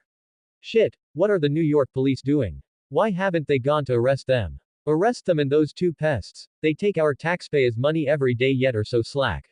I suspect the New York police are already in cahoots with the two pests.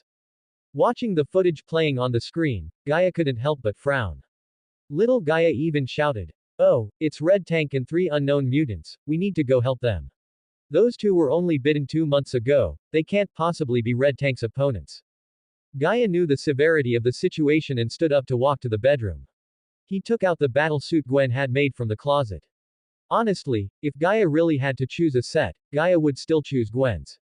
Nothing else. In Gaia's view, the black and white color scheme is just better looking than the red and blue one. Bang, bang, bang. Relying on his spider sense, Peter nimbly dodged the stones and bricks thrown by Red Tank's mutant lackeys. Relying on her lighter figure and movements, Gwen shuttled back and forth between buildings, shooting spider silk downwards to interfere with Red Tank and his last lackey. Mini theater. Long time no see, guys, I think you must be dying to know who they are. Let me introduce them to you. Little Spider-Man is wearing an academic gown and pulls down a blackboard. First is the one throwing stones at me. His name is Rock Thrower, and he can absorb surrounding dust to condense stones or dirt clods and launch them. Next is the one throwing bricks. His name is Powerhouse, and his ability is muscle enhancement, though he isn't as strong as me. Finally, the two Gwen is dealing with, I won't mention Red Tank, you should all know him. I should mention Red Tank's lackey. His name is Spring, and his ability is that his body can act like a spring. Alright, that's it for today's spider class. Little Spider-Man throws away the academic gown and pushes the blackboard away. Spider-Man. We need to find a way to stop them. If we let them keep destroying things, the surrounding buildings will collapse. Gwen landed beside Peter, her tone serious. Peter looked around, seeing the mess, and realized there was nothing that could withstand Red Tank's impact. He nodded seriously. You're right, Ghost Spider, we need to stop them from continuing to destroy things. As soon as Peter finished speaking, both of their spider senses went off loudly. They hurriedly leapt away from their spot, and the next second, the place where they had been standing exploded as if hit by a missile. As the dust settled, Red Tank stood up from the spot where they had been standing just moments before. Peter couldn't help but quip. Fine, I know super strength must come with super jumping.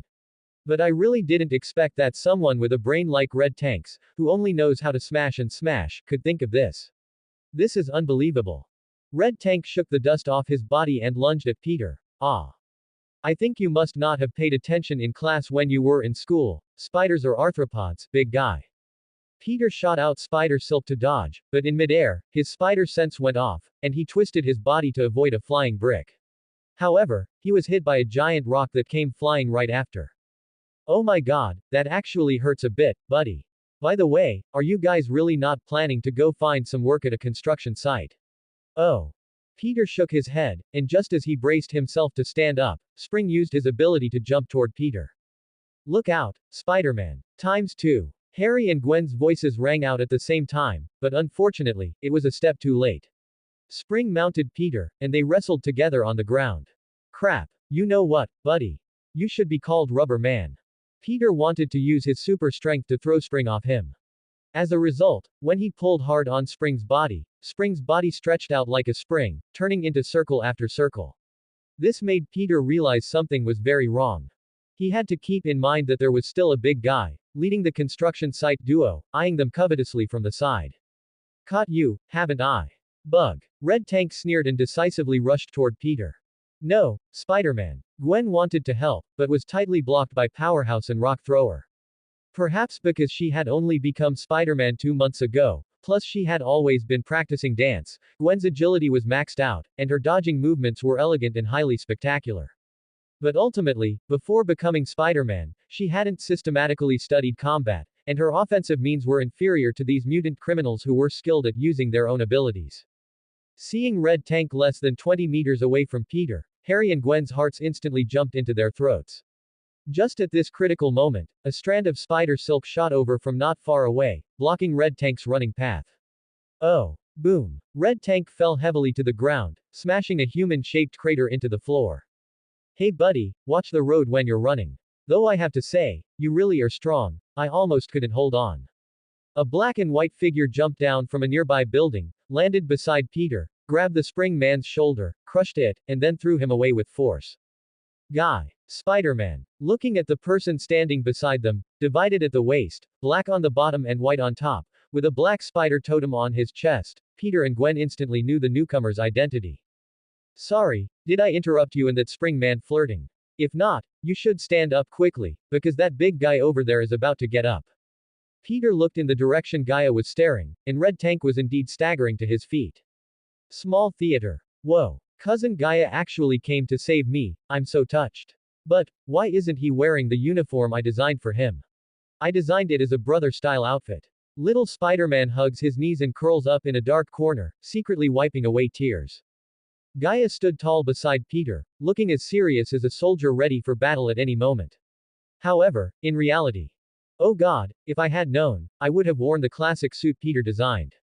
The suit Gwen designed is riding up a bit, it's really killing me. Little Gaia gave a disdainful laugh, revealing a look of satisfaction. I told you to send your measurements to Gwen, didn't I? You didn't believe me back then. It really is true that if you don't listen to the elders, you suffer the consequences. The eyes behind Gaia's mask glanced indifferently at little Gaia. He didn't want to waste words with little Gaia right now, he just wanted to end the fight quickly and go home to change. It was really too uncomfortable. Thinking this, Gaia raised his hand and shot out spider silk, sticking it to Red Tank's shoulder. Red Tank's strength lies in his running, no one can resist him head on. Plus, he won't be defeated by the same move 3 times. In that case, wouldn't it be enough to just not let Red Tank run? Pulling on the spider silk before Red Tank could stand up, he threw Red Tank away with force. Gaia looked at Peter and Gwen. Leave Red Tank to me, and leave the other 2 to you. Having said that, Gaia chased in the direction Red Tank was thrown. Gwen watched Gaia's departing back, feeling her heart surge, and her mind kept replaying the scene just now. Gaia's physique was really great after putting on the tight suit. And his strength was truly powerful, to think he could throw that big guy wearing a helmet. While thinking this, Gwen flew to meet the strong mutant. Without Red Tank there, the numerical advantage disappeared. Rock Thrower and the strong mutant were simply no match for Peter and Gwen. Punching Rock Thrower to the ground, she shot out spider silk to net him. Peter looked in the direction Gaia had left, and Harry's voice came through the earpiece. What the fool? Another Spider-Man. Let me guess, this new Spider-Man isn't Gaia, is he? Do you think if I go to the company now and find a spider to bite me, it's still not too late? Peter silently adjusted the volume of his earpiece and gave a dry laugh. Who knows? Go ask him yourself later. Gwen defeated the strong mutant and landed in front of Peter. Let's hurry and help. That new Spider-Man. Peter heard the urgency in Gwen's words, raised an eyebrow, and nodded in agreement. Are you sure you don't have any other motives? Gwen crossed her arms and stared at Peter. Peter coughed lightly. You're right, let's go, let's hurry up and help. The 2 swung on spider silk and quickly arrived at the rooftop next to the scene of the battle between Gaia and Red Tank. The 2, who should have gone up to help, were now completely dumbfounded watching the battle below. Are you kidding? This guy, this new Spider-Man, how is he so skilled with spider silk?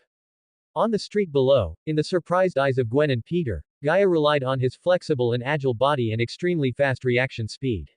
He made it so Red Tank couldn't even touch him. Red Tank could only look up to the sky and let out a roar. Fool bug, stop dodging.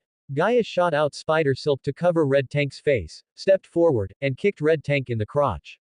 Successfully kicking Red Tank to his knees, Gaia quickly put distance between himself and Red Tank. Little Gaia couldn't help but exclaim. My kick has 100-ton level of power, and kicking him in the crotch only brought him to his knees. Is this the strength-based villain capable of rivaling the Hulk? This level of defense is truly terrifying. Gaia agreed with little Gaia's words, but he was currently thinking about how to make Red Tank lose his ability to act. In the Deadpool movie, Red Tank could be stunned by wires. But that doesn't mean Red Tank is weak. At least in over 80% of the universes, it's impossible for Red Tank to be taken down by wires. Gaia fell into thought, and his spider sense suddenly rang out, giving a hint, take off Red Tank's helmet. Knowing that his spider sense had the ability to see through an opponent's weaknesses, Gaia, though he didn't understand why pulling off Red Tank's helmet was the key, trusted his spider sense. The spider totem is like durian, it smells stinky but tastes delicious. Even if he only eats durian pizza. Gaia first shot out a large amount of spider silk to temporarily bind Red Tank. With force in his legs, he leapt up and jumped onto Red Tank's head. Placing both hands on the surface of Red Tank's helmet, he used his adhesion ability to firmly stick to the helmet. With a sudden pull, almost the moment Red Tank's helmet was pulled off, Red Tank stood there with a dazed look in his eyes, like a zombie without consciousness. Seeing Gaia take off the helmet and Red Tank standing there motionless, Peter and Gwen leapt down from the rooftop and stood on either side of Gaia. Peter squinted. Did you scoop out half his brain? I don't see a wound on his head, either. Or did you electrocute him into stupidity? He looks fine on the outside because of his powerful body. But is his brain actually cooked through? That's not right either. Then I should be able to smell cooked meat, right? Why did my enhanced senses smell nothing? Could it be that this powerful body has locked the scent firmly inside? Ignoring Peter, Gwen leaned in close to Gaia, her eyes fixed on the muscle lines defined by Gaia's tight suit. Gwen, you are simply a genius. Wearing a mask means you can look however you want. No one can see your expression or look in your eyes at all. Gaia noticed the changes in the eye parts of the 2 people's masks beside him and felt a bit confused. How did they do that? Aren't the eye parts of the mask fixed? How can they change according to their emotions? Is this universe a 2D anime universe? No. Gaia remembered Wanda. It should be a 3D anime universe. Opposite the three of them, little Gaia watched the constantly changing eye frames of the three, and even he was speechless at this moment. Hello, children, thank you for stopping Red Tank. A deep, powerful voice came from Red Tank's mouth.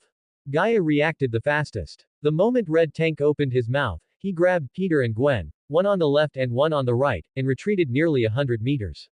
Seeing this, Red Tank felt helpless at Gaia's caution, while also feeling deeply shocked by Gaia's speed and reaction time. Whoa, whoa, whoa, a telepathy user. Judging by the tone of voice and the display of ability, Gaia had roughly guessed the identity of the person who had arrived. Red Tank squeezed out a smile that he thought looked benevolent. Yes, I am a telepathy user. Peter looked at Red Tank's face, bunched with layers of fat, as he smiled, and couldn't help but shudder. Goodness, he looks so terrifying when he smiles, it feels like a gorilla without lips. Gaia completely agreed with Peter's words, but the person before him now posed a threat far greater than Red Tank.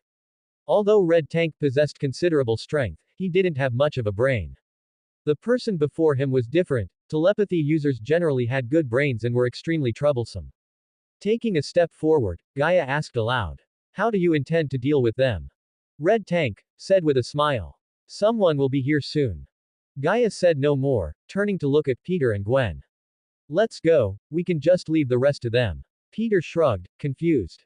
"Them? Who are they?" Side story. How annoying, why did Gaia and that Red Tank have to use encrypted communication?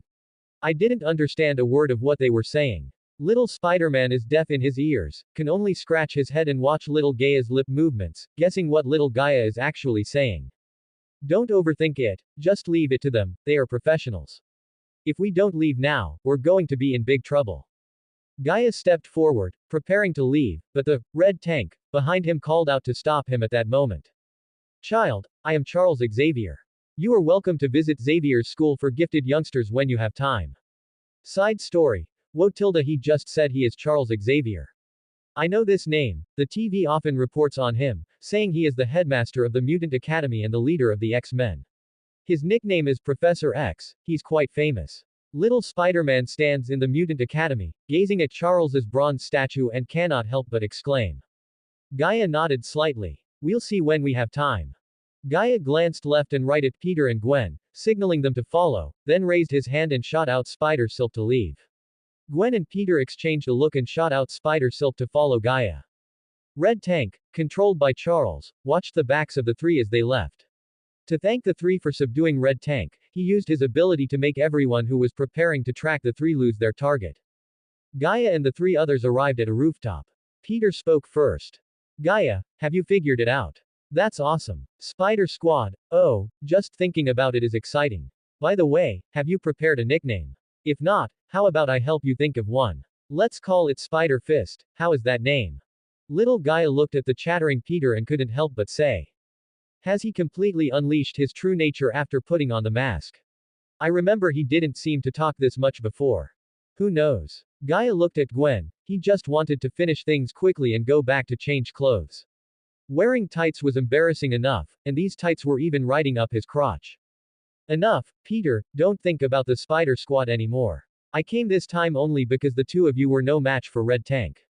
I just didn't want to see you two end up in the hospital. It's that simple. After finishing with Peter, Gaia turned his head to look at Gwen. Gwen, have you recently had any situations where your spider sense suddenly reacted, and when you opened your eyes, you appeared in another universe or something similar? Originally, Gwen was still sulking because of Gaia's words just now, feeling that Gaia looked down on her. But Gaia's next words left her confused. She even suspected that Gaia was having another episode. That's right. Gaia has a mental illness, how could I be angry with him? I should take good care of him. Gwen. Upper left quadrant circular arc, upper right quadrant circular arc. Having figured it out, Gwen's mood immediately improved, and she answered Gaia's question earnestly.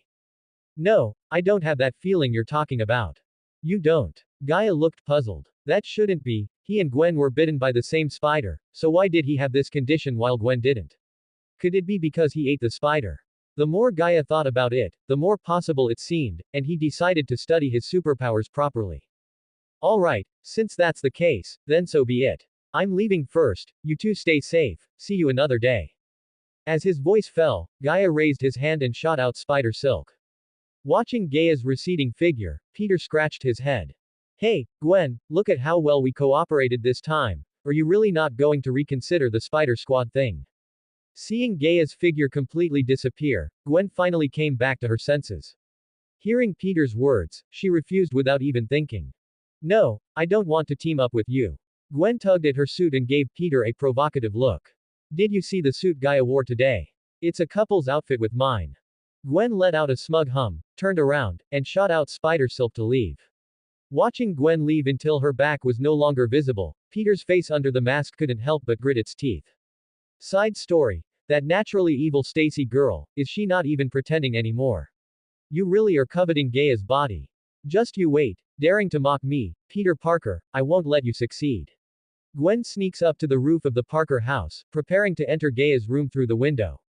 Little Spider-Man intercepts halfway and locks the window tightly. He shakes his head and sticks his tongue out at Gwen, who is trapped outside the window and is angrily patting the glass.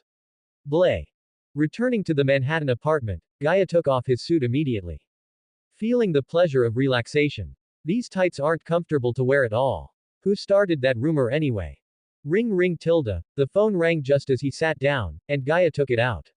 Contact. Tony Shitpile. Why is Shitpile calling him? Did something happen again? Out of curiosity, Gaia answered the phone. Hello. This is Gaia Parker. The sound of Tony mixed with gunfire came through the phone. Gaia, is that you wearing the black and white tights? Gaia chuckled. Are you stupid? Did you get water in your brain, or did you get beaten until your brain isn't clear? Don't think I don't know, you investigated it as soon as Spider-Man appeared. Tony laughed awkwardly. Don't worry about those details. By the way, is this a hereditary mutant ability of your family? But what about that girl? Before Tony could finish, Gaia interrupted him directly. Enough, Tony, you talk too much. If there's nothing else, I'm hanging up. I don't have time to listen to you talk nonsense here. Tony on the other side of the phone was silent for a moment, then slowly said, Alright, actually I just wanted to ask if you've finally figured it out and are ready to be a hero. I think we could be partners. Upon hearing this, Gaia couldn't help but say, No, Tony, I'm not planning to become a hero, and also, why does everyone want me to join some hero team? Tony exclaimed, What, everyone wants you to join a hero team? Is there someone else? Did that one-eyed egg also come to you? Seeing that there was no reply for a long time, Tony, knowing Gaia's personality, sighed softly and raised his hand to knock away a nearby terrorist. Alright, buddy, there are only a few days left until 2009. Happy New Year, buddy. Gaia glanced at the calendar and saw that it was indeed only a few days until 2009, and said sincerely, Happy New Year. On New Year's Eve, the Parker house was exceptionally lively. The Maximoff siblings, the Osborns, father and son, and Mary Jane all came to the Parker house as guests. Hey, the chicken soup is here. I simmered this chicken soup in a pressure cooker for a full 2.5 hours. On this festive day, Gaia specially brought out the seasonings air shipped from the East and used the pressure cooker to make several Chinese dishes for everyone. This is amazing, it's been so long since I've had Chinese food made by Gaia. As soon as the dishes were served, Harry and Pietro were the first to stand up, picking up their bowls and eagerly preparing to ladle out a spoonful of chicken soup. Their anxious appearance made everyone burst into laughter. Especially Harry. The kid now had 2 layers of bandages wrapped around his left hand, and his face was pale. It was said he had been bitten by a poisonous spider, after learning the truth from Peter. Seeing Harry's current state, Gaia found him even more comical. Honestly, Gaia really liked this atmosphere, with family and friends gathered together. Everyone was happy, and even Norman, who was usually serious, was smiling from the heart at this moment. It was precisely because of this that Gaia didn't want Peter to become Spider-Man in the first place. Taking off his apron, Gaia sat next to Wanda without any hesitation. He reached out to wrap his arm around Wanda's waist, pinching the soft flesh on her tummy from time to time. How should he put it now? To be precise, it should be that he has tasted the fruit and craves more. In short, Gaia had been having a great time these past few days. Exercise equals working out. Aerobic exercise is also exercise, so aerobic exercise equals working out, And working out equals getting stronger. No flaws in that logic, right? Peter was very shocked to see this. Cousin Gaia is, well, better not say, better not say. In short, Peter was now very curious about Gaia's situation. He was eager to know what would happen when Gwen met Wanda, and what would happen when Wanda met Gwen. The Parkers were so moved by Gaia's situation that they almost cried. Oh my god, the child has finally found a girlfriend. Ancestors bless us. Unlike the others, little Gaia looked at Gaia and Wanda with heartbreaking grief and utter despair. You are beyond teaching. Shouldn't the most important thing right now be to hurry up and think about traveling to a parallel universe? How can you spend every day lying on the stomach of this succubus witch? Gaia and Wanda looked at little Gaia. Wanda cast a magic spell so others couldn't hear Gaia speaking. I've been trying really hard, okay. But he just isn't reacting, and there's nothing I can do, is there? Ah. Little Gaia knew that what Gaia said was the truth, but he just couldn't stand Gaia being with Wanda. Having held back for a long time without being able to speak, little Gaia simply gave up and broke the pot. Besides being a bit big and a bit slutty, this woman has eyes only for you. What else is good about her? Listen to a buddy's advice. We can't handle this crazy woman. Gwen is the true match. Gaia raised an eyebrow. Buddy, it seems like you just listed all her advantages, right? Thinking about it, Gaia raised his hand, looked at Wanda, then looked at his palm, grabbed at the air, and nodded solemnly. You're right, I really can't handle it. Little Gaia completely broke down, jumped onto Gaia's shoulder, and frantically pulled at Gaia's hair. That's not what I meant by handle, you jerk. Listen to what people are saying. The New Year's dinner didn't end until 9 in the evening. The Osborns and Mary Jane left the Parker house after eating. The Maximoff siblings, however, stayed overnight at the Parker house. If it weren't for Gaia renovating the house after making money, the Parker house really wouldn't have had extra rooms for the Maximoff siblings to rest in. At 10 o'clock in the evening, Gaia spent some time cuddling with Wanda in her room before returning to his own room to sleep. Deep in Gaia's soul, the place of tranquility, Ray spoke up. Let me go out this time. I have something to tell Wanda. Cassius and Blake had no objections and nodded in agreement. No problem. The Gaia, lying on the bed, suddenly opened his eyes. He got up, opened the door, and walked to the door of Wanda's room. Knock, knock, knock. Click tilde. Wanda opened the door and, seeing Gaia standing at the doorway, immediately showed surprise on her face. Didn't you say you were going back to Manhattan for that thing? Why? As Wanda spoke, she noticed that Gaia's eyes looked different. Usually, Gaia's eyes were spirited, making people feel he feared nothing. Even a dog passing by would get kicked if it locked eyes with him. Like a volcano ready to erupt at any moment. But the Gaia standing in front of her now had completely different eyes. Firm and profound, full of a sense of security that made one want to get closer. Sharp like the brightest star in the night sky. Hello, Ms. Wanda. I am Ray, a personality formed from Gaia's benevolence and justice. I have something I would like to ask for your help with. Knowing about Gaia's situation, Wanda nodded and opened the door. Come in and talk. Ray agreed and stepped into Wanda's room. Once inside, Ray got straight to the point. Ms. Wanda, I would like to ask you to keep an eye out for a meteorite falling in the Kuluipu Desert in New Mexico within the next 2 years. I would like to ask you to guide Gaia to go there. Wanda asked suspiciously. Why? Ray smiled and said. I haven't figured out exactly how to explain it to you yet, but please rest assured, I would never harm Gaia. After all, we are essentially the same person. Wanda thought for a moment and nodded in agreement. All right, I believe you all. After all, you once saved me and Pietro. If a meteorite falls in the Kuluipu Desert in New Mexico within the next 2 years, I will guide Gaia to go there. Ray solemnly thanked Wanda. Thank you for being willing to help, Ms. Wanda. Wanda nodded in return. It's nothing. Seeing that Wanda had agreed, Ray didn't plan to stay long. Since Ms. Wanda has agreed, I should leave now.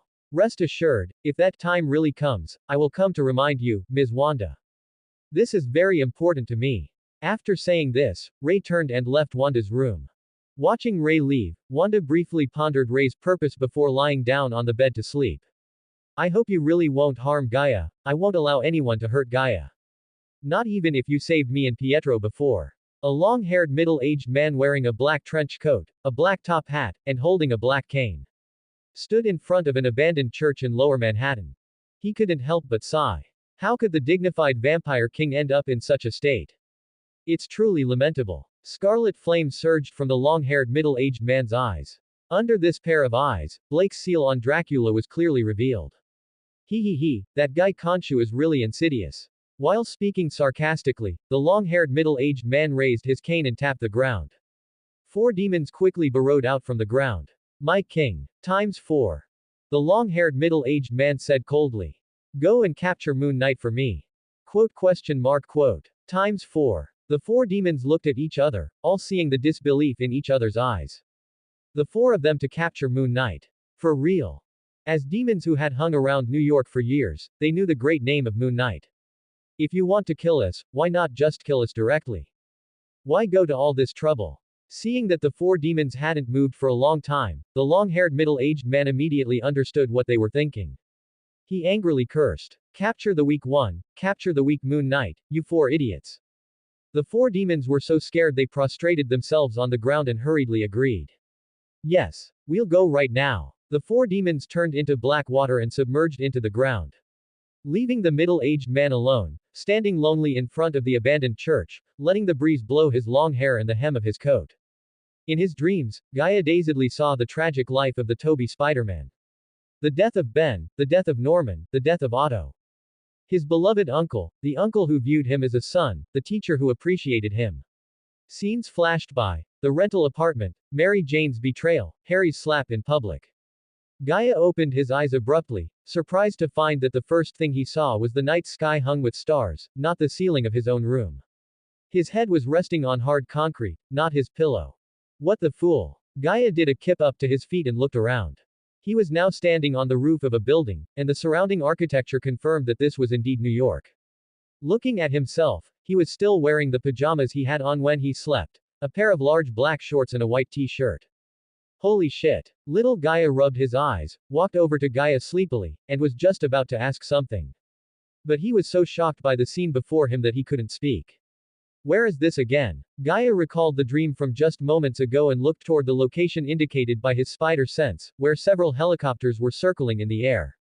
After a moment of thought, Gaia raised his hand, shot out a line of spider silk, and headed toward the location of the other Spider-Man indicated by his spider sense.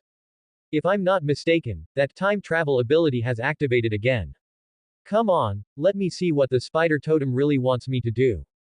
At a construction site currently under work, a giant formed from sand was venting its rage wantonly. It was constantly attacking Harry Osborn, who was riding a glider as the Green Goblin. Inside the unfinished building at the construction site, the muscular Toby Spider-Man was fighting Eddie Brock, who had a hideous spider totem pattern on his chest as venom. The battle was exceptionally intense. The New York citizens watching near the construction site were screaming continuously. Whoa! Gaia, having arrived at the scene, stood on a high building next to the construction site, overlooking the 2v2 battle below. Little Gaia caught a glimpse of the New York citizens below and couldn't help but say, hey, aren't they afraid of being injured by the aftermath of the battle? In a battle of this level, collateral damage can be fatal. Gaia shrugged and continued to watch. Who knows? Perhaps they are certain that Spider-Man will come to save them. During the interval while Gaia was talking to little Gaia, because of Gaia's arrival, Toby Spider-Man's spider sense buzzed. He subconsciously looked in Gaia's direction, and it was exactly this moment that Venom seized, punching Toby Spider-Man hard in the head and knocking him flying. One must know that the symbiote does not trigger Spider-Man's spider sense when fighting the symbiote. A Spider-Man who has lost his spider sense must maintain a high level of concentration. It is conceivable how serious this mistake by Toby Spider-Man was. However, one cannot blame Toby Spider-Man, who told him he had never seen other Spider-Men. Being a little vigilant for the first time is not wrong either. Oh fool, it looks like we have to go help. Little Gaia said while lying on the edge of the roof, but Gaia had already leapt down. Hey, Peter. Why are you acting like a... Oh. The Venom symbiote, having successfully knocked Toby Spider-Man away, seized the opportunity to shoot out spider silk and bind Toby Spider-Man. It walked up slowly, revealing Eddie Brock's face, ready to talk trash and mock Toby Spider-Man properly. Unfortunately, before he could finish speaking, he was kicked in the head by a foot descending from the sky. With a loud boom, he smashed heavily onto the concrete floor, punching through several layers of concrete until he landed on the ground. He only stopped after smashing dense spiderweb-like cracks into the ground. If it weren't for venom, this kick would have been enough to explode Eddie Brock's head. Oh yeah, it's a swallow kick. Little Gaia cheered from the side. This time it's a Leo kick, you idiot. In the mist, Gaia said while reaching out to grab the symbiote on Eddie Brock's body. The symbiote is a good thing, it can greatly strengthen the host's power. For him, who needs power, encountering the symbiote during this time travel can be said to be a God-given opportunity. He had originally planned to get one, and now it was great, it was easily obtained without any effort. The integration between the symbiote and Eddie Brock was extremely high. Using strength alone, it was very difficult to separate it from Eddie Brock. Gaia grabbed the symbiote with his hand and released a strong electric current. Under the high temperature generated by the strong current, the symbiote had absolutely no power to fight back. Gaia just exerted a little force and easily separated the symbiote from Eddie Brock. No, you can't do this. It is mine. Eddie Brock, who was being stepped on by Gaia, saw the symbiote separating from him and let out a painful and desperate wail. No, he didn't want to lose this power. He didn't want to. Ignoring the maddened Eddie Brock, Gaia loosened his clenched fist, opened his palm, and looked at the black symbiote squirming wildly in his hand. He dissipated the strong electric current wrapping around his body. Come on, let me see the power of the symbiote. Seeing the electric current around Gaia's body dissipate, the symbiote hesitated for a moment and then decisively chose to merge with Gaia. No symbiote would pass up the chance to symbiote with such a powerful life form. And choose to symbiote with an ordinary human instead. The viscous black symbiote crawled along Gaia's arm toward his body. In an instant, it turned into a pitch-black spider suit, covering Gaia's entire body. Gaia felt the increase in power immediately. Character: Gaia Parker, Grip, 59.76 tons, Wrist Strength, 118.79 tons, Leg Strength, 176.71 tons, Speed, 346.33 meters per second, Reaction, 0.00016 s. His strength had nearly doubled, but Gaia soon realized something was wrong. Many evil thoughts were unconsciously emerging in his mind.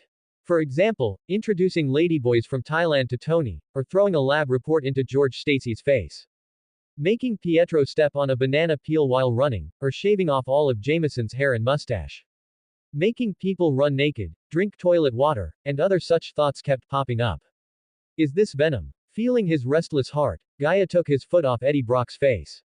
He silently walked to the side and released an electric current. Fine, he admitted that he couldn't control this venom that had been polluted by Eddie Brock. Wearing the symbiote of this universe, he would sooner or later cause a big mess. It would be more reliable to find a newborn symbiote and train it himself. Hey, do you need help? Harry, who had defeated the Sandman, helped Toby Spider-Man up and rushed over without stopping. Who would have expected that as soon as they came down, the two of them saw Eddie Brock lying in the pit with his body trembling. Not far from Eddie Brock, a black-haired young man was forcefully tearing the symbiote off his body. Gaia smiled slightly at the two of them and refused their help. Don't worry, leave it to me, it's no problem, I can tear this thing off. By the way, get the bombs ready, and in a moment, throw them in the direction of the symbiote. As he finished speaking, Gaia exerted force abruptly, tearing off a large part of the symbiote from his body. Little Gaia watched Gaia gradually separating from the symbiote and said with a frown. Is it because it's symbioted with us that the symbiote has developed a resistance to electric current? Seeing that Gaia was still having some difficulty, Toby Spider-Man recalled his own experience of getting rid of the symbiote. He looked at the large amount of steel pipes scattered on the ground, nodded to Harry beside him, and stepped forward to help. Spider-Man Toby quickly used spider silk to grab a steel pipe and slammed it forcefully into the ground. Just like in the movies, he used the sound created by the collision of the steel pipes to irritate the symbiote. After some maneuvering by Spider-Man Toby, Gaia naturally separated from the symbiote. Bomb! Gaia shouted, used electricity to prevent the symbiote from continuing to bond with him, and waved his hand to toss the symbiote aside. Harry had been waiting for this moment. He pressed the bomb activation button and threw it hard. The pumpkin bomb and the symbiote met in midair. Boom! A burst of searing fire flashed, and the heat wave blew away all the dust in the air. Fortunately, everyone present was a superhuman, otherwise, there would certainly have been unexpected casualties. The symbiote was destroyed by the high temperature of the pumpkin bomb, and Gaia's spider sense reacted once again. Gaia understood that he was about to leave again. It's really annoying. Use and discard, what's the difference between this and a scumbag? trying to resist the spider sense, to Gaia's surprise. His intentional resistance was actually effective, but his intuition told him he couldn't stay for long. Once the time was up, he would still be forcibly repatriated. Without further thought, Gaia walked toward Spider-Man, Toby, and Harry. Hello, where is that redhead? Redhead. Oh, it's Mary Jane. Harry and Peter didn't react for a moment. Both had expected Gaia to say something else, they didn't expect him to ask about Mary Jane. The two brothers looked at each other, and Harry answered. I sent her to a safe zone. Gaia nodded and extended both hands to Peter and Harry. That's good. Hello, I am Gaia Parker, son of Ben Parker and May Parker. I come from another universe. In my universe, Peter Parker is 8 years younger than me. Spider-Man, Toby, and Harry stared blankly at Gaia, looking like they didn't know what to say. Little Gaia jumped to Gaia's side. Hey buddy, this isn't the place to talk. Gaia felt that little Gaia made sense and said to Spider-Man, Toby, and Harry. He's right, this isn't the place to talk. We need to find a quiet place to have a conversation. Harry and Spider-Man, Toby, looked at each other again, both seeing confusion in each other's eyes. Who is he talking to? Is there anyone else here? After a moment of silence, Harry activated his glider and spoke. Follow me. Harry flew off into the distance, signaling the two to follow. Spider-Man, Toby, nodded at Gaia, shot out spider silk to follow Harry, and Gaia shrugged and followed right behind. The three arrived at Harry's home together, and Gaia couldn't help but exclaim. Whoa, your place looks much more retro than Harry's home in my universe. Watching Gaia look around, Peter tentatively asked. Sir, is everything you said just now true? Gaia nodded seriously. Of course it's true. Why would I lie to you? Can't your spider sense feel it? Gaia's words made Peter fall silent, his spider sense had indeed sensed it. Little Gaia reached out a finger and poked Gaia's calf. We don't have much time left. I think we should ask this Harry for some high-tech products to see if we can take them back. Gaia nodded in agreement. You're right, buddy. Gaia looked up at Harry. Buddy, can you give me the serum you use?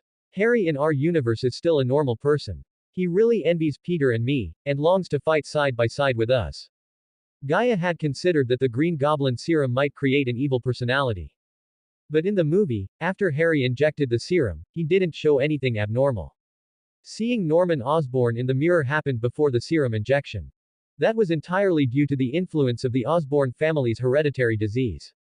Gaia strongly suspected that the Green Goblin serum injected by the Toby version Harry had been perfected by Norman after he became the Green Goblin. Since that was the case, if the Toby version Harry could be fine, there was no reason his universe's Harry would have issues.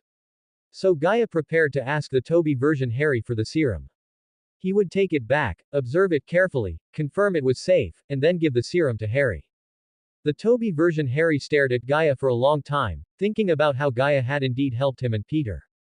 Thinking of the scene where he and Peter fought side by side, he nodded slightly. I can give you the serum, but I have one request. You must give it to the me of the other universe. Gaia's expression suddenly became solemn. Rest assured, I promise you, I will definitely give the serum to the you of my universe. But I need to ask something. Does this serum have any side effects? This last sentence was Gaia testing the waters to see if the Toby version Harry himself knew about any side effects of the serum. His guess was, in the end, just a guess. Harry shook his head and walked toward the secret room. After a while, he brought back a thermos-sized vial of green liquid and a roll of blueprints. Handing the two items to Gaia, Harry looked at Peter, who was standing to the side. An indescribable emotion flashed in his eyes as he urged again. Please make sure to give these to the other me, so that the other me can fight side by side with Peter sooner. As for the side effects you mentioned, it both does and doesn't. My father perfected the serum. Only those with the Osborn family bloodline, or those with the same condition as the Osborn family, will have no side effects. As for what side effects others might have if they use it, I don't know, because it hasn't been tested. Gaia nodded in realization. Harry's meaning was very clear. The serum could only be used by people of the Osborn family. Similar to the spider in The Amazing Spider-Man that turned the Amazing Peter into Spider-Man. This was better, it directly confirmed that Harry's injection wouldn't have side effects, saving him from looking everywhere to confirm the safety of the serum.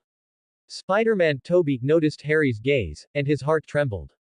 He also said to Gaia, Gaia, cousin, please, make sure to give the serum to Harry in the other universe, and let us in the other universe fight side by side. Gaia took the serum and the blueprints from Harry's hand. Just as he was about to say something, his body suddenly glitched. His entire body's color began to flicker back and forth between black and white. Buddy, what's wrong with you? Do you need help? Seeing Gaia's condition, Harry and Spider-Man Toby hurriedly stepped forward to ask if Gaia needed help. Gaia raised a hand to stop them and shook his head in refusal. Holy crap, am I leaving already? This makes me look like a heartless jerk who takes things and runs. Muttering a complaint to himself, Gaia looked at Spider-Man Toby and Harry. Rest assured, I said I'd give it to Harry, so I will give it to Harry. Goodbye, you two. May we meet again. As Gaia finished speaking, his whole body instantly shrank into a black dot and disappeared. Spider-Man Toby and Harry looked at the spot where Gaia had been standing and asked in disbelief. He just, swoosh, and disappeared. Harry nodded and spoke with difficulty. Yeah, swoosh. I'm starting to believe he really is from a parallel universe. After a long silence, Spider-Man Toby suddenly laughed. Harry looked at Spider-Man Toby in confusion. What are you laughing at? Spider-Man Toby took off his battered mask, spread his hands, and answered with a smile. I'm laughing because if Gaia really comes from a parallel universe, isn't that great? In some universe, you and I, we are partners, fighting side by side just the same. At this, Spider-Man Toby paused, his expression turning dejected, and his eyes filled with apology as he looked at Harry. I'm sorry, Harry. I shouldn't have spoken to you like that earlier, and I shouldn't have thrown the bomb at you. Harry was stunned, then burst into laughter. Ha ha ha, it's okay, brother, I asked for it. And, yes, you're right, brother, this is great, but none of that compares to us fighting side by side. We are still best friends and family, right? Peter. Spider-Man Toby smiled and nodded. Don't say that, Harry. We have always been best friends and family.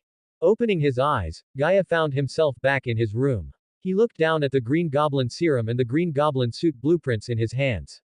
Little Gaia stood in a 3-7 stance, tilted his head, and exclaimed in amazement. Whoa! I never expected we could bring things back from another universe. This is truly a huge surprise. Gaia said nothing, silently placing the serum and blueprints on the desk by his bed. He began to examine his body. Almost the moment he returned to his room, Gaia felt something off about himself. How should he describe this feeling? It was as if an extra organ had appeared out of thin air. Gaia looked down at his body and hands, trying to activate that extra organ. A milky white, gelatinous liquid immediately surfaced on his body. Aside from the color, it felt very similar to being possessed by the symbiote to Gaia. Little Gaia watched with his own eyes as Gaia was completely engulfed by the milky white gelatinous substance. He then watched as the gelatinous substance covering Gaia gradually transformed into a Spider-Man suit, worn on Gaia's body. He couldn't help but exclaim. Holy crap! A symbiote suit. And it's not the Venom symbiote. It's a brand new symbiote. Gaia walked silently to the full-length mirror, learning his current attire through the reflection. The overall look consisted of non-reflective milky white and black. Both the chest and back featured a similarly non-reflective, ferocious black spider emblem. The area around the mouth and nose, as well as the eye sockets, were the same as the spider emblem, all pure, non-reflective black. All other parts, including the eyes, were milky white. No way. Did I hit the jackpot?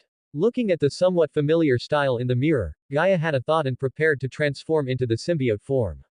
He discovered he didn't have a symbiote form at all, the symbiote on him had no consciousness whatsoever.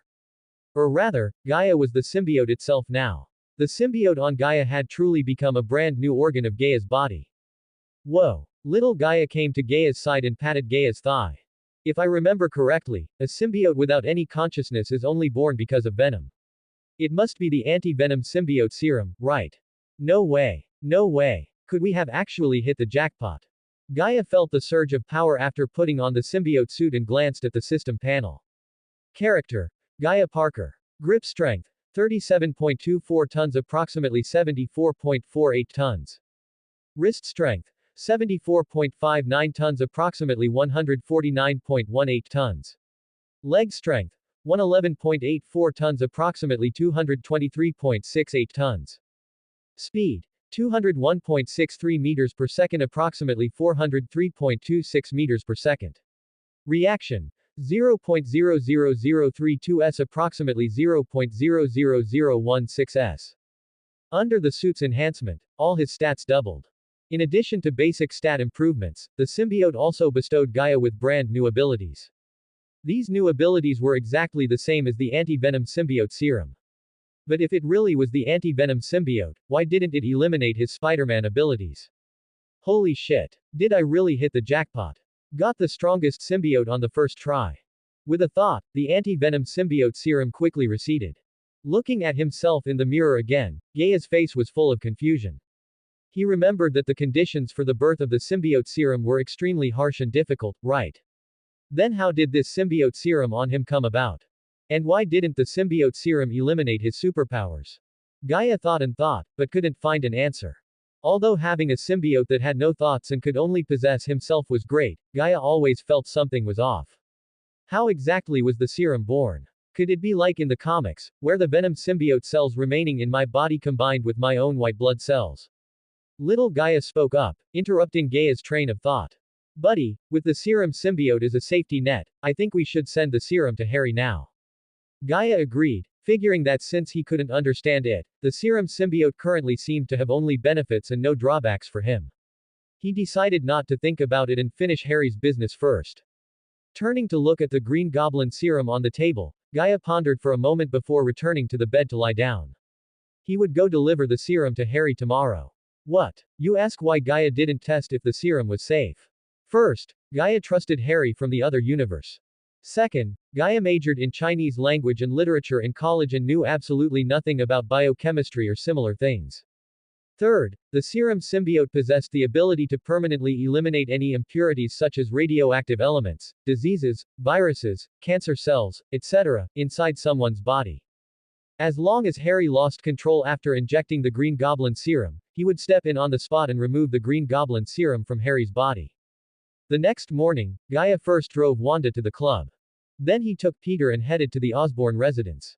Looking at the serum in his arms, Peter couldn't help but ask. Gaia, where did you get this thing? Gaia looked straight ahead, suddenly swerved to overtake a car, and stuck his middle finger out the window. Given by Harry from another universe. Hearing Gaia's answer, Peter glanced at the serum in his arms, which had the Osborn label on it. He twitched his eyebrows. Little theater. You know, it's not that I don't trust Cousin Gaia. But everyone knows Cousin Gaia's situation. It's just, you guys understand what I mean, right? Little Spider-Man stands with arms crossed. Little Gaia in a psychiatric patient uniform dances around Little Spider-Man. The two parked under the Osborn Tower and took the elevator to Harry's door. Ding dong. An old man with a full head of white hair opened the door for them. Oh, it's Gaia and Peter. Young Master Harry has been waiting for you for a long time. Good morning, Mr. Warren. ×2. The two greeted the old man and entered the room. Harry was sitting in the hall waiting for them. Seeing them arrive, he immediately stood up to greet them. Hey, guys, what brings you here today? Also, you know what, Gaia? The last time you came to our house was my birthday party. Little Gaia stood beside Gaia and turned his head. Gotta say, Harry really is a straightforward person. His birthday party had 6 people at most. He really dislikes flattery, which has led to him having only a few friends over the years. Me, Peter, Mary Jane, Wanda, Pietro, and now Gwen should count as one too. Gaia took a step forward, his expression solemn. Harry, I need a room where our conversation will absolutely not be heard by a third. Fourth person. Harry was taken aback. He looked at Peter behind Gaia, and upon seeing the serum and blueprints Peter was holding, a shocking case or supervillain scenario instantly popped into his mind. His expression suddenly became serious. Don't worry, follow me. Harry turned and beckoned to Gaia and Peter. Gaia nodded and led Peter to follow Harry. The three of them came to Harry's room and walked into the secret room inside. Clapping his hands to turn on the lights in the secret room, Harry closed the door and looked at Gaia and Peter. Speak freely, it's absolutely safe here. Good. Gaia took the serum from Peter's arms and, under Harry's faintly excited gaze, said. This is the super soldier serum, given to me by you from another universe. After injecting it, you will gain strength not inferior to Peter's.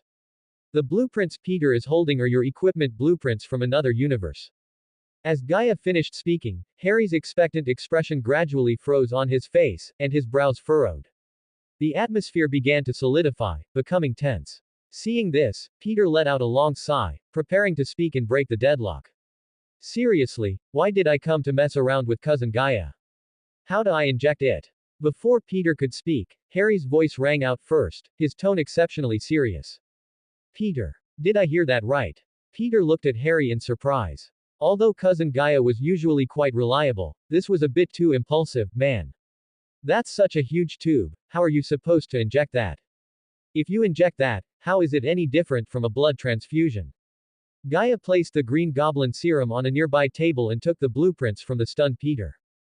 After searching through the blueprints, he breathed a sigh of relief upon seeing that there really was a device for injecting the Green Goblin serum, even if it was just a simplified version. That gave him a scare. It was only after Harry asked that question just now that he remembered he had forgotten to ask how this thing was supposed to be used. Here, this. Harry looked where Gaia was pointing, rubbed his chin, and nodded. No problem, leave this to me. I recall seeing something similar in my dad's company. We have some of the company's decommissioned equipment in our home warehouse. What? Peter couldn't help but exclaim, staring wide-eyed at Gaia. Gaia, did you really go to another universe? Gaia nodded. Don't be so jumpy like a groundhog, Peter. I have no reason to lie, and besides, do you really think I have any reason to deceive you? Peter scratched his head sheepishly. That's true, sorry Gaia. It's just that all of this is so amazing, I'm having a hard time accepting it all at once. By the way, how did you do it? I mean, how did you travel to another universe? When did you go? I remember you haven't been out, right? Gaia knew he shouldn't dampen the kid's enthusiasm, but Peter really talked too much. Shut up, Peter. Stop buzzing around like a fly. What we need to do now is get Harry to inject the Green Goblin serum, we can talk about other things when we get home. Yeah, okay. Peter raised his hand to his mouth, made a zipping motion, and waved to indicate he wouldn't speak again. The world was finally quiet. Gaia looked at Harry. Let's help you move the equipment out and set it up. Harry didn't stand on ceremony at all. That would be great, thank you, Gaia. Follow me. Gaia nodded and waved for Peter to follow. The three of them arrived at the Osborne residence warehouse and turned on the lights. Peter looked at the scene before him and said uncertainly. Harry, are you sure this is your home warehouse and not Norman Osborne's private laboratory? Harry looked at the floor, which was clean enough to reflect light, and the brand new laboratory equipment. His tone was equally uncertain. Actually, I'm not too sure either. I almost never come in here. The last time I came in was 7 or 8 years ago. Back then, it was definitely a warehouse. Gaia stepped forward and compared the blueprints with one of the instruments in front of him. He found that although there were some differences, overall, it was mostly the same. Alright, stop worrying about irrelevant things. Since we have ready-made equipment, let's hurry up and inject the Green Goblin serum. Do you two know how to operate it? If not, hurry over and study it with me. Harry and Peter exchanged glances and trotted over to Gaia to help. About an hour later, the three of them had completely figured out how to use the machinery. After powering up the equipment, Gaia took out the Green Goblin serum, poured it into the device, and beckoned to Harry. What are you waiting for? Hurry up and take your clothes off, Harry, and get in. Harry couldn't suppress the grin on his face. He laughed the whole time he was undressing, and finally ran into the isolation chamber wearing only his underwear. Peter, come over and watch the instruments. I'm going to charge the equipment. The equipment is too old, it seems the wiring in the Osborne Tower can't support the equipment running at full power. Peter nodded, took over Gaia's position, and waved at Harry in the isolation chamber. Mini theater. Do you know what? I am very, very excited right now. If Harry also becomes a superhuman, then the Spider Squad plan can be restarted. I know Harry will absolutely, definitely not refuse me. Little Spider-Man and Harry, who has become a super soldier, fighting crime together in New York City. I'm ready on this end, Peter, press the button. Gaia's voice pulled Peter out of his Spider Squad fantasy. Got it. Peter immediately pressed the start button, and in an instant, the equipment began to charge.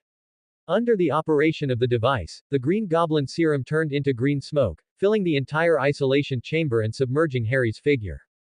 Faint gasping sounds came from the isolation chamber. Seeing that the process was so slow, Gaia exerted force on the wires he was holding.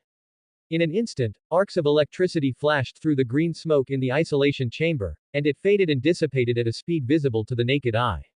When the green smoke completely vanished, Harry, having been baptized by the Green Goblin serum, revealed his now lean and muscular physique, fully exposed to Gaia and Peter.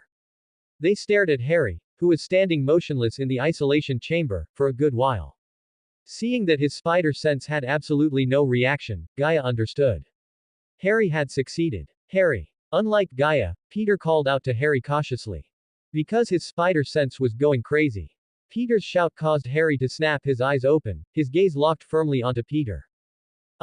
Did the injection fail? Peter originally wanted to ask Gaia what was going on right now.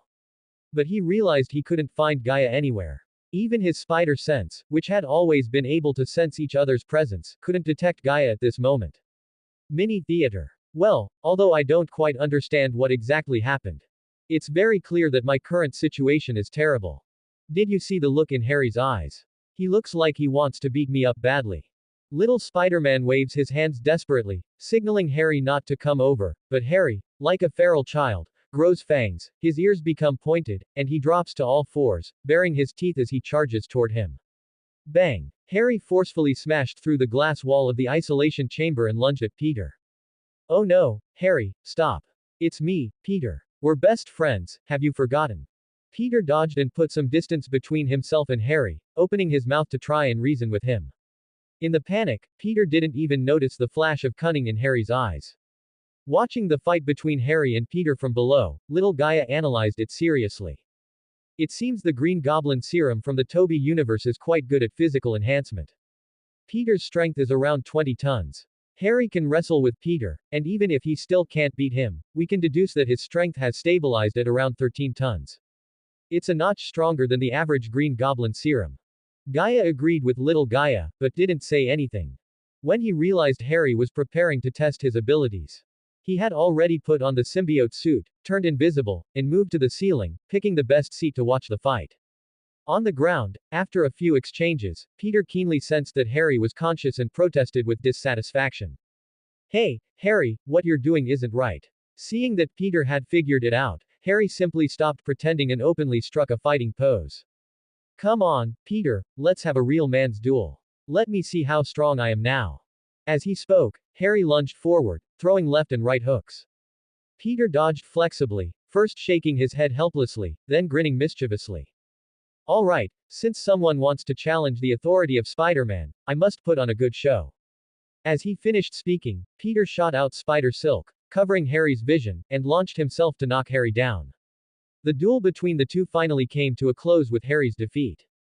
This was within expectations. After all, the only difference between Spider-Man and his usual self was whether or not he was wearing his suit. The Green Goblin needed a lot more, such as external armor, a glider, pumpkin bombs, and so on. Besides the fact that Harry wasn't at his full potential, there was also the reason that his stats were inferior to Peter's. Shedding his symbiote suit, Gaia jumped down from the ceiling, giving the two of them a scare. Whoa! Gaia, where did you just go? My spider sense didn't even pick you up. Pulling Harry up from the floor, Peter looked at Gaia in confusion.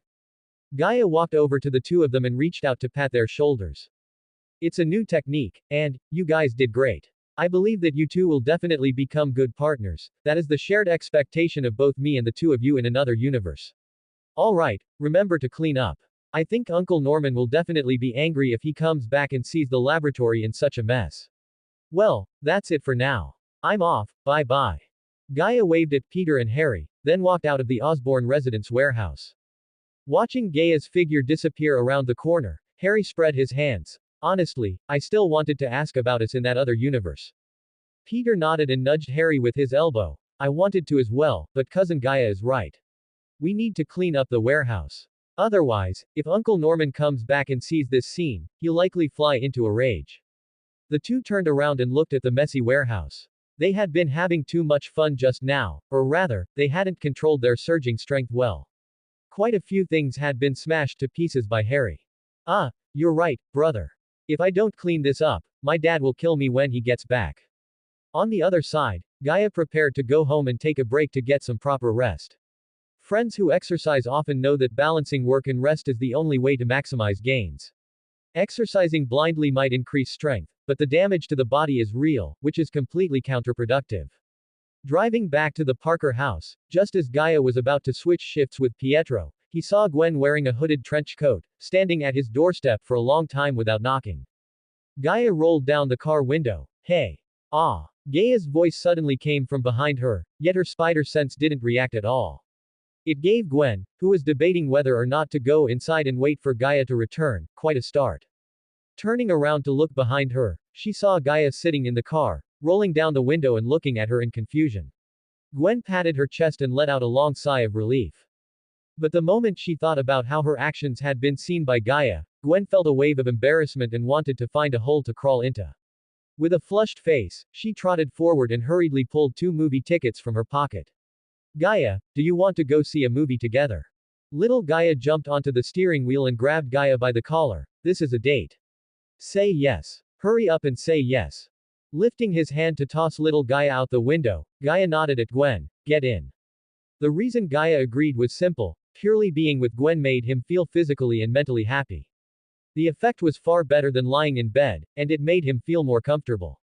Seeing Gaia agree, Gwen couldn't suppress the corners of her mouth from curling up, and she gave a soft hum.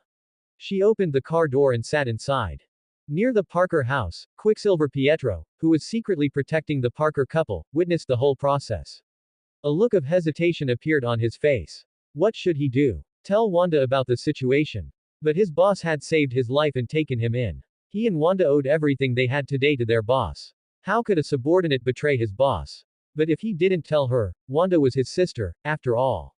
Truly, loyalty and filial piety are hard to reconcile.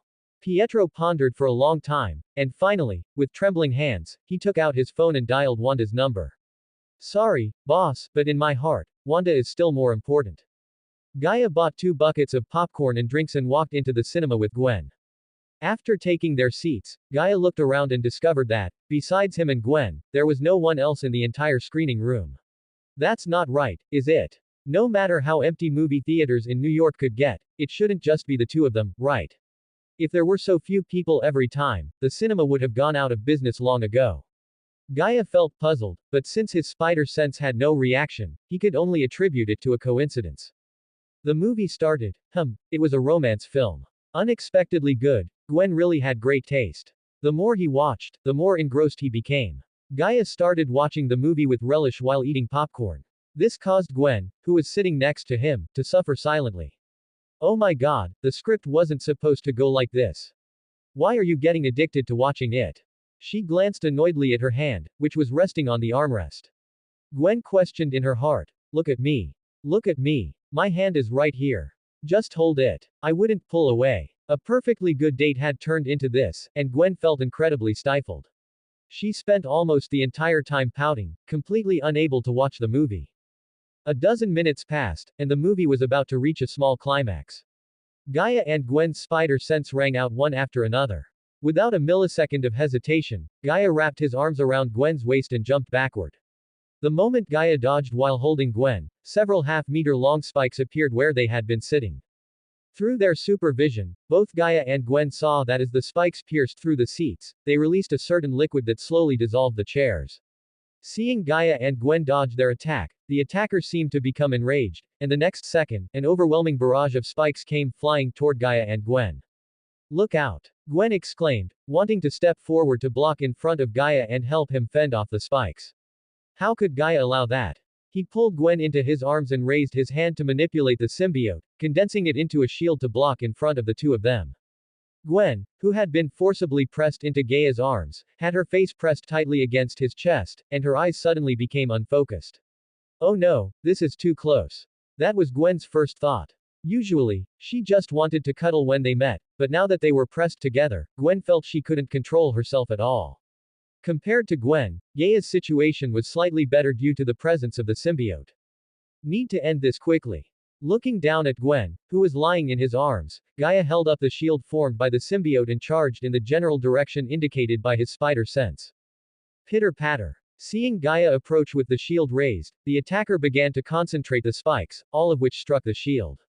However, it had no effect whatsoever. These concentrated spikes couldn't even make Gaia hesitate for a moment. Arriving at the location of the attacker indicated by his spider sense, Gaia manipulated the symbiote shield to thrust out several spikes. Clang, clang, clang, several sounds of metal being pierced rang out. 2 large, dark shadows jumped out from the darkness and landed a few meters away from Gaia and Gwen. Seeing the appearance of the two dark shadows in the darkness, Gaia retracted the symbiote shield and spoke, "What exactly are you two? Hedgehog men, rat men, or porcupine men, or perhaps a combination of all three? Wait, you look a bit familiar. Have we met somewhere before?" That's the end of part 2. Part 3 is coming soon. Thanks for watching. Please subscribe and support our channel for more stories.